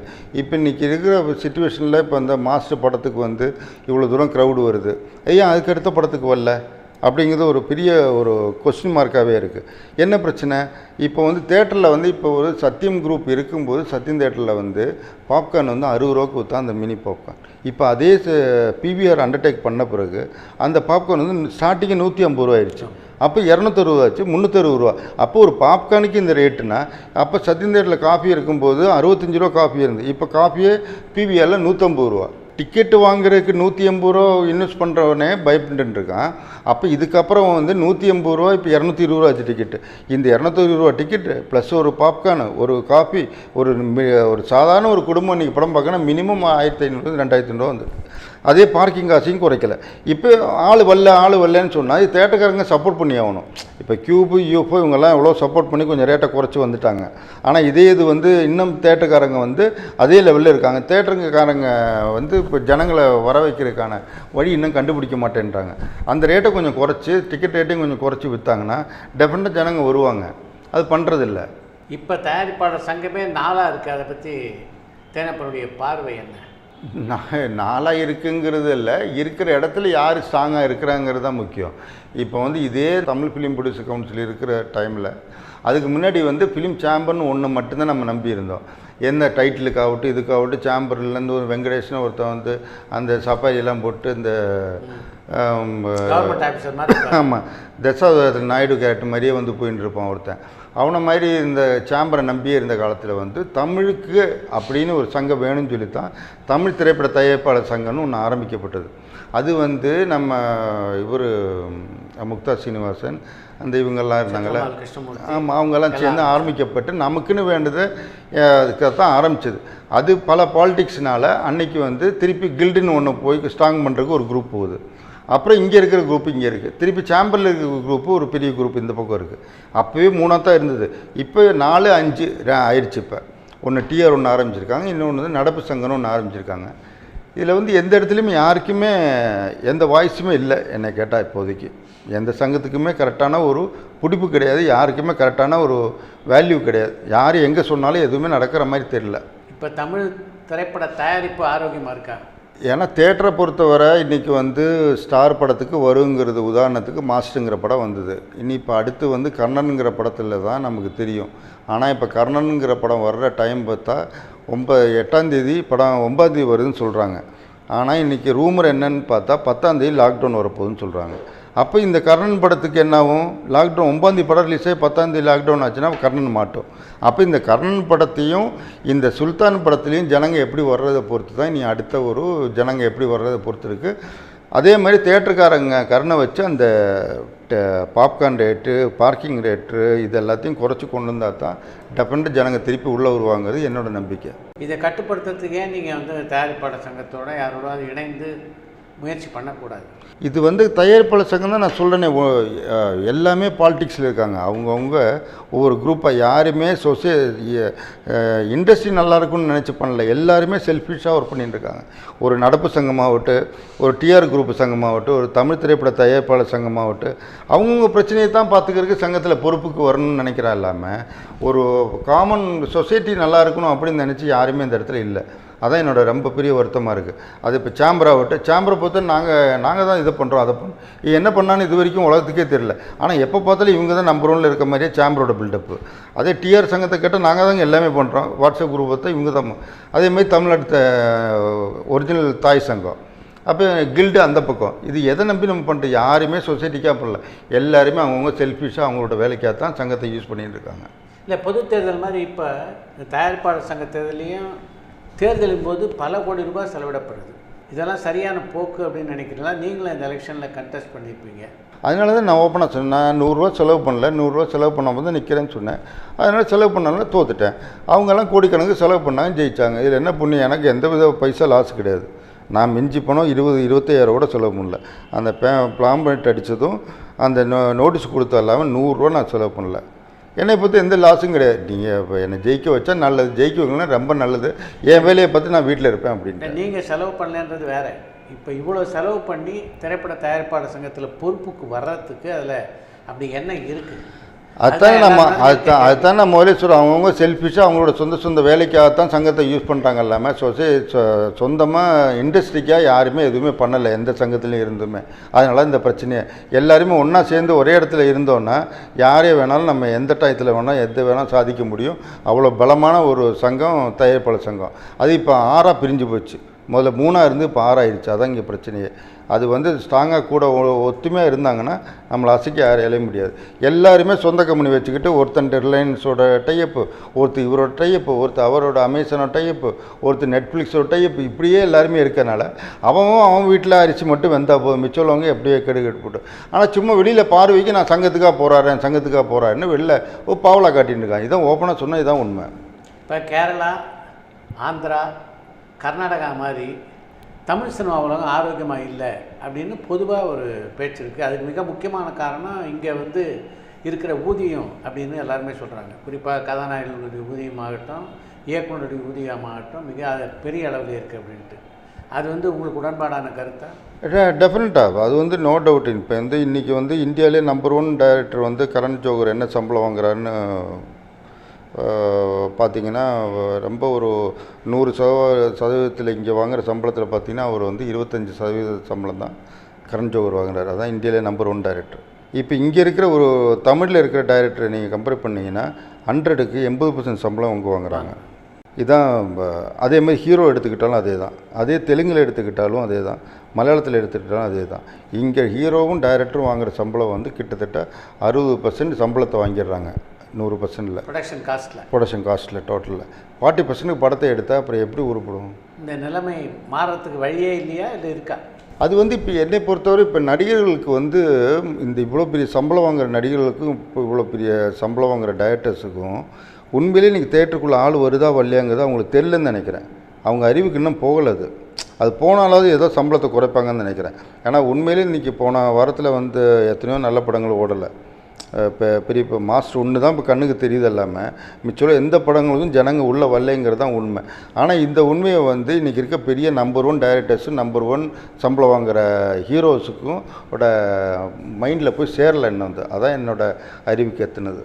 அது ஒரு வேளை அவங்க தெரிஞ்சாங்கன்னா டெஃபினட்டாக அவங்களும் இறங்கி சம்பளத்தை கம்மி பண்ணியோ இல்லை ஒரு டேம்ஸ்லேயோ படம் பண்ணுறதுக்கு வருவாங்கிறது நம்பிக்கை. இந்த சினிமாவில் பல நடிகர்களோட, பல தொழில்நுட்ப கலைஞர்களோட நீங்கள் பணிபுரிந்திருந்தாலும் உங்களுக்கு மிக நெருக்கமான நண்பர் கே.எஸ். ரவிக்குமார். ரவிக்குமார்கிட்ட உள்ள ஒரு இண்டிவிஜுவாலிட்டி, தனித்தன்மை அப்படின்னா தேனப்பன் எந்தெந்த விஷயத்தை சுட்டி காட்டுவீங்க? டைரக்டரை பொறுத்தவரை கொடுத்த வார்த்தை காப்பாற்றணும். ப்ரொடியூசருங்கிறது தான் கடவுள். அவரை பொறுத்தவரை அவர் இவர் தான் மியூசிக் டைரக்டர் அப்படின்னு சொன்னால் அவருக்கு தான் மியூசிக் சான்ஸ் கொடுப்பாரு. இது நம்ம இது பண்ணி காட்டணும், நமக்கு அவர் தான் மியூசிக் டைரக்டர் போடணும், நம்ம இவரை தான் போடணும் அப்படின்னு நினைக்க கேரக்டர் தயாரிப்பாளர் யார் சொல்கிறாரோ மறுக்க மாட்டார். தயாரிப்பாளர் என்ன சொல்கிறாரோ அதான் பண்ணுவார். தயாரிப்பாளர் சாருக்கு என்ன வாக்கு கொடுக்குறாரோ அந்த வாக்கு அந்த அமௌண்ட்டுக்கு படத்தை முடித்து கொடுத்துருவார். அதே மாதிரி அவ்வளோ ஜெனுவனாக இப்போ நான் கூட சொன்னேன், பாரதி சார் நிறைய பேருக்கு அட்வான்ஸ் கொடுத்து எனக்கு திரும்பி போகல. கே.எஸ். ரவிக்குமார் சாரை பொறுத்தவரை அட்வான்ஸ் வாங்கவே மாட்டார். மீறி வாங்கிட்டாருன்னா அந்த படம் பண்ணல அப்படின்னு தெரிஞ்சால் துரத்தி வீட்டில் கொண்டு நாங்கள் கொடுத்துட்டு வந்துடுவோம் அந்த அட்வான்ஸ். அவர் வாங்க மாட்டேன்னு சொல்லுவார், ஆனால் விட மாட்டோம். நானும் டைரக்டரும் சேர்ந்து கம்பல் பண்ணி அவர் வீட்டில் கொண்டு திருப்பி கொடுத்துட்டு வந்துடுவோம். இது வரைக்கும் இன்னொரு ப்ரொடியூசரோட காசு கே.எஸ். ரவிக்குமார் சார் கையில் 100 இருக்காது. அவ்வளோ பர்ஃபெக்ட் ஜெனுவன் பர்சன் அவர். அதேமாதிரி வேலையிலையும் சரி அவ்வளோ பர்ஃபெக்டாக இருப்பார். ஜெனுவனாக காலைல 7 மணினா 6:50க்கு ஃபர்ஸ்ட் ஷாட் எடுத்துருவார். ஈவினிங் பிரேக் ஊர்லேருந்து நடிகர் வந்து இப்போ எனக்கு அர்ஜென்ட்டாக இன்னொரு படத்துக்கு போகணும், எனக்கு கொஞ்சம் சீக்கிரம் விட்டுருங்க அப்படின்னா சீக்கிரமாக அவரோட க்ளோஸ்அப் எடுத்து சீக்கிரமாக எல்லாருக்குமே ஒரு கன்வீனியண்டான ஒரு ஆளாக இருப்பார். இந்த சினிமா உலகத்தில் ரவிக்குமார்கிட்ட தேனப்பன் கற்றுக்கொண்ட பாடம்னா எதை சொல்லலாம்? அவர்கிட்ட கற்றுக்கொண்ட படம்னா ஏற்கனவே ராமநாதங்கமல்ல நிறைய படம் ஒர்க் பண்ணி இந்த பட்ஜெட்டில் படம் எடுக்கிறங்கிறது தெரியும். ஆனால் அதை மீறி வந்து ரவிக்குமார் சார்ட்ட ஒர்க் பண்ணும்போது ஒரு பெரிய படங்கள் வந்து என்ன பட்ஜெட்டில் பண்ணணும், யார்கிட்ட எப்படி டீல் பண்ணணுங்கிறது அவர்கிட்ட தான் கற்றுக்கிட்டு அந்த படங்கள்லாம் எந்த லெவலில் பண்ணலாம் அப்படிங்கிறது. உதாரணத்துக்கு நான் எடுத்த ஒரு பஞ்சதந்திரமோ பம்பலைக்கு சம்பந்தம், வல்லவன், இது மாதிரி பெரிய பெரிய படங்களும் எடுக்கிறதுக்கு முடியும். அதே மாதிரி சின்ன படம் ஒரு கனாகண்டன், ஐயனார், இது மாதிரி பல படங்களும் எடுக்கிறதுக்கு முடியும் தெரிஞ்சுக்கிட்டேன், தொழில் கற்றுக்கிட்டேன் அவர்கிட்ட. ரவிக்குமார்கிட்ட பணிபுரியும் போது உங்களுக்கு கிடைத்த மிக நெருக்கமான நண்பர்னா ஒரு பக்கம் சேரன், இன்னொரு பக்கம் ரமேஷ் கண்ணா, இன்னொரு பக்கம் சண்டை பயிற்சியாளர் கண்ணல் கண்ணன்னு சொல்லிகிட்டே போகலாம். இவங்களோட உங்களுக்குள்ள நெருக்கமான பழக்கத்தை சொல்லுங்கள். இது என்ன, சேரனை பொறுத்தவரை இப்போ நானும் சேரனுக்கு வந்து அப்போ டூ வீலர் கிடையாது. அப்போ சேரன் நான் தான் பிக்கப் பண்ணுவேன். அப்போ நான் டிவி சுட்டி வச்சுருப்பேன். அப்போ எனக்கு மேரேஜ் ஆகலை. அப்போ சேரனுக்கு மேரேஜ் ஆச்சு. சேரனுக்கு ஒரு பொண்ணு இருக்காங்க, ஊரில் இருக்காங்க. ஆனால் இங்கே தனியாக பேச்சுலராக ஒரு காஸ்டியூம் ஒரு ஃப்ரெண்டோட ரூமில் தான் தங்கியிருந்தேன். அப்போ நான் வந்து சேரனை டிவி சுட்டில் பிக்கப் பண்ணிட்டு நாங்கள் வந்து வடபண்ணி கோயில் தெருவில் நிற்போம். அப்போ கனல் கண்ணை வந்து ஃபைட் மாஸ்டர் ஆகலை, ஃபைட்டராக இருந்தான். அப்போ வந்து பைக்கில் வந்துட்டு அங்கே கோயில் தெருவில் நின்று நாங்கள் 4 பேரும் யாரா டிவி அன்றைக்கி வாங்கி தருவாங்கன்னு சொல்லி வெயிட்டிங்கில் உட்காந்து பேசிக்கிற ஒரு காலம் இருந்தது. அப்போ நடிகர் ரஞ்சித் வந்து புல்லட்டில் வருவான். அவன் வந்து அங்கே நின்னோம். நாங்கள் எல்லோரும் அங்கே நின்று இவன் கனல் கண்ணை வந்து கவாஸ்கி பைக்கு, நான் டிவி சுட்டி எல்லோரும் யாராவது ஒருத்தன் டீ வாங்கி கொடுத்துருவான். நாங்கள் வெயிட்டிங்கில் டீ வாங்கி சாப்பிட்டு எல்லாம் நைட்டு வரைக்கும் அங்கே நின்று ரோட்டில் நின்று பேசிகிட்டு இருப்போம். அதுக்கப்புறம் சேரனை வீட்டில் கொண்டு விட்டுட்டு நான் வீட்டுக்கு போவேன். கண்ணை அப்படியே அவனுக்கு ஆப்போசிட் தெரு தான் அவன் வீடு. ரஞ்சித் அப்படியே போயிடுவான். இப்படியே நிறைய காலம் ஓடிக்கி இருந்தது. அப்புறம் இன்றைக்கி வந்து ஓரளவு எல்லாருமே ஓரளவு வெல் செட்டில் ஆகிட்டோம். ரொம்ப சந்தோஷம். எல்லாம் இந்த திரையுலக அனுபவம் வந்து தேனப்பனுக்கு திருப்தியாக இருக்கா, மன நிறைவு தருதா? 100%. இப்போ இது வந்து இது மாதிரி ஒரு தொழில் வந்து எனக்கு தெரிஞ்சு வேர்ல்டில் எதுலேயுமே இருக்காது. அப்படி ஒரு அருமையான தொழில். ஏன்னா இப்போ இந்த தொழிலை மட்டும் நீங்கள் உண்மையாக நேசித்து உண்மையாக இந்த தொழிலுக்கு வந்து உண்மையாக இருந்தீங்கன்னா ஏதோ ஒரு விதத்தில் வந்து உங்களுக்கு கைவிடாது இந்த தொழில். இப்போ டெஃபினட்டாக அந்த தொழில் வந்து உங்களை காப்பாற்றும். ஆனால் தொழிலுக்கு உண்மையாக இருக்கணும். தொழிலுக்கு மட்டும் தப்பாக இருந்தீங்கன்னா டெஃபினட்டாக அது வந்து உங்களை வேலை காட்டிடும். பெரிய பெரிய ப்ரொடியூசர்ஸ்லேருந்து பெரிய பெரிய நடிகர்லேருந்து எப்படியெல்லாம் போனாங்கிறது வரலாறே இருக்குது. இப்போ கடைசி காலத்தில் எவ்வளோ கஷ்டப்பட்டு போனாங்க அப்படிங்கிறதெல்லாம் இருக்கும். அது வந்து டைரக்டர் ஆகட்டும், நடிகர் ஆகட்டும், கேமராமேன் ஆகட்டும், இல்லை ஒரு ஆர்ட் டைரக்டர் ஆகட்டும், காஸ்டியூமர் ஆகட்டும், அவன் அன்றைக்கி ரேஞ்சில் பெரிய ரேஞ்சில் இருந்தப்பான் இன்றைக்கி எந்த லெவலில் டிவி ஷூட்டில் போயிருப்பான். இப்போ என்னை பொறுத்தவரை ஒரு சாதாரண ஆள் வந்து பைக்கில் போகிறதையும் பார்த்தேன். அதுக்கப்புறம் வந்து காரில் போகிற பார்த்தேன். அதுக்கப்புறம் பென்ஸில் போகிற பார்த்தேன். திருப்பியும் பைக்கில் போய் திருப்பியும் ஆட்டோவில் போய் திருப்பி இப்போ பென்ஸில் போகிறதுக்கு ட்ரை பண்ணிகிட்டு இருக்கார். அது மாதிரி ஒரு சர்க்கிளே பார்த்துட்டேன் ஒரு ஆளை பொறுத்தவரை. அது யாருன்னு சொன்னால் நல்லா இருக்காது. இன்றைக்கி ரொம்ப பெரிய ஆள் அவர். அது மாதிரி நம்ம வந்து அந்த காலகட்டங்கள் எல்லாத்தையும் பார்த்துட்டேன். இருக்கும்போது ஆடுறதும் பணம் இல்லாத போது எப்படி இருக்கிறதும் அது எப்போதுமே ஒரே மாதிரி இருந்துட்டு எந்த பிரச்சனையும் இல்லைங்கிறது தான் என்னை பொறுத்தவரை சொல்கிறேன். உங்களுடைய எதிர்காலம் பிளான் என்ன?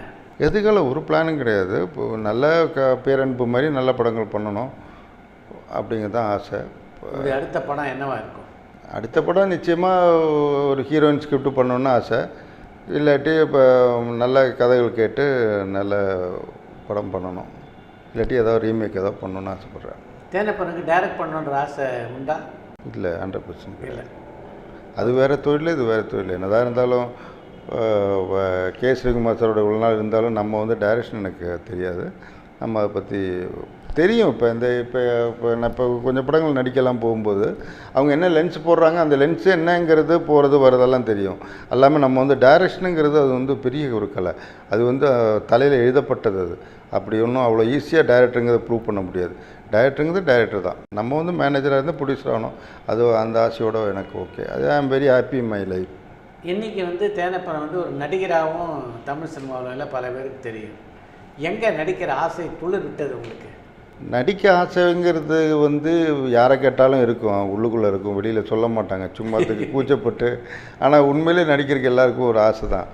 என்னதான் இருந்தாலும் நம்ம கூட ஒரு பெரிய நடிகர் கூட நம்ம போவோம், நம்ம வாடா போடான்னு பேசுகிறப்பன்ட்டு அவங்க 4 பேர் செல்ஃபி எடுக்கும்போது என்னடா நம்ம கூட எடுக்க மாட்டேன்றாங்களா அப்படின்னு இருக்கும். ஏன்னா நம்ம இத்தனை படம் எடுத்து நம்மளை தெரியலையே அப்படின்னு. ஆனால் இன்றைக்கி நம்ம வந்து எங்கேயாவது ஒரு இடத்துல ஒரு சரவணம்பூரில் காஃபி சாப்பிடும்போது சார் நீங்கள் குரங்கு மும்பில் நீங்கள் தானே சார் நடிச்சிங்க அப்படின்னு ஒரு ஃபோட்டோ எடுக்கும்போது அந்த ஒரு சந்தோஷம் வேறு. ஆனால் இப்போ ஆக்சுவலி நடிக்க வேண்டியது வந்து நான் வந்து பிதாமகனில் அந்த மகாதேவன் கேரக்டர். அப்போ பாலா வந்து எனக்காக 2 மாதம் வெயிட் பண்ணான். ஒன்றும் இல்லை சிட்டரு, நீ வா, நீ எப்படி பார்க்க போடுவா, அப்படி போட்டுட்டு அப்படி நில்லு, நான் பார்த்துக்கிறேன் மிச்சம்லாம். அதான் என்ன மாதிரியே ஒரு ஆள் பிதாமகனில் மகாதேவனை பிடிச்சிருப்பார் அவர்.